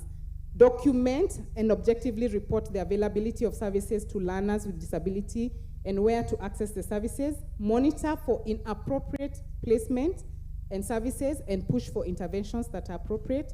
Follow up and advocate on laws that discriminate learners with disability to government and agencies. You have to try. And that's it from me. Thank you very much for that very informative presentation. And I think this brings us to the end of presentations. And it is okay,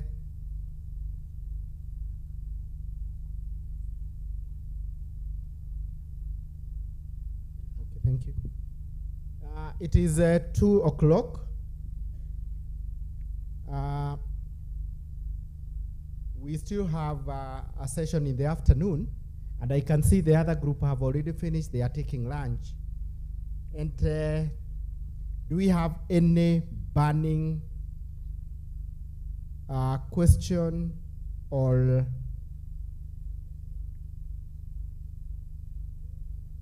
sorry?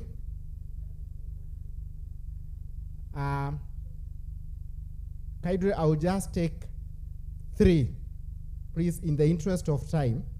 And this time we'll give the gentleman a chance. There are 2 gentlemen and 1 lady. Kaidre and Adastad, please. So, I think we don't need to have the presenters here. They can answer from where they are. And if it is a question, Kaidre, keep it brief. Good afternoon, parents. For me, one is an observation. from one of the presenters, they mentioned some parents actually don't know the extent of the stage of their child's disability. Some mentioned that actually we need early intervention. This is just something I want to actually put across to KISE. KISE, I've not seen KISE's presentation. There are parents who are here, and actually they can't explain fully what KISE does. We need one of the KISE staff to actually present on what KISE does when it comes to assessment, from the beginning to the end, and what you need to do when you want to come for an assessment. Because we have some children who are actually said to be deaf, but they've never even gone for a hearing test. There are some who are been placed to be deaf, but they don't know the extent. So it's important that we have one of the KISE presenters to actually tell us what happens from the word go when you Point taken. Point taken. Thank you very the much. other one- the So other can one- we have the second presenter, please? Just I'm a- not overruling. Just a minute. But kindly make it brief. Oh, this one is brief. On the issue of awareness, of creating awareness, we are still following up on the National Parents Association. If you wish to join, I have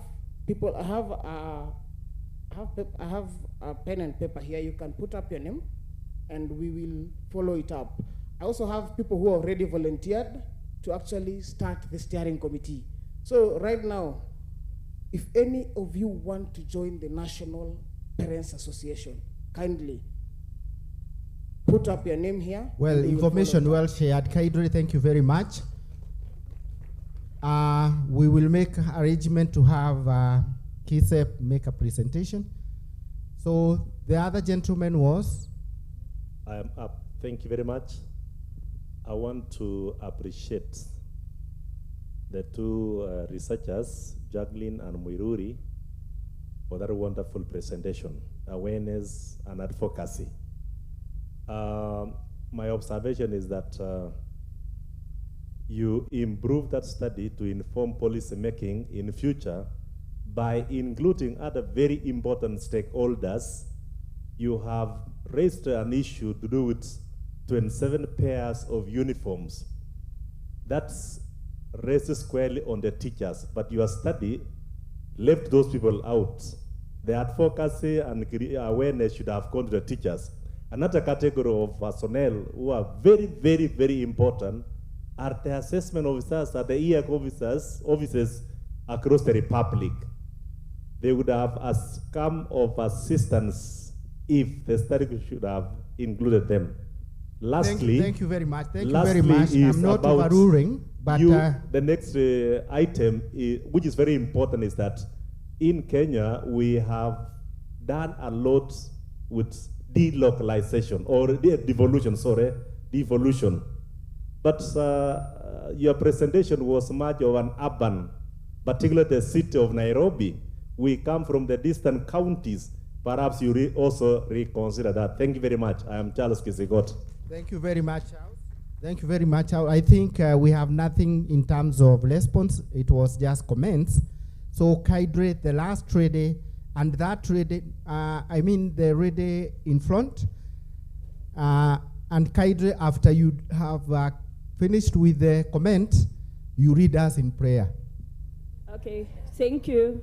My name is Rachel Duer. Rachel Duer is a stakeholder in National Parents Association. I'm glad to have been here on behalf of all the parents because I've sat down and it has triggered me on behalf of the other parents. I've felt it, we've cried, and we are still crying on behalf of our special children. Nobody is normally happy when a sister, a neighbor calls you names. We are always suffering. I also have special nieces and cousins who have special disabilities. But my question is, how do we motivate these parents? How do we appreciate them? How do we embrace them? How do we also take care of our caregivers who come in and are always chased out by some of we parents who feel that since we have been discouraged, discriminated, we have to hide our children in their houses. To the government, TSC, please, I'll request you to make a follow-up, just as you fought for the public schools. Can our special needs, special schools also benefit with this Edufier insurance? It hurts when a parent goes to buy medicine. Just like all of us have agreed, it is too expensive. It is expensive in the school. It is expensive. Yet in public schools, they are given, our children are given special insurance. And we also special parents? Aren't our children special as well? Can the government also take care and also sort us out? To the media, please take care of our talented special children. Their creativity, the mats they make, the earrings they make. Some of us do take advantage of them because they cannot sell anything. Surely it hurts. Media, please make sure. Thank you very much. Thank you very much for those good food for thought. Thank you. I'll pray. Very, very good food of thought. And before you pray, the head teachers of special schools, you should remain a little bit before you go for lunch. And the same case applies to CSO, SNE. You can see Mr. Gitau outside in that small field before lunch. So thank you very much, everybody. Thank you very much, the presenters. You have really empowered us, and now we feel really empowered. And please pray for lunch. Okay. Hello, excuse me. There are people without meal cards. So kindly those people who are providing the meal cards, who in the room provide the meal cards, raise up your hand if you don't have a meal card. We don't want to pray for food that you will not eat. Okay, it's true. Be quick if you are giving the meal card. Somebody can also help you. I also don't have one. Zimeisha. No. Sorry? Do we pray? What about if we don't get the meal? So our guys, please pray for the meal. Okay, long live special parents. Let us all bow and pray. Father, in the name of Jesus, we want to thank you, Lord, for your love and care that you've given us throughout these 2 days, oh God, on behalf of our special children and the parents who are represented here and the teachers. Father, and not forgetting all the organization and all the delegates who are here. Father, as we break for lunch, Lord, we ask you to bless it. Remember those who do not have what to take, but as we take in this food, bless it, for we pray, believing and trusting in Jesus' name. Amen. Thank you.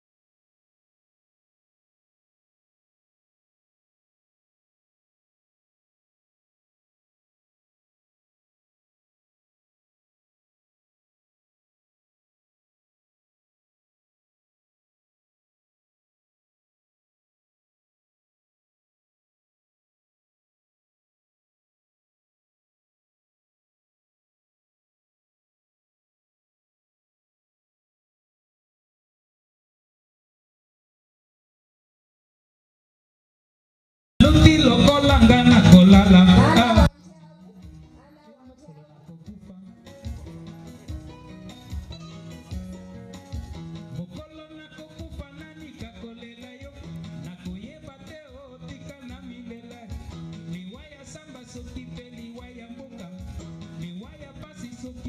Inaitwa wazee ukumbuka. Mukolo mususu. Mukolo mususu gaina kanisi. Na lobi lokola ngana kolala. Ah mama mukolo na kokufa.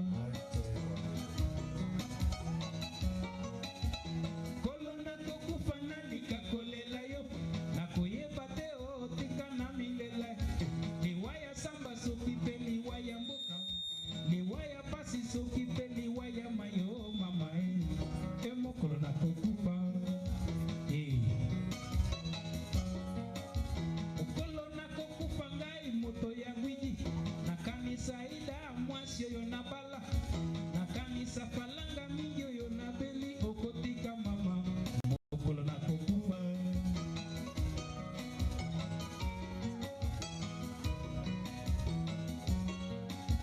Mokolo na kokufa moto ya gwiji. Nakanisa falanga mingi oyo na beli. Nakanisa ida mwasi oyo na bala okotika mama. Mokolo na kokufa. Thank you, band. Good afternoon. Yeah, welcome for the afternoon, the last session. And we hope it will be as quick and brief as possible. So we have one presenter. After that one presenter, Dr. Agnes Wanjau, there'll be a World Bank presentation, which would be online, and thereafter we move towards the closing ceremony.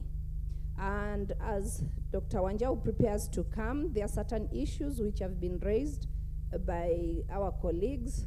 One of them has raised an issue of extracurricular activities for children with special learning needs and is asking, is there anything or link with Special Olympics? So anybody around here who has connections with Special Olympics can look for Mr. Kennedy Manyoni so that you can have a discussion. And the other issue raised is about SNE staffing, which I'll forward to our TSC representative. So I now want to take this opportunity to invite Dr. Agnes Wanjau to come and give us her presentation, which will be quite brief. I think it will just be 10 minutes. Yeah, welcome. Let us welcome her with some hearty claps. Thank you.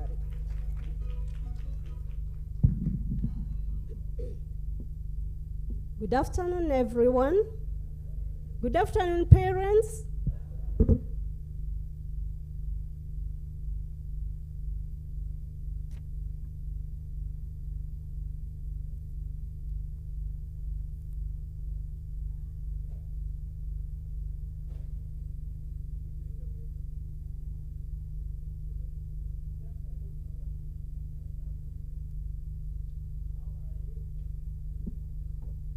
How was your lunch?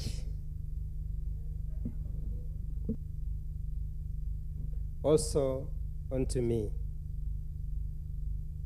My name is Dr. Agnes Wanjau. Me, I'm a teacher, a lecturer. Where? University in Meru for technical. I'm very happy a lot to meet you here in this conference. Thank you very much. We'll continue talking about what? Children with disability. Disability have different ways. Some are deaf, others they don't have hands, others they have a mental problem, but they are so different. But disability, it is not a problem. All children are the same. That's true? Is it true? Yes. Yes. Those who hear, those who are deaf, those who don't have hands, those who are not walking well, they are all the same. Yes. So to you now, who are different, the mental children, they are yours. The same if you are disabled, you are not disabled, then you're okay. Thank you very much. Thank you. So, I'm a teacher. I'm very excited to be in this conference, to meet parents in particular. I've interacted with the parents for the longest time, particularly parents of children with disabilities, and particularly those who are deaf. I'm a trained teacher of the deaf, and that's what I've done for about the last 30 years. So that has been my life passion. Now, this conference is great because it is touching on issues that are so dear to us as teachers, educators, parents, and stakeholders in special education and disability. I'll be very brief because we don't have much time. And I've been listening to different presentations, and some of what has been presented has captivated my mind. Let me address just one issue, this issue of inclusion and special school. Which way to go? I will just say that we need, the concerns that parents have are valid, as the presenter said. Each is valid, but we need to be cautious, because when we push for inclusion and close the special schools, then this will affect parents differently. First of all, in our country, and even the world over, inclusion has not yet been understood clearly. Actually, I had an opportunity to be in a classroom in the US for my second master's degree. And the professor told us, we are talking about inclusion and we want to close special schools, but nobody is telling us what this animal called inclusion is. The professor said one critical thing, that was my take home, that we are in US, the originator of inclusiveness, inclusive education. But even in our government documents, it has not been defined. Ask anyone. She told us, go around and ask anyone, what is it? Tell them to break it down. Our laws don't even say 1, 2, 3, what should be done about implementing inclusion. So it is left to us, anybody, to interpret the way they want to interpret it. So she told us, okay, here we have started embracing it, it's happening, but what is happening is that you'll go in those classrooms in the US and find the learners are there, yet they are not well supported. The situation is worse for some of the learners than it was in the regular schools.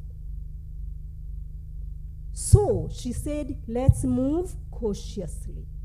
I will say the same. It was my take home. Let's move cautiously. Now, the other thing I would like to just mention here, and it's also critical, it's about a transition for students with disabilities from the high schools to tertiary or universities. While in my teaching duties and engagements as a lecturer, I came to realize that even while by they have taught in schools for the deaf, Kamboi School for the Deaf, Current Technical Institute for the Deaf, and the Reverend Muhoro School for the Deaf. So I would say I have lived experiences of teaching children with disabilities, in particular the deaf. Now, the deaf people, we are said they have a hidden disability. Deaf children have a hidden disability. So what happens? While all others are being considered, deaf children tend to be forgotten. Okay? Because how do you tell that a child or a person is deaf and they require to be supported in a certain way to function? You can't see. 2 so minutes, they are Dr. ignored. 1 minute. So, Dr. what I'll just pinpoint here is this, that in our education system, I'll just pinpoint this gap. These children are not just the deaf. When in the special schools, they are very well supported. The government has done a good job. To some extent, yes. They have teachers who can sign in schools for the deaf. But when this child now gets to tertiary level, whom do they find there? In the technical schools, will they find teachers who can sign? Are they there? No. In our country, no. When they get to the university, a few who make it, do they find teachers who can sign? Do they? No. Hardly. Okay, I could sign. I was, I think, just one out of so many. But again, it's not possible to sign while you teach in the university. It would be cumbersome. So the gap here is that these students are not they have not been catered for when it comes to leaving a high school to join tertiary education. And this is where now the policy needs to be addressed. Interpreters. Interpreters need to be provided at all levels of education. And if you want inclusion, if you want your child to learn at the school across your home, then the government must provide interpreters. Then question is, are those interpreters available even if the government wanted to provide? Are they available? Are there enough for each school? Yes or no? That's why I'm saying inclusion should be taken cautiously. That's one example. So to go the inclusion way, let's provide interpreters. The nation should roll out a program. You can see them. If these were in your classrooms where your children are learning, the children would learn effectively. The other thing is this. In the universities, the infrastructure is also not child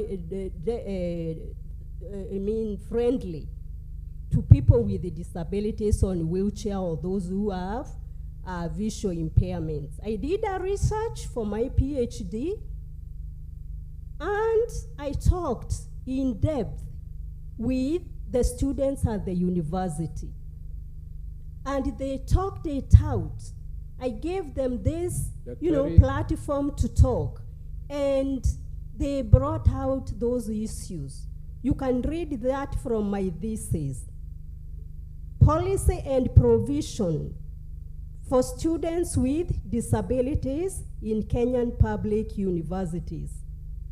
So parents, when you are advocating, when you meet these CBC people, task force, before they conclude, tell them, people with the disabilities, there is a gap in transition. Thank you very much, parents. We celebrate you. Thank you do a great job. A round of applause. All right, thank you. Thank you, Daktari, and sorry for hastening you because of time. And we are having, that's mine. We are having an online presenter, virtual presenter, so we had to hasten her. So I think they are logged in. So Frida?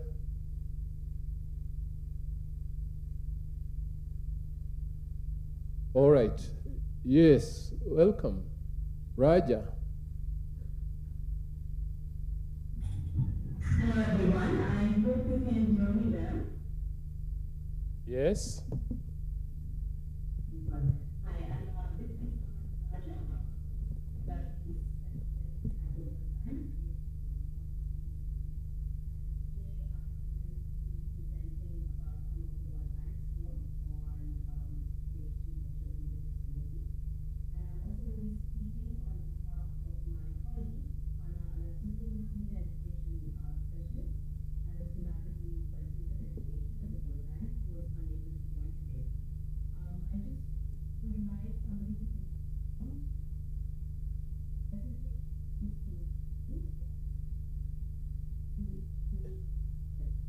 Yeah, we are seeing you.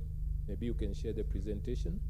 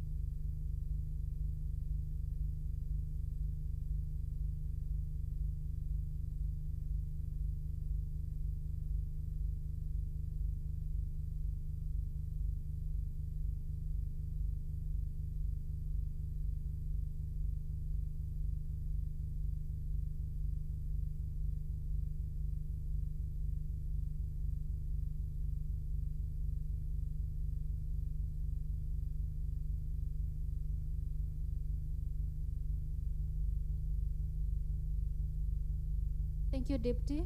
We can share it from our end. That is okay now.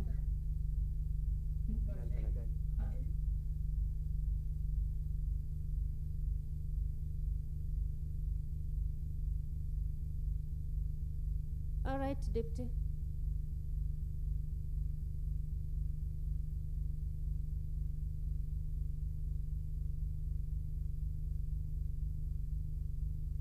Are you okay now? Yes, perfect. So let me start and I'll let you know when to. Thank you. Right. And I just want to start by just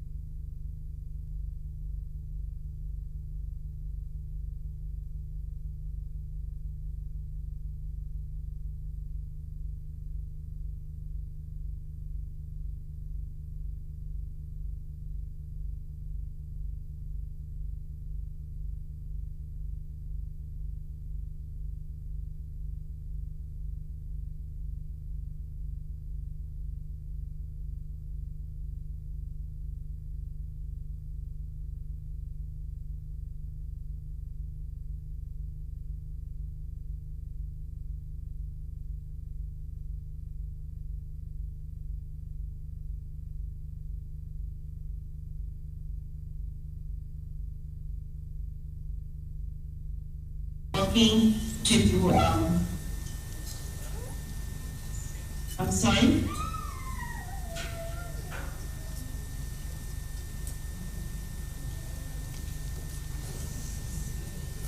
Let me continue. So, we have worked to make sure that when we are actually preparing a project for lending, we consult with organizations of persons with disabilities, we conduct assessments to understand what the needs and barriers actually are, and then work to develop project components that would address those needs.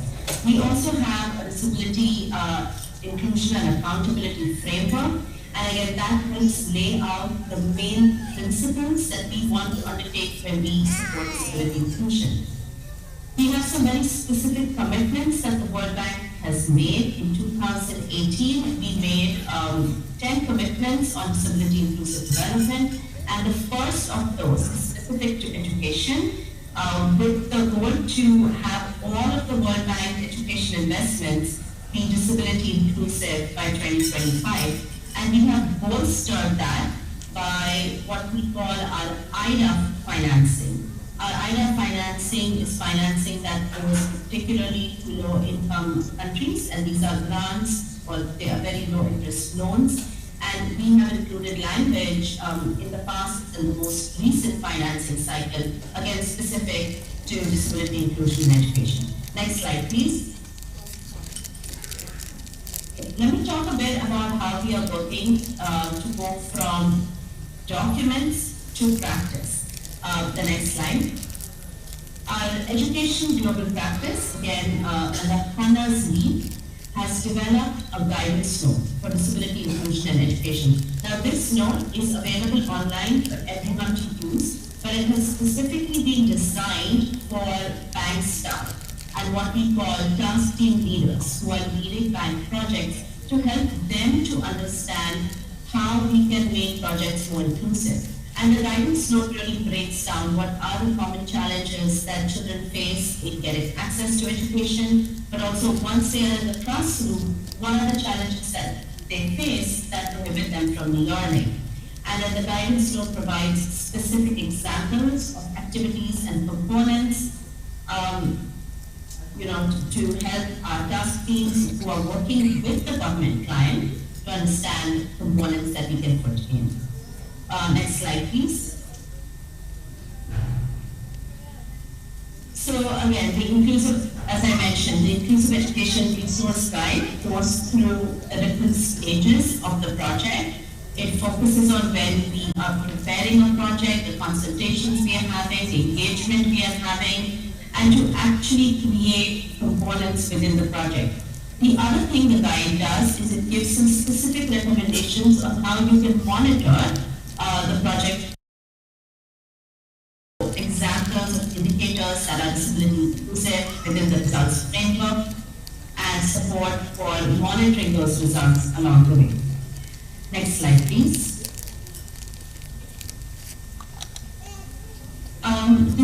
I apologize, I realize the print is very low, and given the time, I will speak to the slide very quickly. But the main criteria that are being proposed within this resource guide and to support disability inclusion in education, there are four main criteria. So one is stakeholder engagement. As I mentioned, do not design something without meaningfully consulting organizations of persons with disabilities, parents and family members of children with disabilities such as yourselves, and all of the relevant stakeholders. Criterion 2 is doing an analysis. So first, understand what are the barriers and challenges that persons are facing, that children may be facing in accessing education.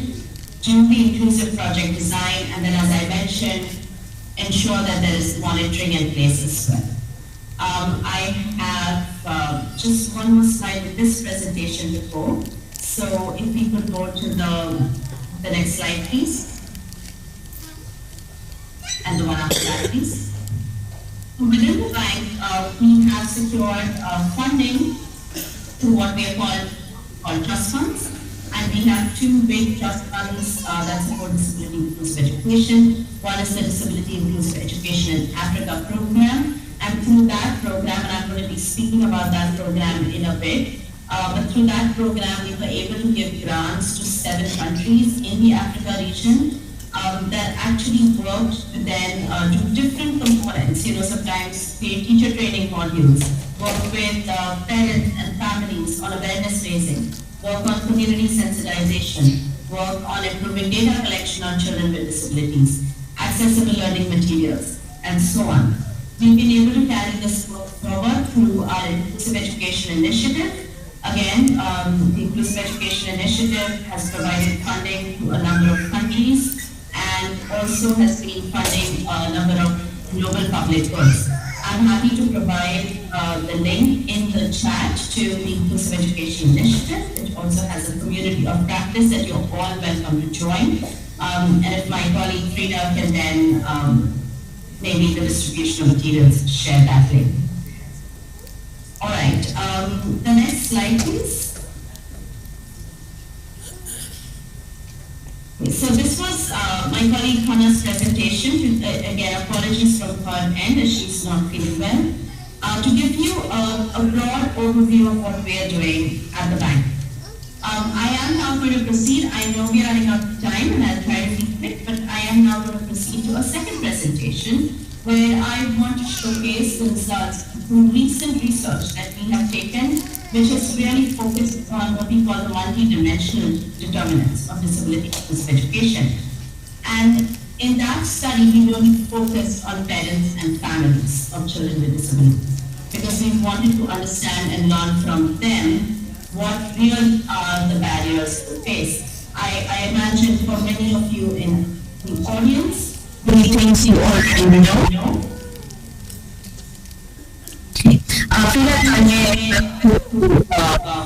Presentation. Somebody is putting it up. There you go.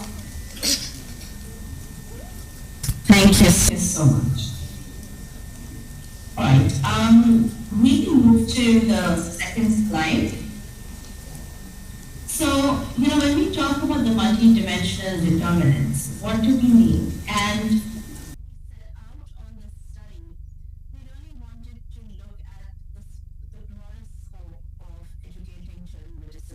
beyond just what is happening within schools. And really think about the different factors that actually contribute to successful learning. So including parental involvement and aspirations, stigma, attitudes, community perceptions that we know continue to remain a significant barrier really in many of our countries, and it does impact the support that families get in sending their children to school. Then access to assistive devices, learning materials, accommodations. As our speaker ahead of me also shared, that it's not sufficient if children are just able to go to school. Do they then have the right materials, the right resources that enable them to learn? The other aspect is, are these resources only available in the school, or are they also available for them at home? Because children are not only in school, they're going from school to home, and they need to have the opportunity to continue their learning at home as well. Additional out-of-pocket expenses. We do know from literature that in most cases, families of children with disabilities are having to make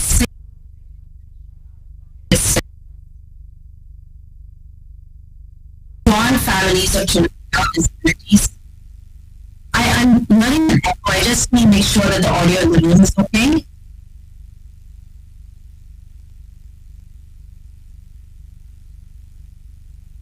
It's okay, Dipsy. Yeah, all right. So, just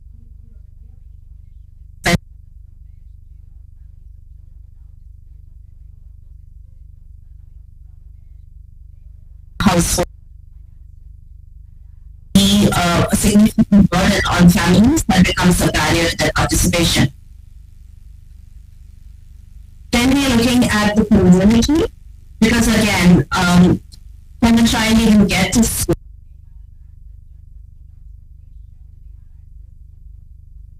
infrastructure accessible.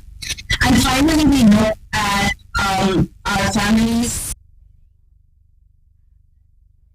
benefits. Are they getting access to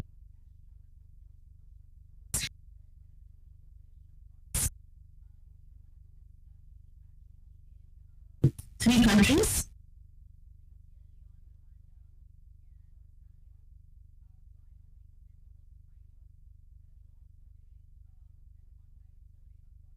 And many of the findings were very similar. I will, in addition to the study,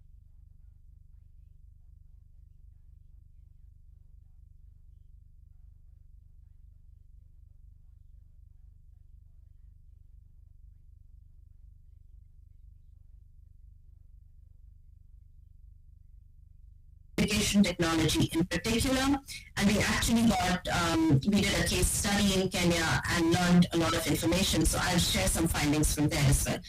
All right, the next slide, please. So first I'm going to start by talking about what we learned in terms of parental attitudes, their involvement, their experiences, and how that is impacting their child's education. Next slide. The most significant finding we had was that, and I should say we actually did very in-depth surveys with 812 parents and caregivers of children with disabilities from those 3. Found pretty much across the board was that parents really had a very strong belief in their child's right to education and very high aspirations for their child's education. In fact, many stated that they really wanted their children with disabilities to attain university or college-level education.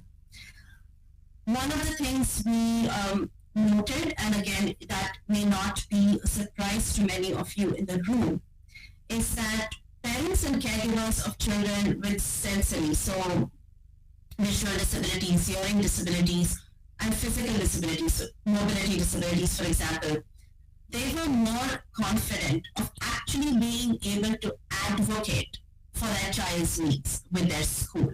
They felt it was easier for them to advocate for their child's needs as compared to parents of children with cognitive, intellectual, and psychosocial disabilities. These parents and caregivers felt that they did not themselves have the right tools to really push for and fight for their child's needs in schools. Next slide, please. One of the findings we had, we asked about, and as you can imagine, and again, the previous speaker alluded to this, that you do have special schools, you have inclusive schools, which are basically just general schools where children with disabilities are going to the same classrooms as children without disabilities. And we asked parents and caregivers just to get a sense of how confident they were about their school being able to meet their children's needs. And as you can see from the slide that I have, that if, I have a graph over there with bar graphs. The blue bars are for regular schools. And when you really look at when confidence levels go high up, we are for special schools.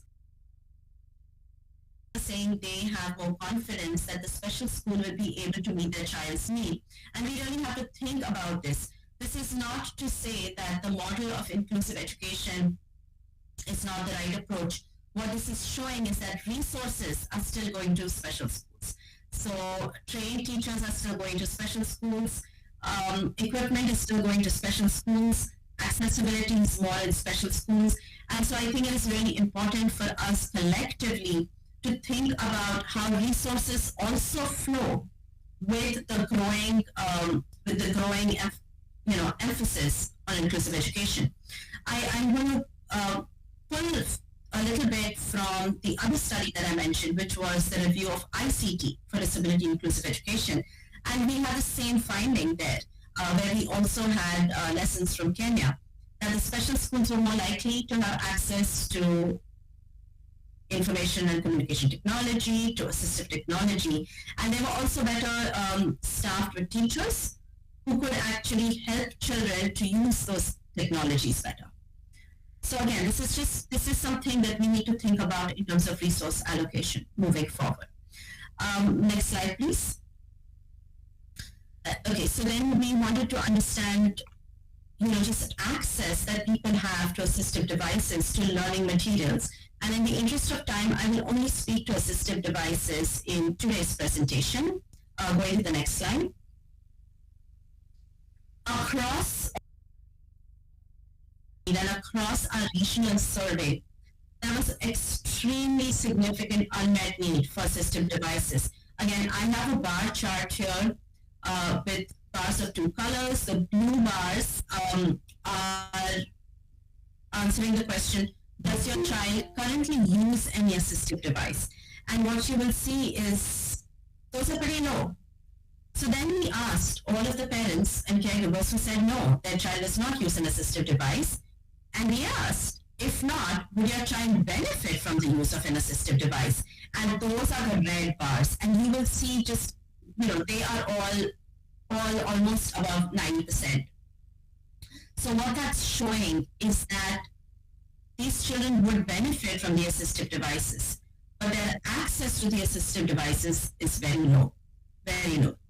And even when assistive devices are available, what we find is that it is the nonprofit sector, it is NGOs, or it is families investing out of pocket who are the key providers and financiers of assistive devices. And as many of you know, assistive devices can be extremely expensive and unaffordable. Next slide, please. I do want to share some findings from the landscape review of ICT and some specific information that we gleaned from Kenya, which was case study. And, it really was, this study was on technology.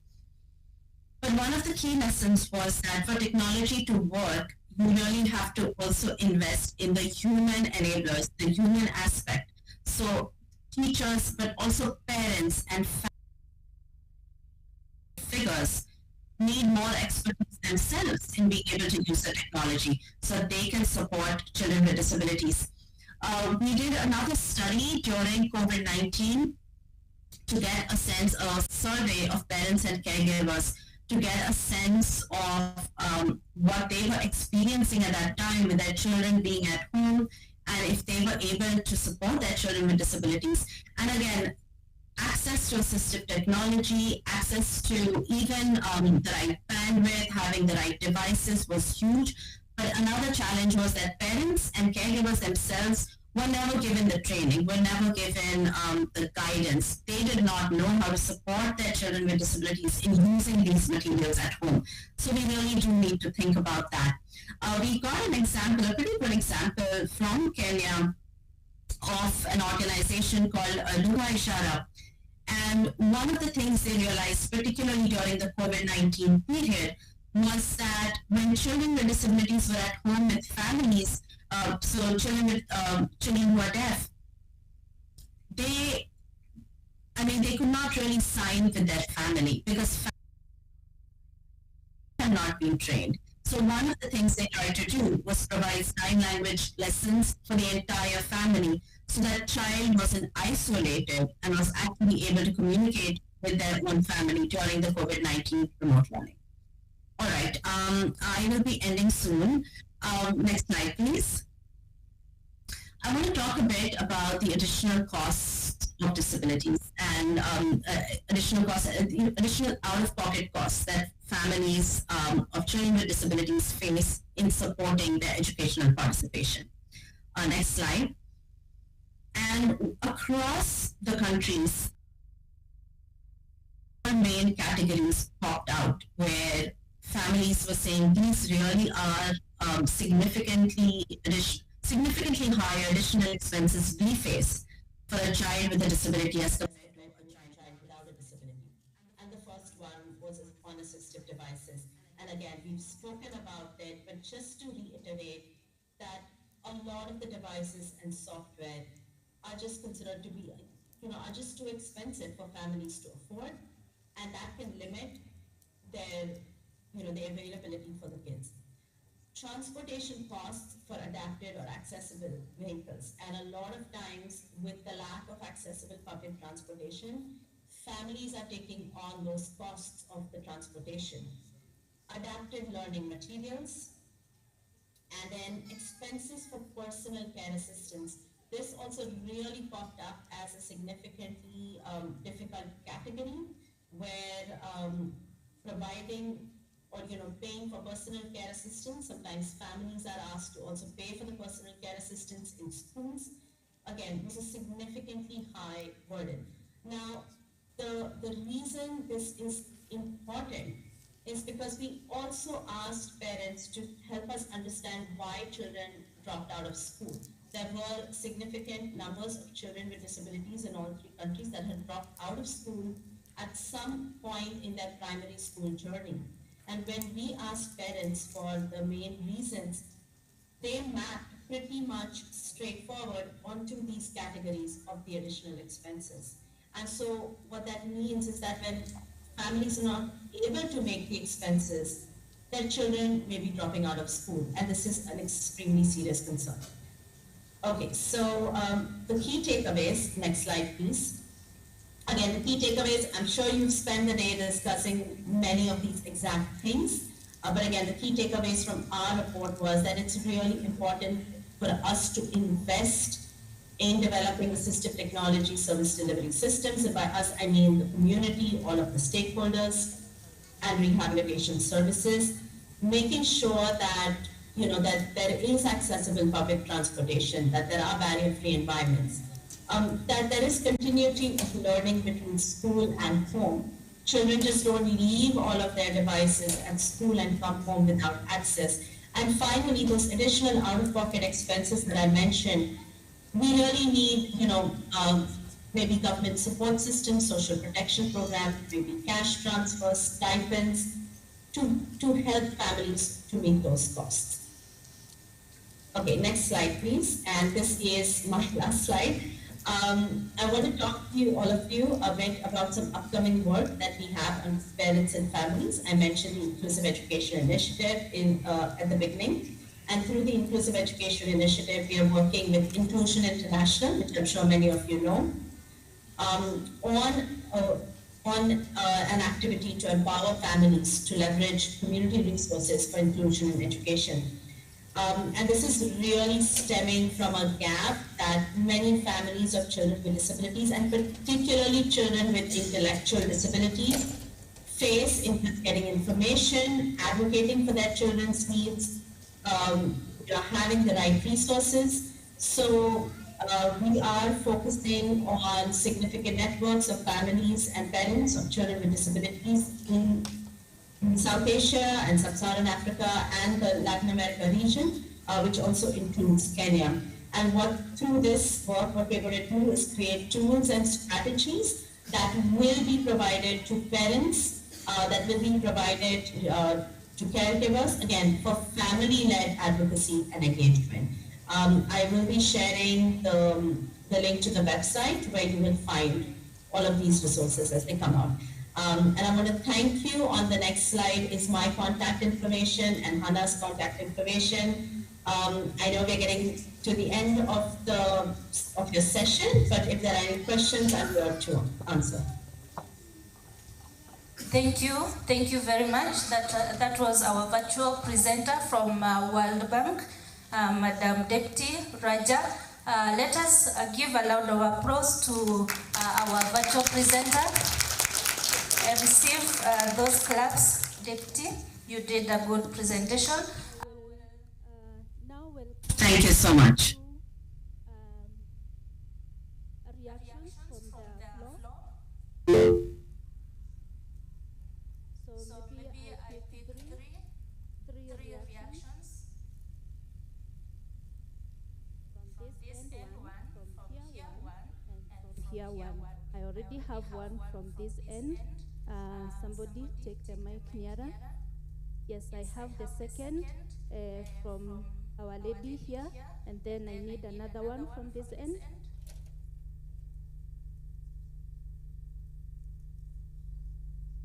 So you may introduce yourself and then ask the question to Deputy.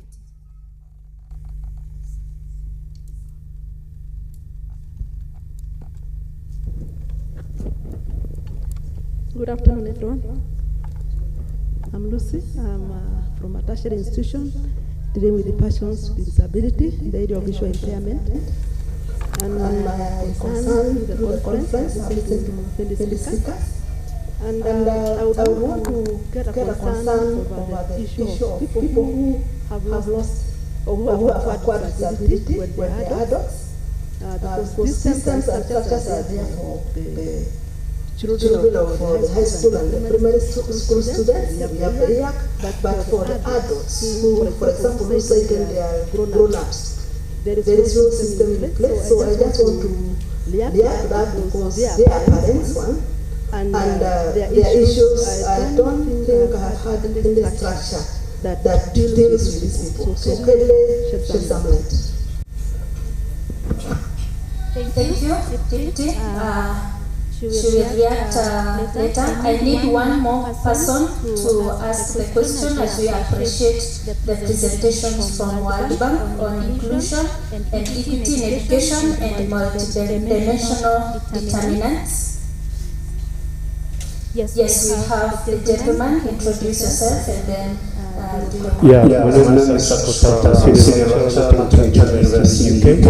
I'm sorry I came late, but I think one of the things that captured my eyes through the presentation is I didn't see any uniqueness. It's something that many research have been done in the past about the challenges and lack of equipment, including assistive technologies and all that. So I just want to find out what is actually uniqueness of their study. That's what I want to find out. Thank you. Thank you for that question. I need just one more so that I give the opportunity to Deputy to respond to your questions. One final one. All right, Deputy, I'd like to give you an opportunity to give your reactions to those two comments from the floor right here in Kenya, right here in KISE.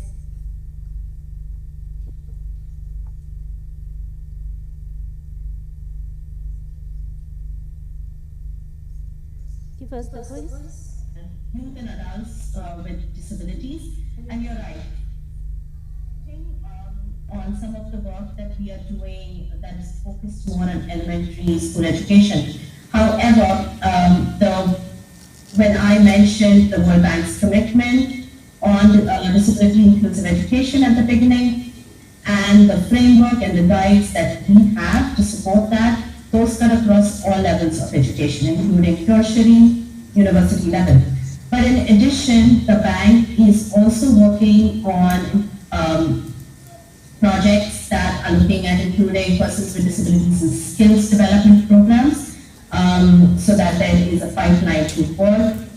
We have several digital inclusion programs in the works, which are actually supporting countries to think about how adults with disabilities can be part of the digital economy, so that they can engage in digital marketplaces, they can gain digital skills, and so on.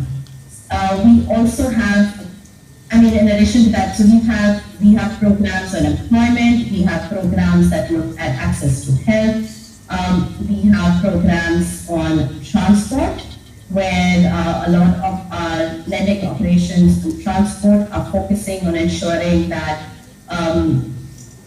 if there is any new infrastructure that's being created, any new bus systems, etc., those are inclusive of adults with disabilities, persons with disabilities across age ranges. So just to clarify that while I presented on a subset, we certainly have work going across sectors and across age groups. Going to the next question, you're absolutely right. There is a lot of work that is happening, and we ourselves are the beneficiaries of a lot of that research that has happened in these spaces. So looking at, our literature review actually benefited from many of those aspects. One of the reasons this study was specifically undertaken is that it led to, it was tied to ongoing engagement with governments in these three countries on lending operations. So the findings of these studies, particularly making them think about just the ecosystem approach towards inclusive education. These findings have been used by our task teams in those countries to actually support the government in putting together some project components to address those needs. So I don't know if the study is unique in any particular nature, but just to say that the way we used it, the way we invested in the study was to ensure that the assessment would go directly to feed into our investment project design. Thanks. Thank you very much, Deputy, for those responses. Here with me, I have parents who attended this conference, and one of the key things with regard to your point on additional out-of-pocket expenses, these parents also indicated that medical services and therapy also came up very frequently. I have one more question from Mate. So somebody give him a mic so that we have this as the last question. Thank you. My name is Martin Kilavi from Auschwitz Trust. And my concern here to the World Bank is I would like to know, when we look at inclusion, and we are talking about every child or every person with disability. Some of our children have got severe disabilities like CP. So what mechanisms do you have or that you put in place for sustainability of these persons, these children, who look like they are lifetime dependent on their parents? Is there anything that is there for those children? Makosan. Thank you. Okay, I heard you and I understand your question. The way Forces the World Bank works is we provide loans and financing to governments to support their programs. At this time, I have to say that I do not immediately know of programs where support is being provided for like institutional care or for persons who have very severe disabilities or needs. But again, like I said, the bank works through governments, and we know that governments support these programs. I do want to say one thing, that we are cautious about ensuring that we are not supporting systems that restrict persons with disabilities from achieving their true potential or being empowered. So of course we do our due diligence in that sense, but you're absolutely right that there are persons with disabilities have a spectrum of differing needs, and in many countries we still do not have the resources which are supporting children, youth, and adults with severe disabilities. So again, I note your point.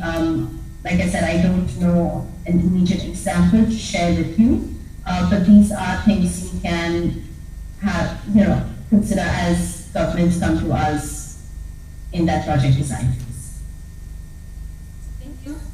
Thank you very much for clearly stating the role of World Bank in education initiatives. I have Mr. Sanoy who would like to say something. He is the academic registrar at KISE and also in charge of the World Bank funded projects currently here in KISE. Maybe Mr. Sanoy, go ahead. This is just in addition to what she has said.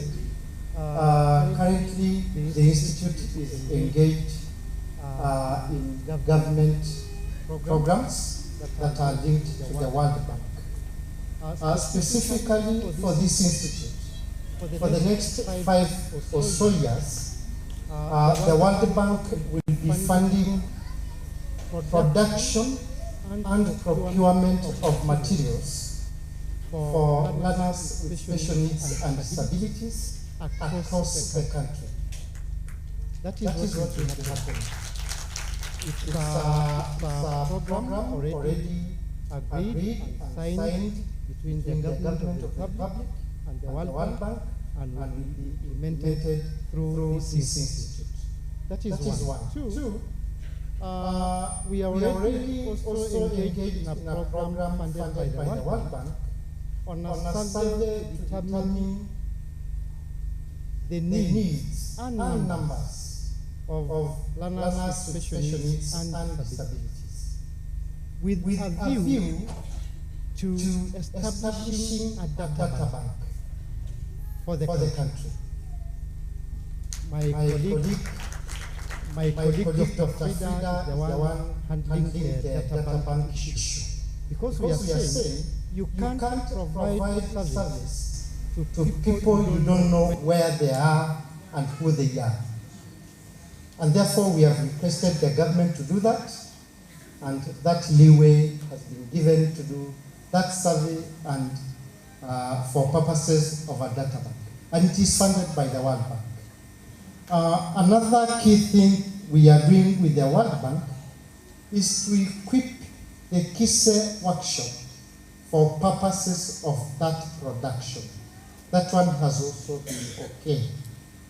Another key thing we are doing with the World Bank is we have got teachers who teach learners with special needs and disabilities.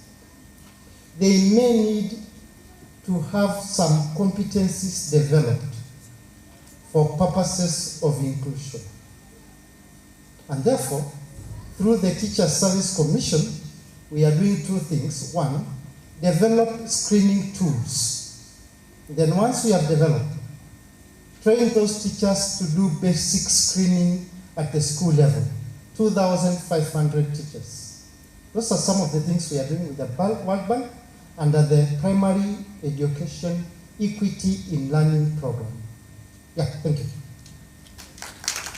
Thank you very much, Mr. Sanoy. When Deputy talks from World Bank and Mr. Sanoy talks from here, right here in KISE, then you can see the point of convergence with regard to why Deputy was talking with passion about the need to invest in assistive devices and learning materials. So allow me to now conclude the session and thank you all, and thank you very much, Deputy, for that presentation. Those two presentations, you also represented your colleague, Hannah. Thank you very much. Back to the MC. Thank you for the invitation. Thank you. Sorry, I didn't say my name. My name is Dr. Kiambati. Thank you. Okay, thank you, Dr. I'm taking over briefly on as the MC. The MC has been engaged elsewhere. And as we look at our program, we are through with the presentations. Now we look forward to getting to hear what our resolutions were. And then from our resolutions, we may be able to react and see what has really been missed out, and maybe now get it right. Then from there, we shall do an evaluation of the meet. Then we shall have the closing ceremony. Now, I call upon our able distillers to come and give us our resolutions. After that, the plenary will give input and anything that they have left out, so that at the end of the day, we have the message clearly written for anybody and the right person to read and take action. They're right at the back there. They were out at the back to make sure that they are not distracted, so that they could get each and every item of the congregation. So welcome. And I think the band, wow.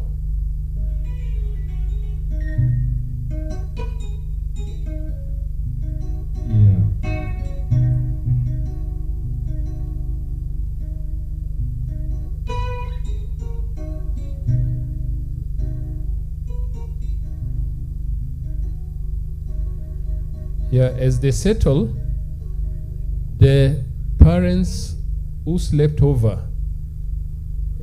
they've been asked to go to the registration desk briefly. There is something urgent that needs to be done. Just now, just walk out and then be back at the registration desk. Kindly. Right. Chair.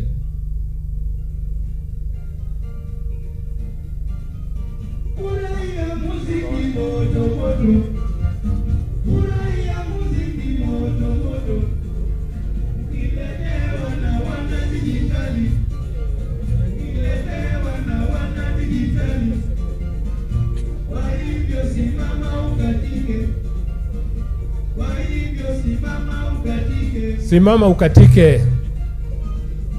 Just let's be upstanding. Let's enjoy.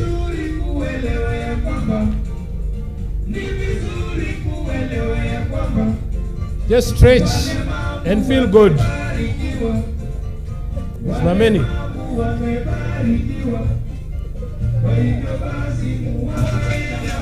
Yeah.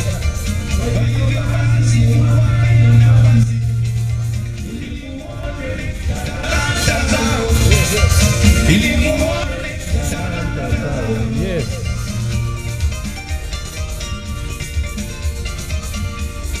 Hello. Hello. Hello.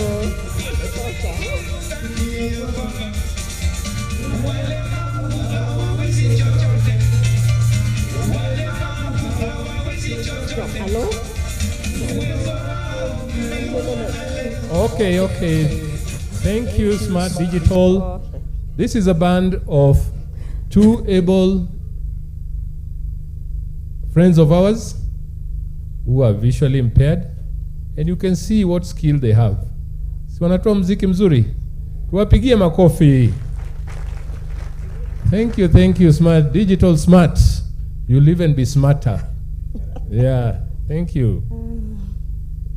Come on. Okay, thank you so much. This is from the distillers desk. Na mumeona mlemavu wa kidance. So walemavu wanaweza. So this is our KISE 4th conference. The theme was parental empowerment and engagement as is there. These are some of the issues that we instill. One, on legal instruments. There's need to create awareness of legal instruments to enable parents to understand policies that protects their children's rights. Yeah, it's possible.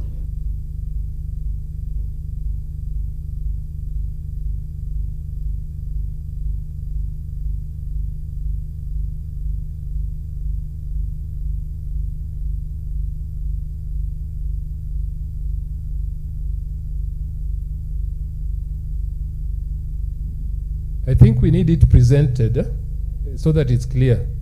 Because she speaks Queen's English, we might not get it right.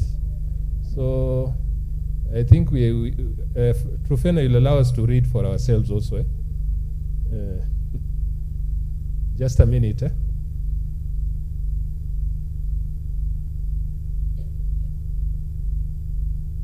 I hope it's not taking long.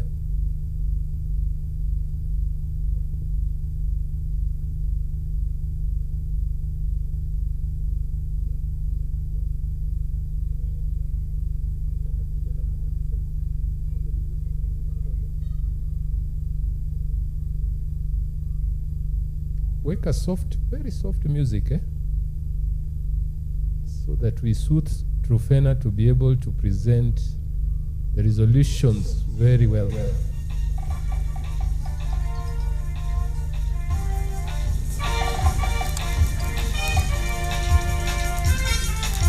Madam Trufena is the head of department, Physical and Multiple Disabilities here at KISE. He's also in charge of rehabilitation. And I know she's done a good job in this. In picking out the key issues, pertinent issues that have been mentioned in this congregation, to inform policy, to inform direction, to inform the world on where we are in terms of supporting parents and supporting learners with disabilities, and what we need to do, the way forward. I think in a short time I shall be able to get it.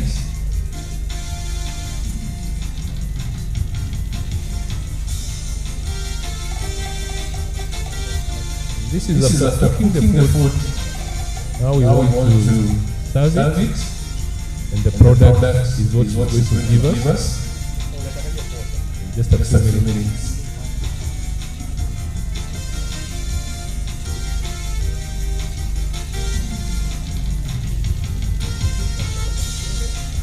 I think it's ready.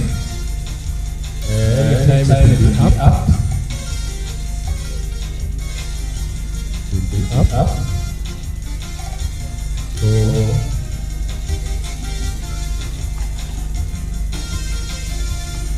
technical team, give us a green light. 1 minute as it told.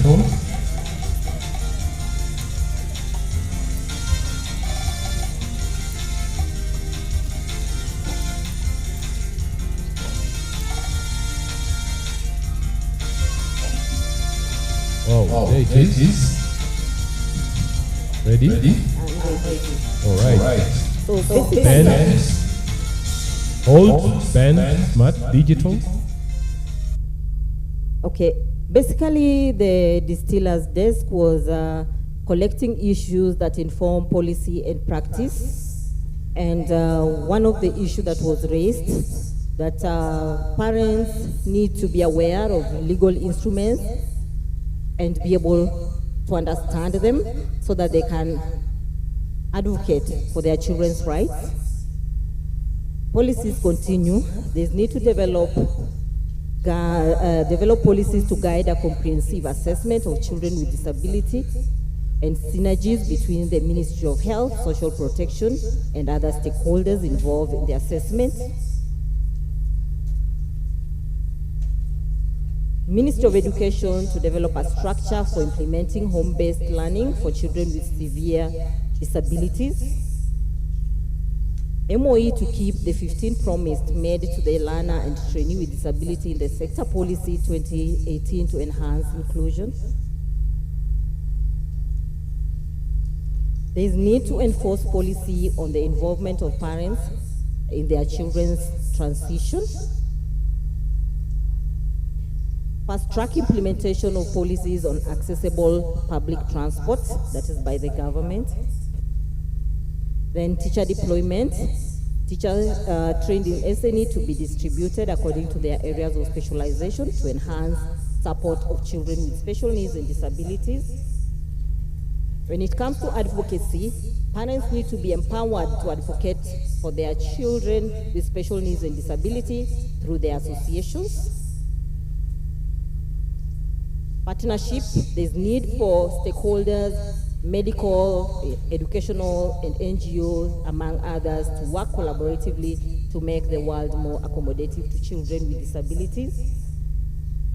Home-based therapy, it was noted that it's very important that parents either do home-based therapy, are supported, or there is continued home-based therapy even after the professionals have worked. And these parents should be provided with handouts on illustrations on how they can continue with the home-based therapy while at home, because therapy is very important for children with disabilities. Parents' empowerment. Parents need to be sensitized on different types of disabilities and available support services through different forums. This is very important, especially for them to be able, because it's only if they know the indicators that shows that this child could be a little different is when they'll be able to identify them early enough and intervention done in good time. Encourage parents to avoid being overprotective.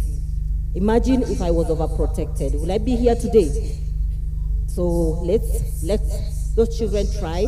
Let them make their first steps. Let them fall. Let them try to stand up, and then they'll be independent. Encourage fathers of children with disability to participate in their children assessment and even education.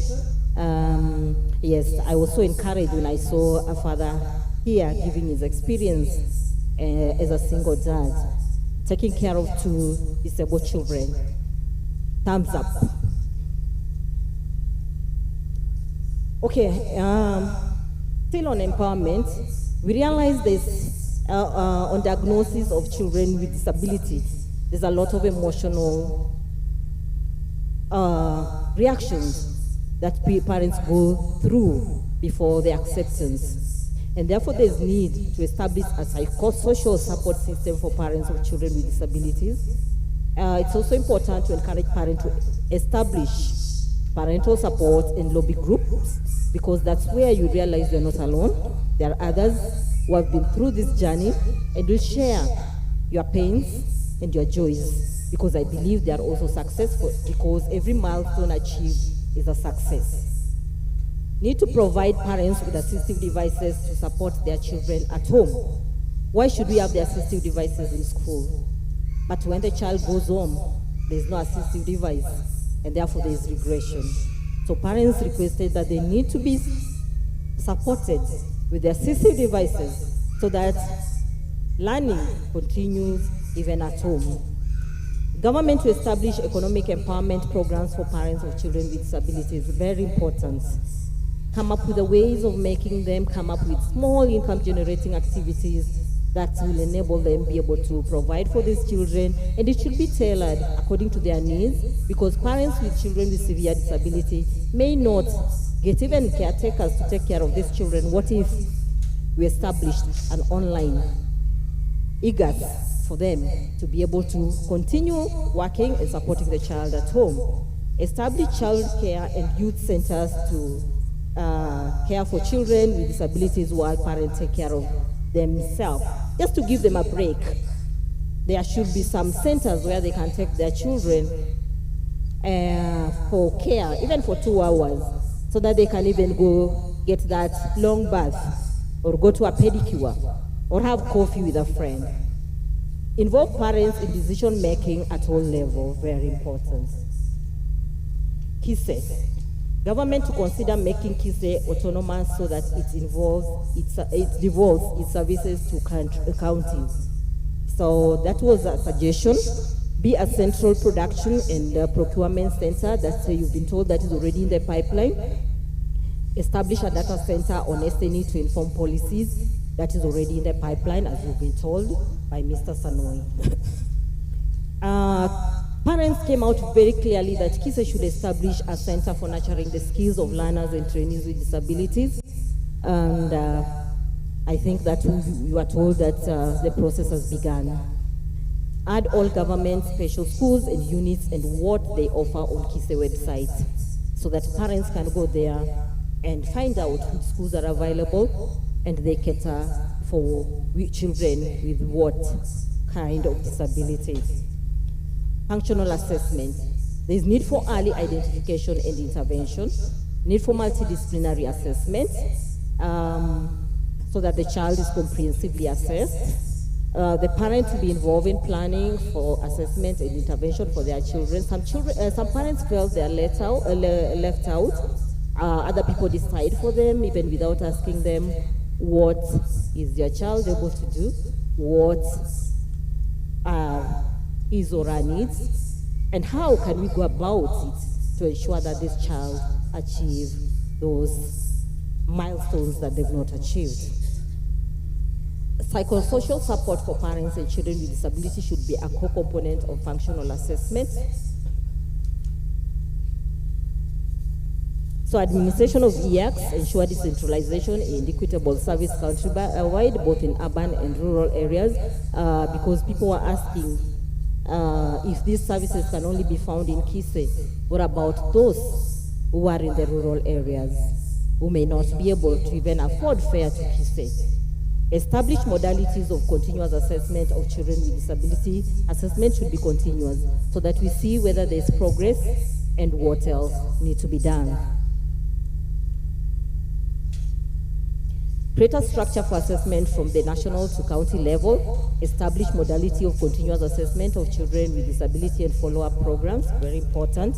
There's need for follow-up programs to find out even whether they were placed rightly, and if they were not placed rightly, then it's important that we take them to the right placement.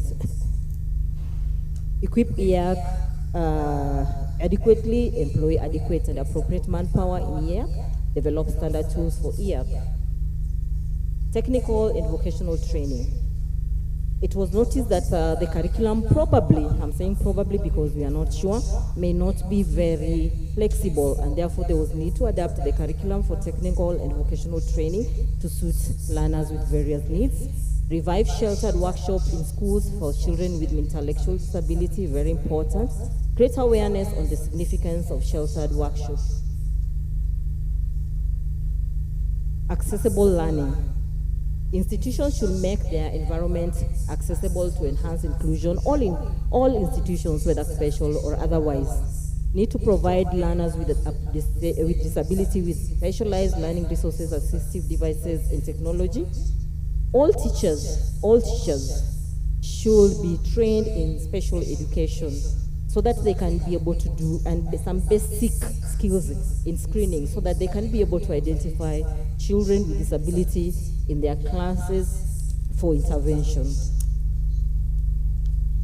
Learner support assistance. The government should invest in training and employment of learner support assistants to enhance support of children with disability in the classroom and outside the classroom, because some children need more care than even others.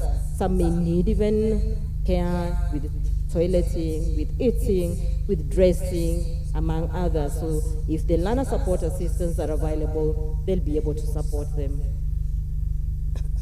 Inclusive education. This should be looked at broadly, not just from disability perspective. And then special schools should not be abolished. And even the sector policy acknowledges that children could be placed in inclusive settings, could be in special schools, could be in integrated programs, and even they could be those who cannot learn in any of those mentioned and therefore need home-based learning. All teachers should be trained in special education and basic screening, that's the repeat, sorry.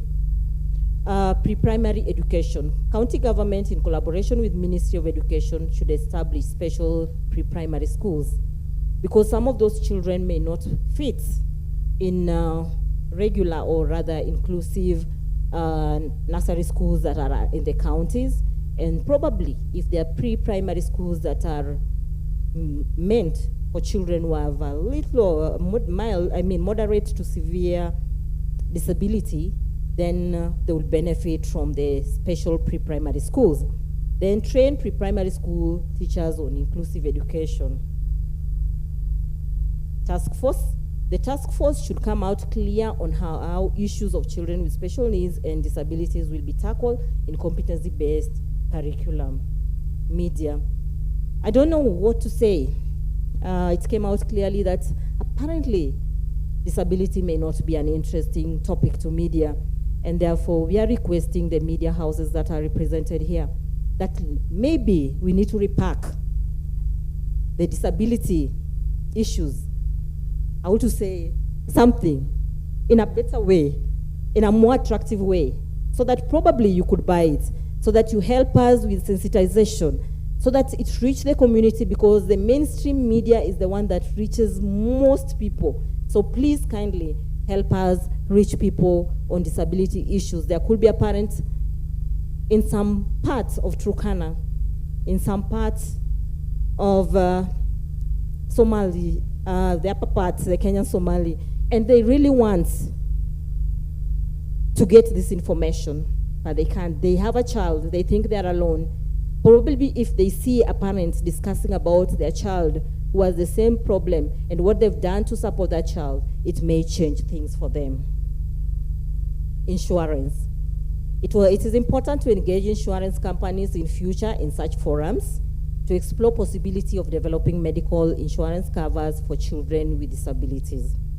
In conclusion, we say every student can learn, just not on the same day or in the same way.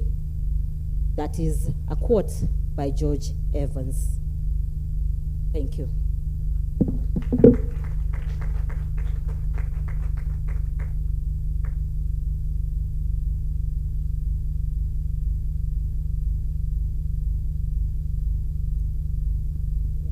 Thank you, Trufena, for that. And maybe you don't have to move very far. You can just sit around here because we want to give the room time for reactions. If you feel there are 1 or 2 or 3 things which have not been captured, then you can raise them so that they can be able to capture them. Okay, I start with you. Then you at the back, then I come back to you. Thank you to the distillers. I just feel that you need to add one thing I think maybe is important, is syncing the NHIF and the disability card together, so that, and working with the Ministry of Health, so that we are able to access these facilities just even using our disability card. So probably you need to add that into the message that you are sending forth. The other thing is I would also want to see is probably I hear there's training for teachers, military officers, and all that. Why wouldn't we not have training for parents in this institution, so that we are able to know how to be able to cope with our children and also do peer-to-peer education in the grassroots? Thank you. That is very valid. The next one. Good afternoon, and thank you for this chance. My name is Mercy Mugambi, an SNE teacher of learners with hearing impairment. And now that this meeting is about empowering or parental empowerment and engagement, I feel through my experience with learners with hearing impairment and their parents, there is a gap that parents need to be empowered so that they can be able to engage with their children. This is the communication gap.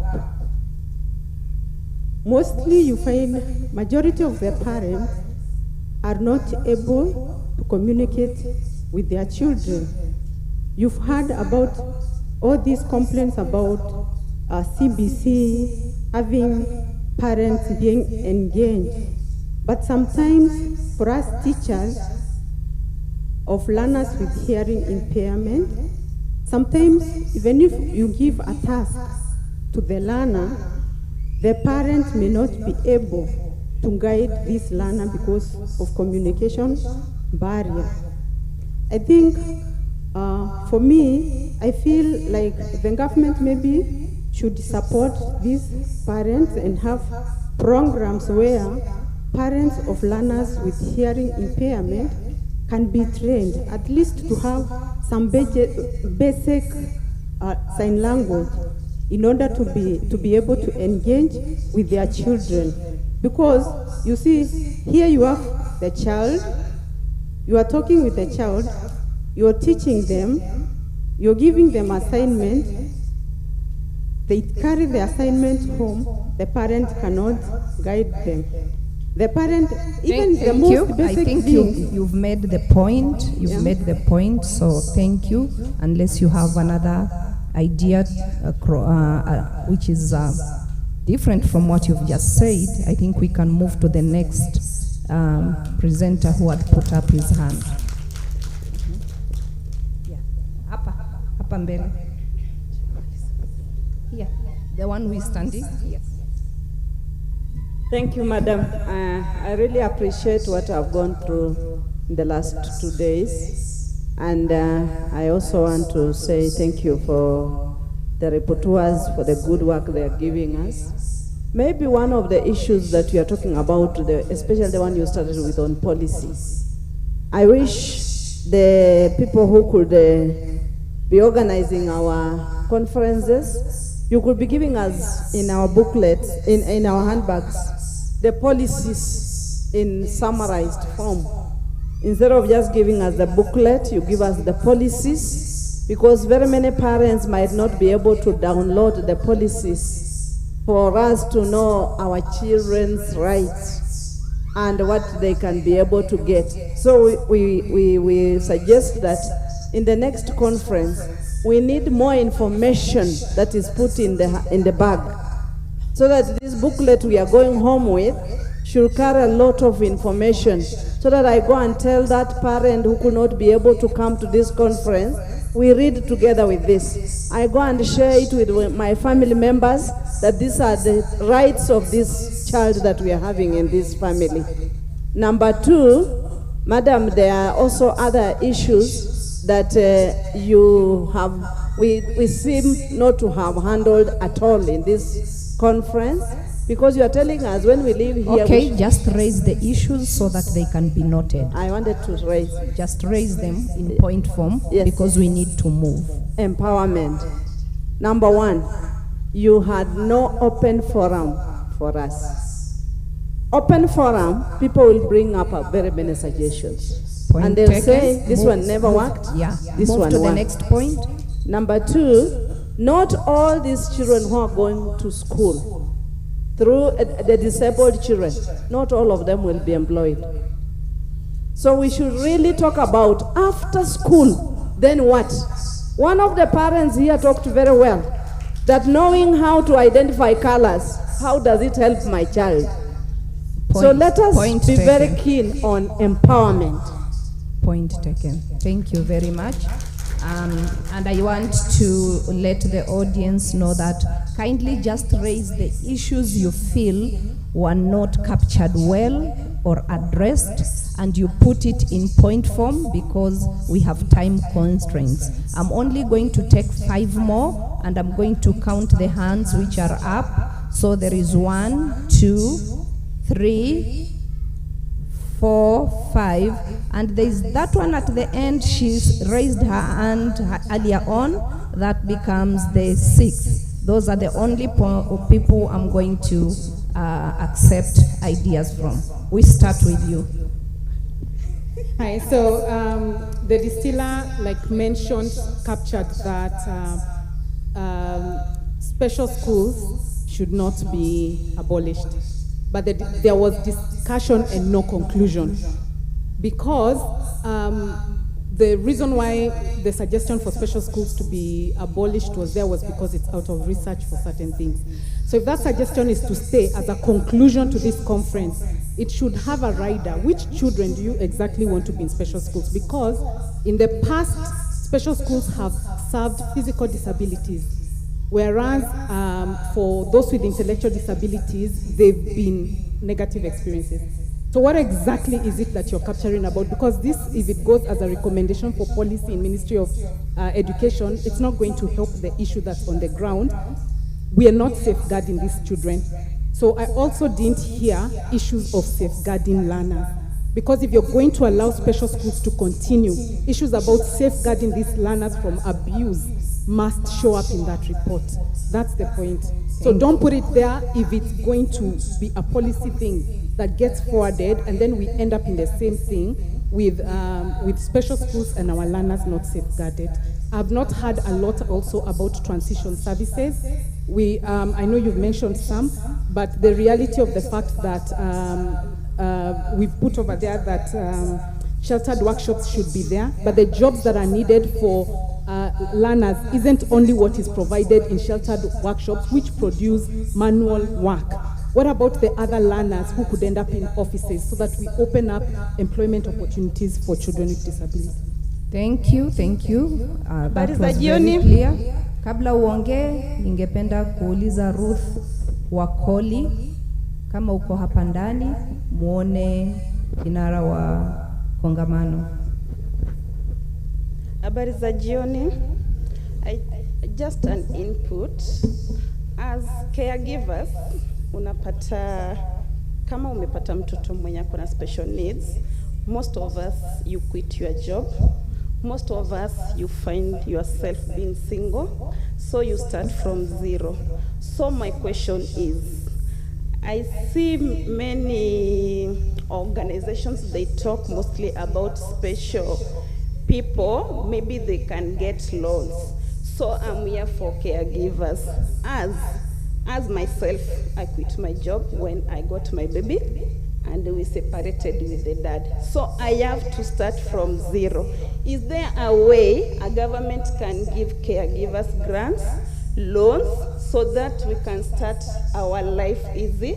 We can be able to take care of our kids. Si kila saa, serikali saidia. Taking care of these kids is very expensive and it needs a lot of time. So as you do your reports, is there a way as caregivers, because most of the time ni kids, people living with disabilities, munatusahau. Is there a way? Sawa, tumesikia. Asante. Kuna wale wawili walikuwa hapo. Yeah. The one in a maroon coat na huyo mwenzake mbele. Can you please move whenever I point to somebody?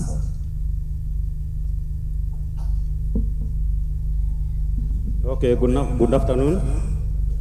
I'm Kinuthia. I have a daughter who is having a problem with hearing. She is now 9 years. Niliachiwa akiwa miaka 3. That's not the story. There is a question huwa najiuliza kila wakati. Why this sign language isikuwe kwa running institutions? Iwe some of the, iwe mtoto akiingia shule, you are starting running that sign language. Mtoto akiingia tu shule, you start running that language, so that if akiwa shule, hata huyu mwingine akiwa shule, akitoka shule, you are able to communicate with them. Our point taken. Yeah. That sign language needs to be taught in all schools. Good afternoon once again. My name is Dae. I'm from Marsabit. I want to have an input yesterday. To remind of Judge Laibuta, he said, why can our card for National Council of People with Disability be specified? What it has, what is the issue with the person? Is it hearing? Is it visual? Is it autism? Why don't they? I did not hear that point.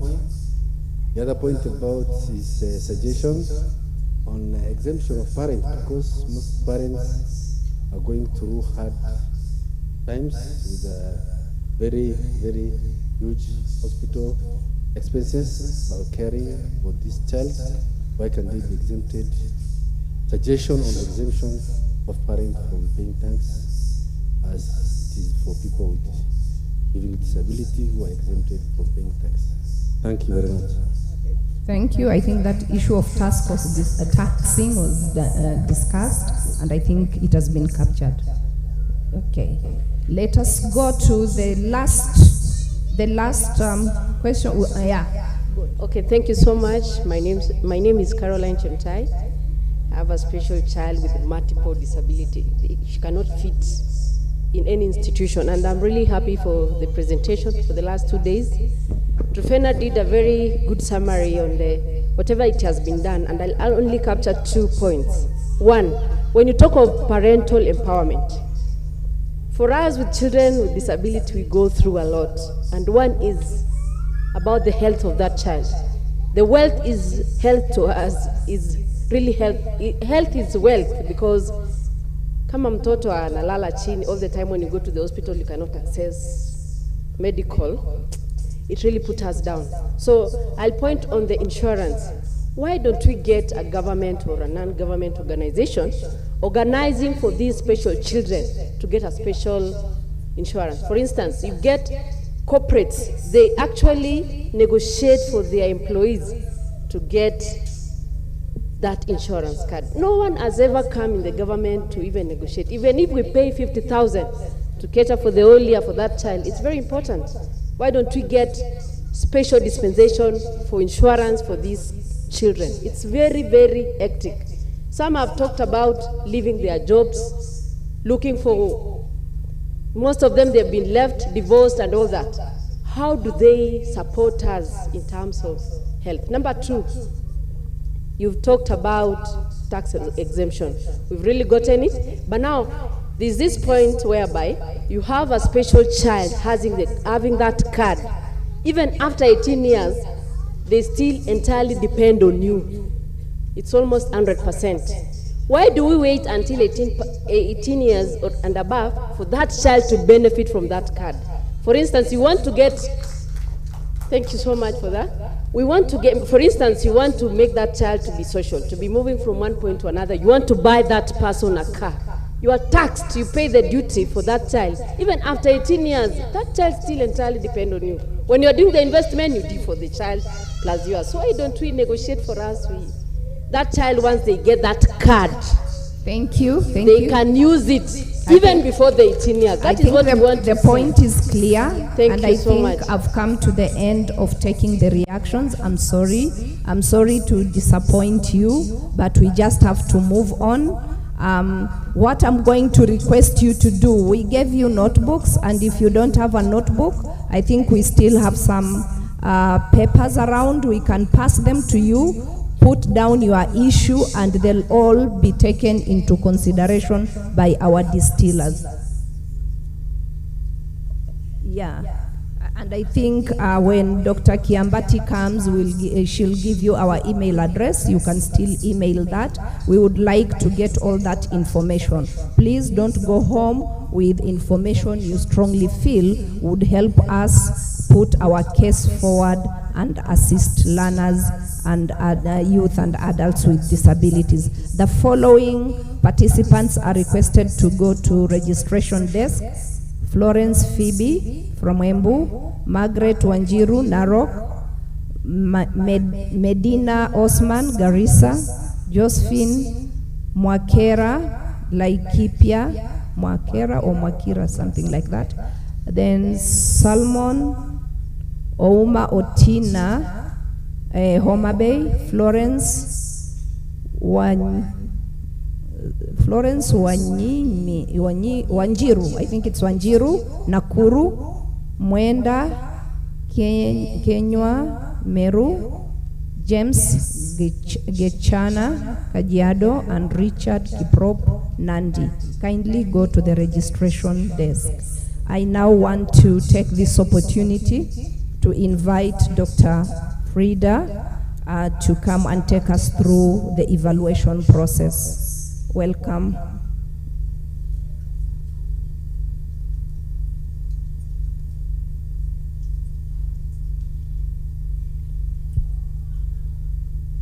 Thank you. Thank you very much, Madam Malasi, our moderator for the session.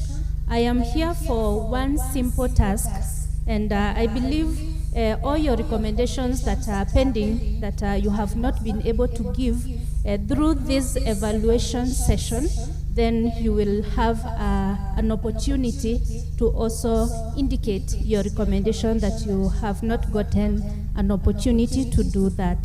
With me, I have a QR code. I also have a link. The technical people, please share for me the link so that I'll give 3 options. Why do I have this? We are trying to do a simple evaluation. What went on well? What did go well? And what do we need to improve as the host for this conference?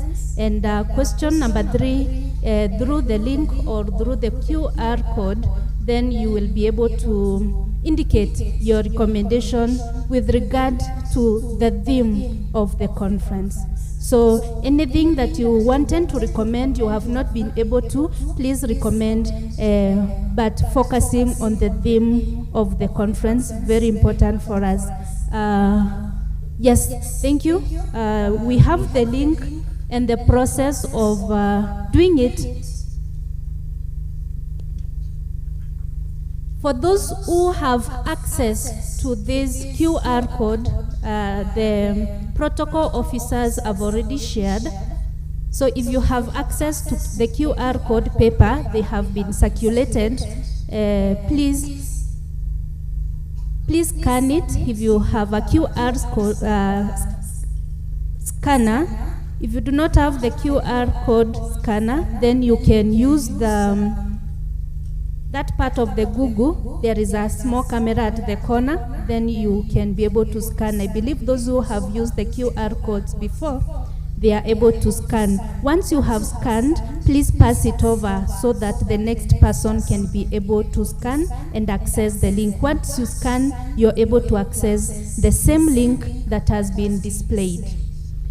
On to the people who are not able to use their phones to do the scanning by the to access the QR code, please type the link there that starts with HTTP, and then you will still access the link. So go to your browser, then type that address that has been highlighted for you. Then finally, you will still access the evaluation form that is online. For those, the third category, those who we are not able to use the link, and we are also not able to access the QR code, Madam Malasi indicated that you can even plug a page. And the questions in that link, the question number 1 is, what went on well? Question number 2 is, what needs to be improved and how? Then question number 3, what other recommendations with regard to the theme that you have that has not been captured, so that we do not leave any recommendation out of this forum. So thank you very much. I'm trying to be a bit inclusive. If you can use any of the 3 models that I have shared. As I was coming here, 3 people had already responded. Maybe I can check now so that I take the mic back to the moderator. Thank you.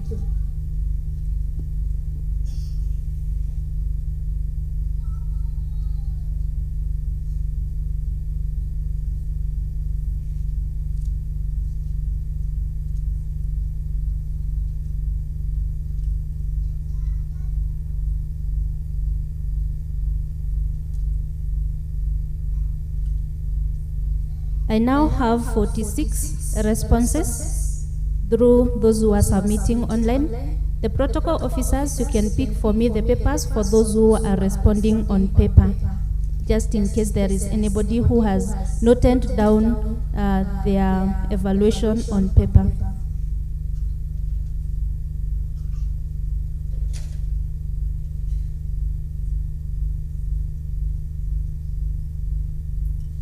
And the QR codes are still being circulated. If you are in need, then there is the lady who is raising it up. You can pick and scan the code to access the link.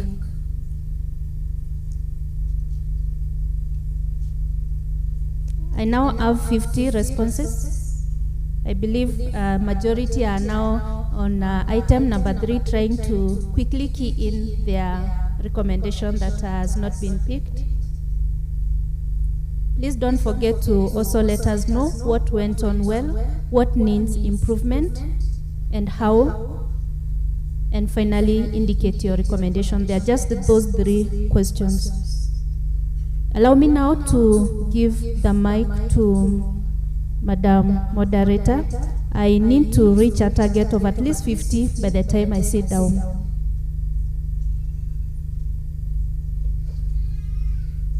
Yes, 55 and counting.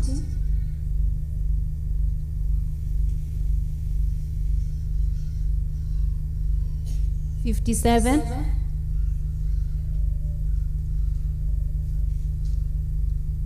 58,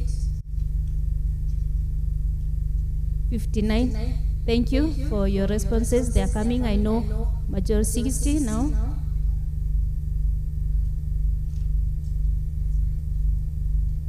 And I believe those who are using paper, you are also indicating your evaluation. Thank you. We have now 62 responses. 63.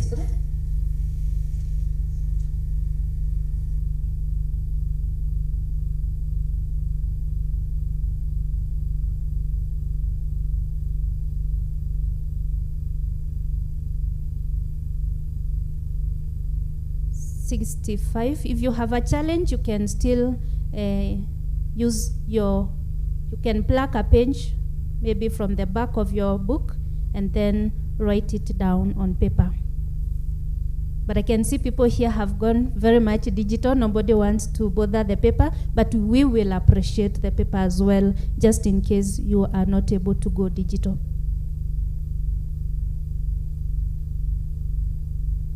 So I'm now approaching 70. So Madam Malasi, thank you very much for your participation. We value your feedback. This is very important for us. We will also be able to add into the recommendations that Madam Trufena gave through what you will indicate here. Thank you very much, and God bless you.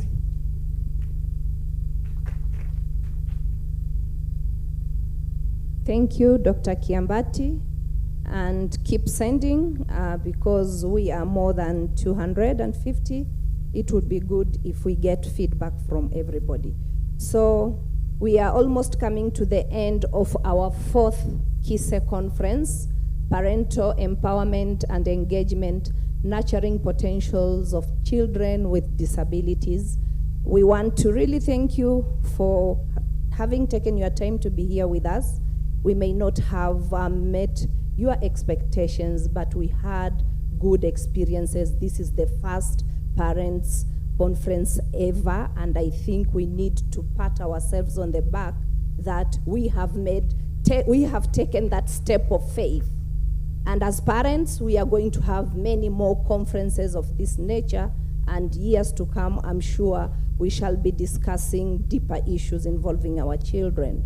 So I want to to recognize the presence of our members of council who are with us here at this particular session, Madam Grace Ngugi from KICD, Madam Saida Ali Ade, the Muslim Education Council, and Patrick Njau TSC. Thank you for for sitting with us throughout the session. I now want to humbly ask our director, KISE, to come and address us. Karibu Bwana Director. Let us clap for the director.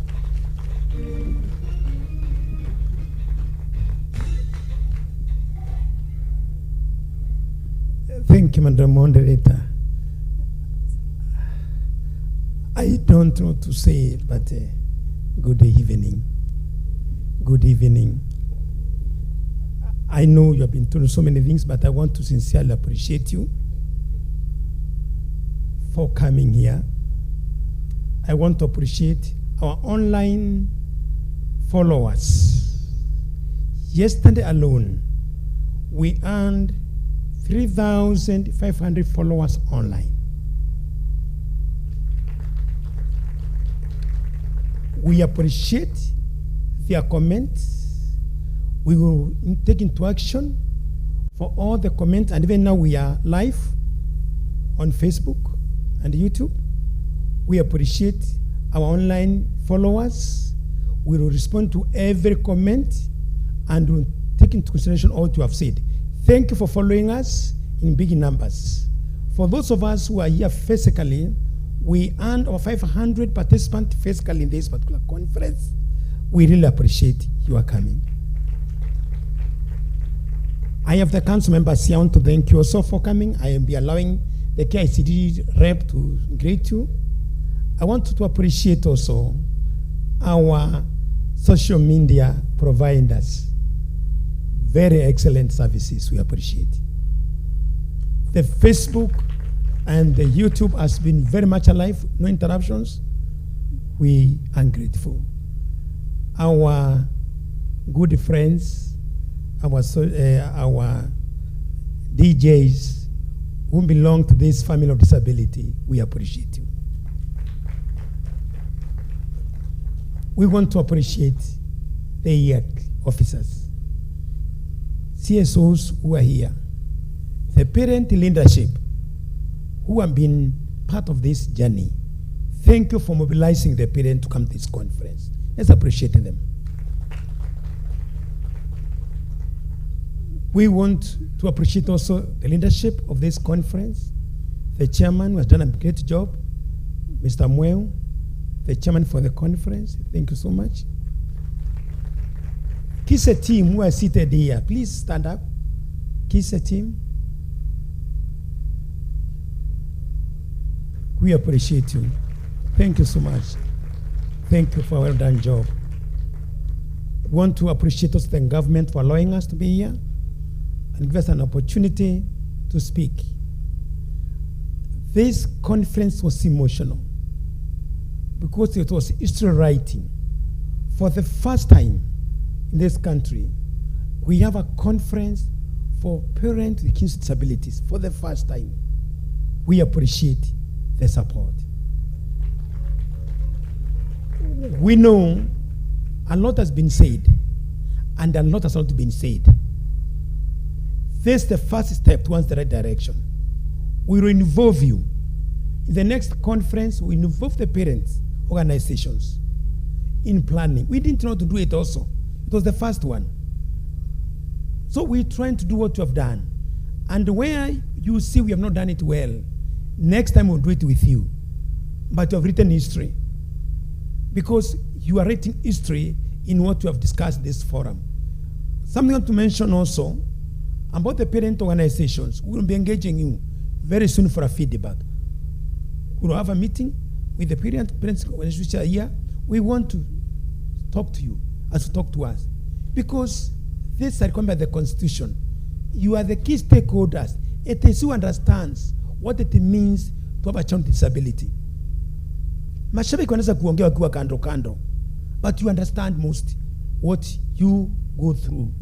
Because any child who is disabled, the person that loves child is the parent, 24/7.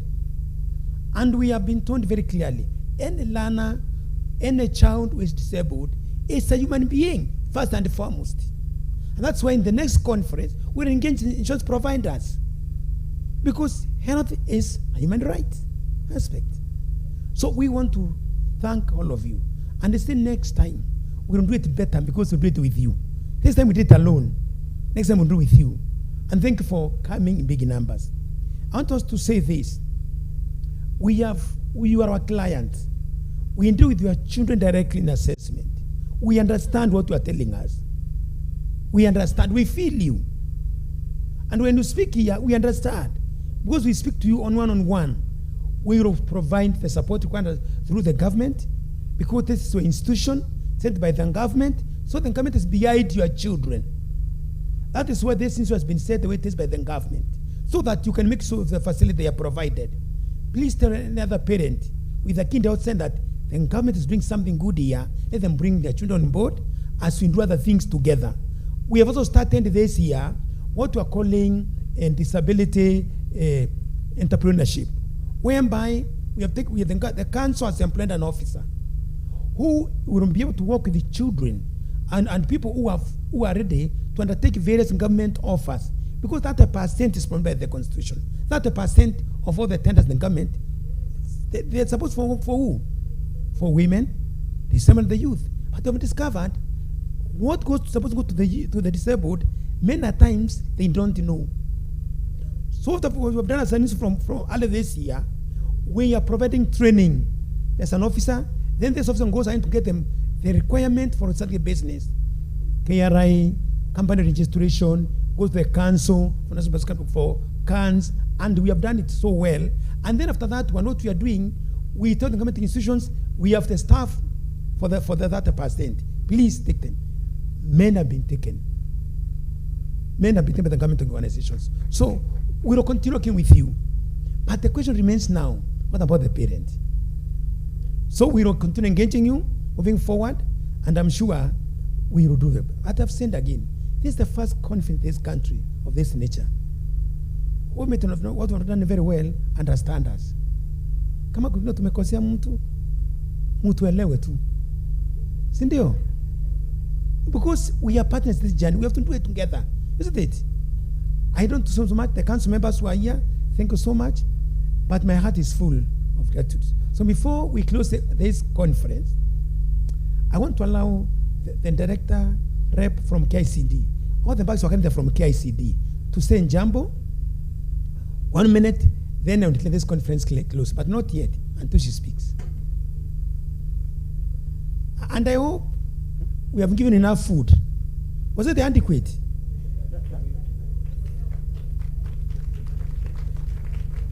Then they can give us from the military. Have they come? They can give us from the military? Please, where are you?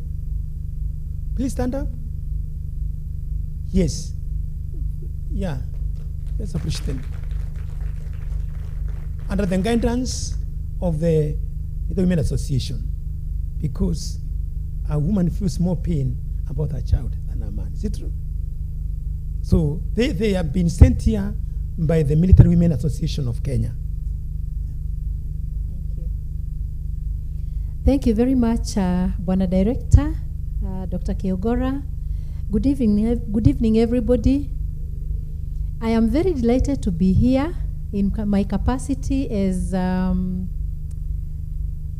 member of KISE Council, but also representing the Director KICD, and I guess I am here because of that representation, but one who also supports parental empowerment and engagement programs from curriculum perspective. So I feel at home, and I feel at home especially because of the parents who are in this space today. But I also feel at home because of those who have come for the sake of the parents who are keen to actually get empowered and support their children to develop their potential in spite of their disability. I want to say that we are now convinced beyond any reasonable doubt that parents who are empowered tend to provide better services to the children with disabilities. Research world over has actually communicated very clearly that a child whose parent is empowered, and learning institutions also engage them, then those children are better placed, they have better opportunities even in the world of work. And because we listen to research, I am sure educationists who are in this space today will take that aspect as a very important aspect. We cannot continue focusing on the intellectual development of the child at the expense of those other dimensions that are also critical, and parental empowerment and engagement is very, very critical. Parents are no longer going to be our secondary target on matters of education. They are going to be our primary target. So the children are important to us, but the parents are equally important to us. And so we talk about, Bwana Director, the symbiotic relationship. We have the child, we have the parent, and we have the teacher. And the three of them have to work very, very closely. So parents, you're no longer going to be secondary to us, like we have done before. You're going to be a primary target. So you are actually at the forefront. Number 3, I want to tell educationists here, parents can only engage if they're empowered. So we must start looking for ways and means of coming up with empowerment programs. It's only after you have empowered the parents that you can now engage them meaningfully. And it can't be the other way around. We cannot engage them when you have not empowered them. So it should be our business. It should be our headache. We must empower them so that they can get actively involved in the learning process of their children, so that we can jointly identify the talents those children have, and eventually we'll have a child who is engaged, empowered, and what? And ethical.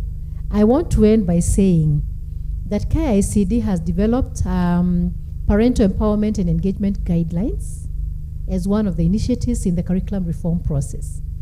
And without even consulting my director, because it's also my area, I want to say that I have been touched by the plight of the need to really empower parents with children with disabilities. And so one of the things that we hope we can do, even during this financial year, is to actually adapt those parental empowerment and engagement guidelines so that learning institutions that have learners with disabilities can look for ways and means of empowering the parents to support the children in those learning institutions. The guidelines have strategies on empowerment. The guidelines also have strategies on engaging the parents. So I don't want to take a lot of time, but thank you so much, Bwana Director, and that is the initiative that KICD is going to take to support this wonderful team of viewers. Asante sana. Pastor Grants, the director, they have sponsored all the bags we are carrying. It's courtesy of KICD. Parents, as I finish, I want to say this. This channel, we are going to talk together. It's going to be a long journey because we must make sure that every child is not left behind. And also, this is what we have. I've talked to a number of parents, and I have listened to you as a walk around. We have heard you. We in the process of developing a free phone line where that you can be able to call anytime from next year, 24/7. You can call at night, you can call during the day, so that you can get any guidance you want concerning your children, so that we do not have anybody doing it alone. We do it together with you. We have also had another parent also requested that has been said about training the parent. We'll do that. It's our mandate. We make sure that every parent is empowered so that we do not have anyone doing it alone. And as a finish, I want to say this. We have seen from our experience here, the way it has been said, every learner, every child can learn. It will not be the same day or the same period, but they will learn. So do not feel down about your child. And we are here. And therefore, we are in the process of having an officer whom we are calling Disability Liaison Officer 24/7 for you to talk to anytime you come around. But when you come around, don't just wonder where to go. But this officer will be on the ground. You can talk to him for guidance or for any question to be answered. So we are prepared to work with you. And I'm sure because the first national conference of this nature, the second one for parent will be better than this one. Once more, I want to really appreciate our online followers. I know their parents. Their parents with special needs. They have been following all over. We have a team here from Mauritius. We have a team here from UK. We have a team from Mali. We have a team from Somaliland. Other countries. Czech Republic. So this is an international conference. It's international. It's no longer national. It's international, so that because a child who is disabled is neither local nor international. It's a child. It's a child. And for that very reason, we want to assure you, as the government agency, we will support you. I want to assure you. And right now, we want to reach out to you very soon. That we can get every learner, we can get the child in every village, and know where they are, whom they are. Then you can be able to make sure that this is shared with the relevant agencies so that everything is done accordingly. Then we have also heard, we are also we work with the parent associations and the other government agencies so that devices which are relevant to learners are available, relevant to every type of what? A learner. And therefore, we want to really say, will be with you. Hamuko peke yenu. Mtoto ni Mkenya, mtoto ni mtoto, mtoto akona mama, mtoto akona baba. Namna gani? Because every child who is disabled calls somebody mom or dad. So ni mtoto wa mtu. So we will continue respecting that and doing necessary support, and your input is very important. Last thing is our rehab center. Our rehab center here has been ranked by the Ministry of Health to the level 6. It's looking at the hospital. That's the rank we have now. But many people don't know about this facility. They don't know. Please speak to them who want to. And this government facility, it is not expensive. To take a child in a private hospital for therapy is over 3,000. But here it's only 100 shillings. Because it's a government facility. Let every parent with a child who is disabled know what the government is doing here and bring your children to access the government facilities. With those many ones, I declare this conference officially closed.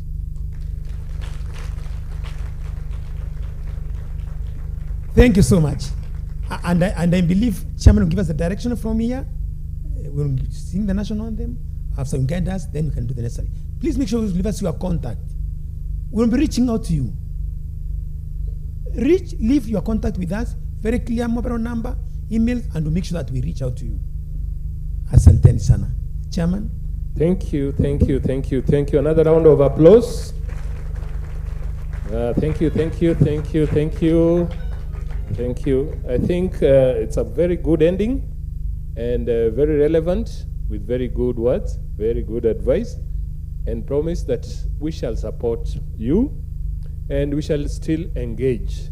Now, I take this opportunity, because it has been officially closed, now to also thank everybody as the chair of the conference, to see the success of all these people coming here and discussing in terms of what we need to do for matters in special needs. I think it's a great joy.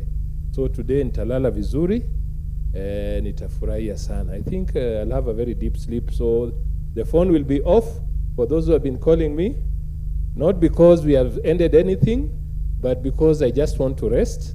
Then I'll open it maybe one day after, then we can engage. We call upon somebody who will come and lead us in a word of prayer as we engage in the closing anthems. A volunteer, and I want, yes, come here. Just come up here. Also good to be seen on the podium. Yeah, come. All right, so we are going to stand and have the national anthem. Then she's going to pray, and then from there we can disperse. There is one announcement for those who want. Yeah, I'm being reminded that there is a lot of tea which must be taken, and I think that one is compulsory. Yeah, the other thing is we are going to have transport for those who need to be taken to the road, those who will want to go straight away. So there is transport, you'll be taken to the roadside. Welcome. Can we have the national anthem? Thank you.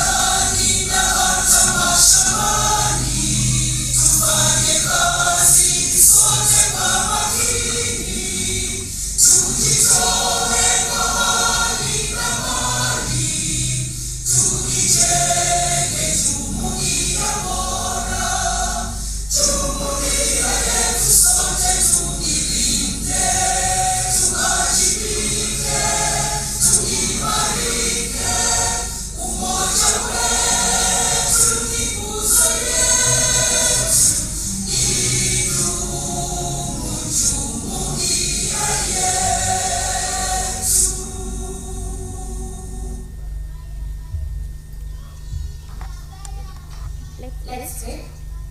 God, we come before you. We tell you thank you for enabling us to all be here at this conference the last 2 days. It is no coincidence that you chose this set of people to be here and to listen to what is being said. I thank you that you remind us that when we leave this place, may we all be ambassadors. May we all get the information that we've learned to everyone who was not here. May you guide us and protect us as we go back home. May you also give us strength as we continue taking care of our children at school and also at home. We thank you for everyone who participated in this conference, in the planning, the logistics. May you bless them abundantly for thinking about the parents and also thinking and taking care of those children with disability. I would like to also pray for the tea that we're about to have. May it nourish our bodies, and may you bless the person who provided it. In Jesus' name I do pray and believe.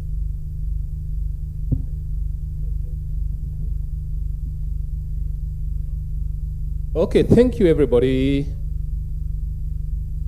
Smart Digital Band.